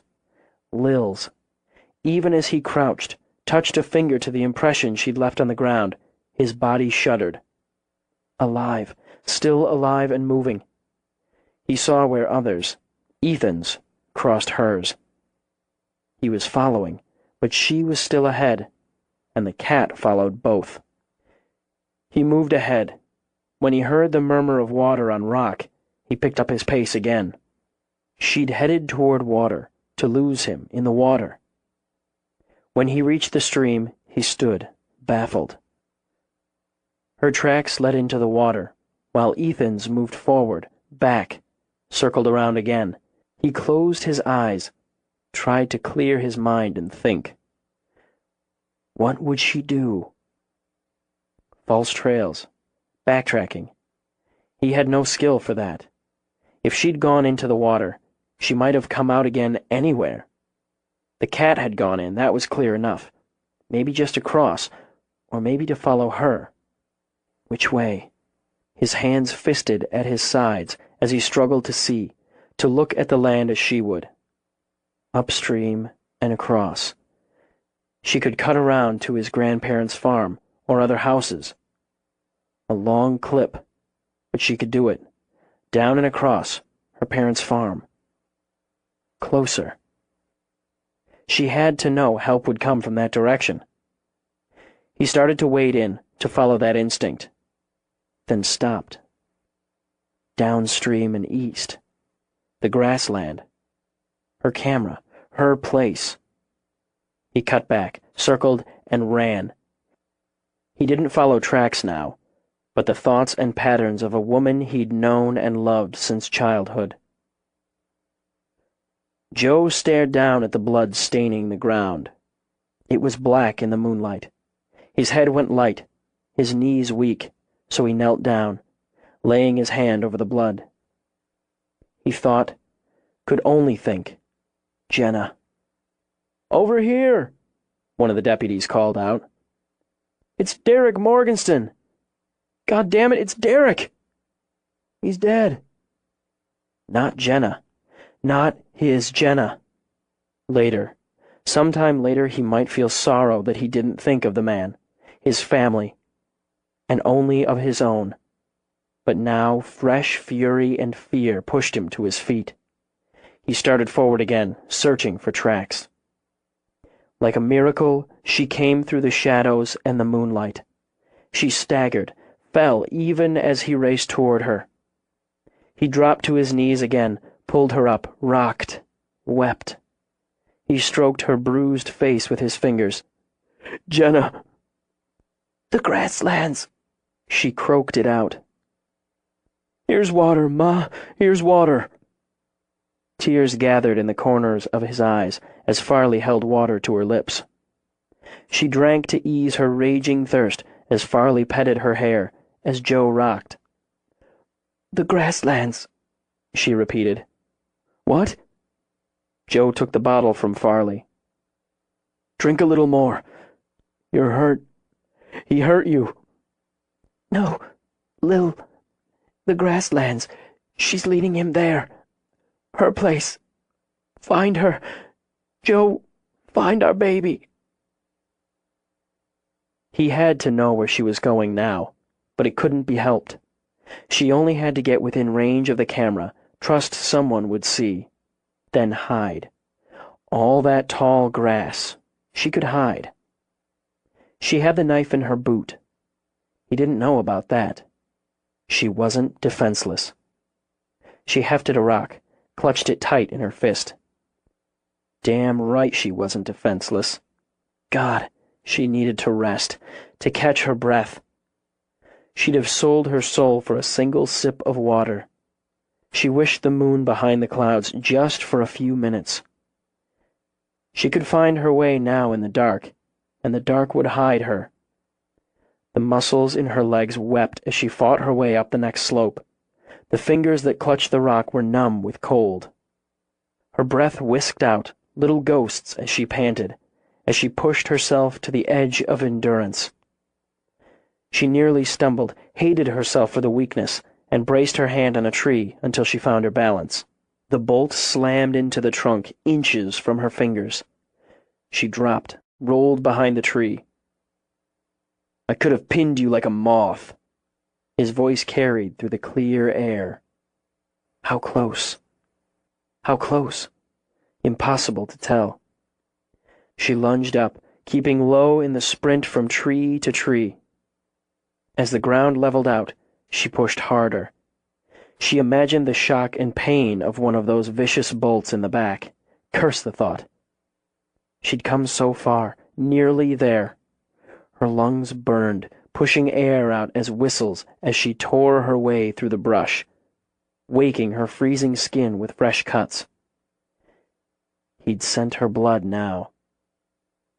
She burst out, praying someone would see as she flew across camera range. Then she dived into the grass. Clamping her teeth, she slid the knife from her boot. Her heart pounded against the ground as she held her breath. Waited. Such quiet. Such stillness. The air barely stirred the grass. As the blood beating in her head slowed, she heard the night sounds, little rustles, the lazy call of an owl. Then him, coming through the brush. Closer, she thought. Come closer. The bolt cut through the grass, a foot to the left. She bit back the scream tearing at her throat. Stayed still. "You're good. I knew you would be. Best I've had. I'm sorry for it to end. I'm thinking I might give you another chance. Want another chance, Lil? Got any left? Go on and run." The next bolt dug into the ground to her right. "You've got until I reload. Say, 30 seconds? Not close enough. Not for the knife. What do you say? Starting now. 30. 29. She sprang up, wheeled back, and pitched the rock with the heart of a girl who'd believed she could play in the majors. It struck his temple with a crack of stone on bone. When he staggered, when the bow fell from his hands, she charged forward, screaming. He pulled the gun he'd taken off the ranger, plowed a bullet into the ground at her feet. "On your knees, you bitch!" Though he swayed, and blood dribbled down from the wound, the gun held steady. "If you're going to shoot me, just shoot me. God damn you!" "I might. In the arm. In the leg. Not a kill shot." He slid the knife out of his sheath. "You know how it's going to be. But you did well. Even drew first blood." He swiped at it with the back of his knife hand, glanced down at the smear. "I'll sing a song in your honor. You brought us here, where it's right to end. Destiny. Yours and mine. Full circle, Lil. You understood all along. You deserve to die clean." He started toward her. "Stop where you are. Put the gun down." "Step away from him, Lil," Coop ordered as he stood on the edge of the grass. Shock had Ethan's gun hand jerking, but the barrel stayed beaded on Lil. "She moves, I shoot her. You shoot me, I still shoot her. You're the one. The other one." He paused, nodded. "It's only right you're here too. Put the fucking gun down or I'll kill you where you stand." "It's aimed at her belly. I can get one off, maybe two. You want to watch her bleed? You back off. You fucking back off. We'll call this a standoff. There'll be another time. If you don't lower that gun, I'll put a hole in her. Lower it, and I'll ease back. She'll live." He's lying. She'd seen it. That slyness again, sliding into his eyes and out. Just shoot the bastard. I'd rather die than see him walk away. Can you live with that? Ethan demanded. Live with watching her die? Lil, Coop said, trusting her to read his eyes, to understand. His finger twitched as he lowered his gun an inch. The cat leaped out of the brush, a streak of gold, a flashing fang and claw in the streaming moonlight. Its scream sliced through the night like silver swords. Ethan stared, eyes dazed, mouth slack. Then it was his scream as the cougar sank its teeth into his throat and took him down. Lil stumbled back. Don't run! Don't run! She shouted at Coop. It might go for you! Stop! But he kept coming after her, she thought dully as her vision hazed. Kept coming to catch her when her knees finally gave way. We found you. He pressed his lips to hers, to her cheeks, her throat. We found you. Have to move. Too near the kill. It's baby. What? No. She saw the eyes gleam at her as the cat sat in the grass, saw the blood staining his muzzle. Then it walked to her, bumped its head against her arm, and purred. He killed. For me, she thought. For me. But he didn't feed. It's not... He shouldn't... You can write a paper on it later. Coop pulled out his radio. I've got her. Then he brought her hand to his lips. I've got you. My mother, she's safe. You're both safe. We're going to get you home. I need you to sit here while I check on Ethan. He went for his throat. She buried her face against her knees. Instinct. He followed instinct. Lil. He followed you. Later, when the worst was over, she sat on the sofa with the fire roaring. She'd taken a hot bath, sipped brandy, and still, she couldn't quite get warm. I should go see my mother. I should. Lil, she's sleeping. She knows you're safe. She heard your voice on the radio. She's dehydrated, exhausted, and bruised up. Let her sleep. You'll see her tomorrow. I had to go, Coop. I couldn't wait. I had to go after her. I know you did. You don't have to keep saying it. I knew you'd come after me. She pressed his hand to her cheek, closing her eyes, absorbing the warmth. But Matt and Tansy had to be crazy to release baby that way. We were all crazy. It worked, didn't it? Now he's eating his feast of chicken and has hero status. He shouldn't have been able to track me, not like that. He shouldn't have been able to find me. He found you because he loves you. The same goes for me. I know. She cupped his face in her hands. I know. She smiled when he leaned in to brush his lips to hers. I'm not going anywhere. It's time you believed that, too. She let her head rest on his shoulder, studied the fire. If he'd won, he'd have come back for my parents eventually, killed them or tried. He'd have come here and killed. He liked to kill. Hunting people excited him. It made him feel important, made him feel superior. The rest, the sacred land, the revenge, the bloodline, that was smoke. I think he'd come to believe it, or parts of it, but it was smoke. He didn't win. He thought of how many dead might never be found, how many he'd hunted and killed they'd never know. But those, Coop decided, were thoughts for another day. He had Lil, had her safe in his arms. You were going to shoot him. Yes. Lower your gun enough to make him believe you meant it, so he'd swing his toward you, Then you'd have killed him. You figured I had brains enough to get out of the way. Yes. You were right. I was about to dive when Baby came out of nowhere. We trusted each other. Life and death trust. That's pretty damn important. Anyway, she let out a long breath. I'm tired. God. Can't think why. One of those days. Do me a favor, will you? I left the trash in the laundry room this morning. Would you take it out for me? Now? I'd appreciate it. Small change compared with saving my life, but I'd appreciate it. Fine. She folded her lips on the smile when he strode out, so obviously annoyed. She took another sip of brandy and waited. When he came back, he stood in front of her, looking down.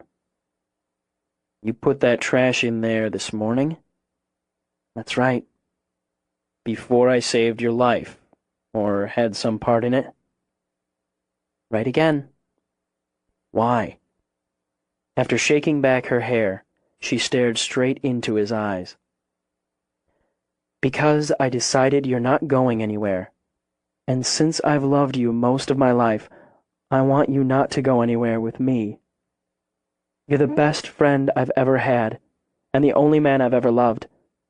Why should I live without you just because you were a moron at 20? That's debatable, the moron part. He skimmed a hand over her hair. You're mine, Lil. Yes, I am. She got to her feet, wincing only a little. And you're mine right back. She went into his arms. This is what I want, she told him. So much of this. Will you walk with me? I know it's silly, but I want to walk in the moonlight, safe and loved and happy. With you. Get your jacket, he said. It's cool out.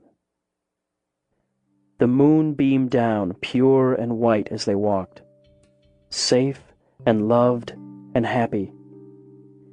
In the stillness, in that chill of early spring, the cougar's call echoed over the valley, and it carried into the hills looming black in the night.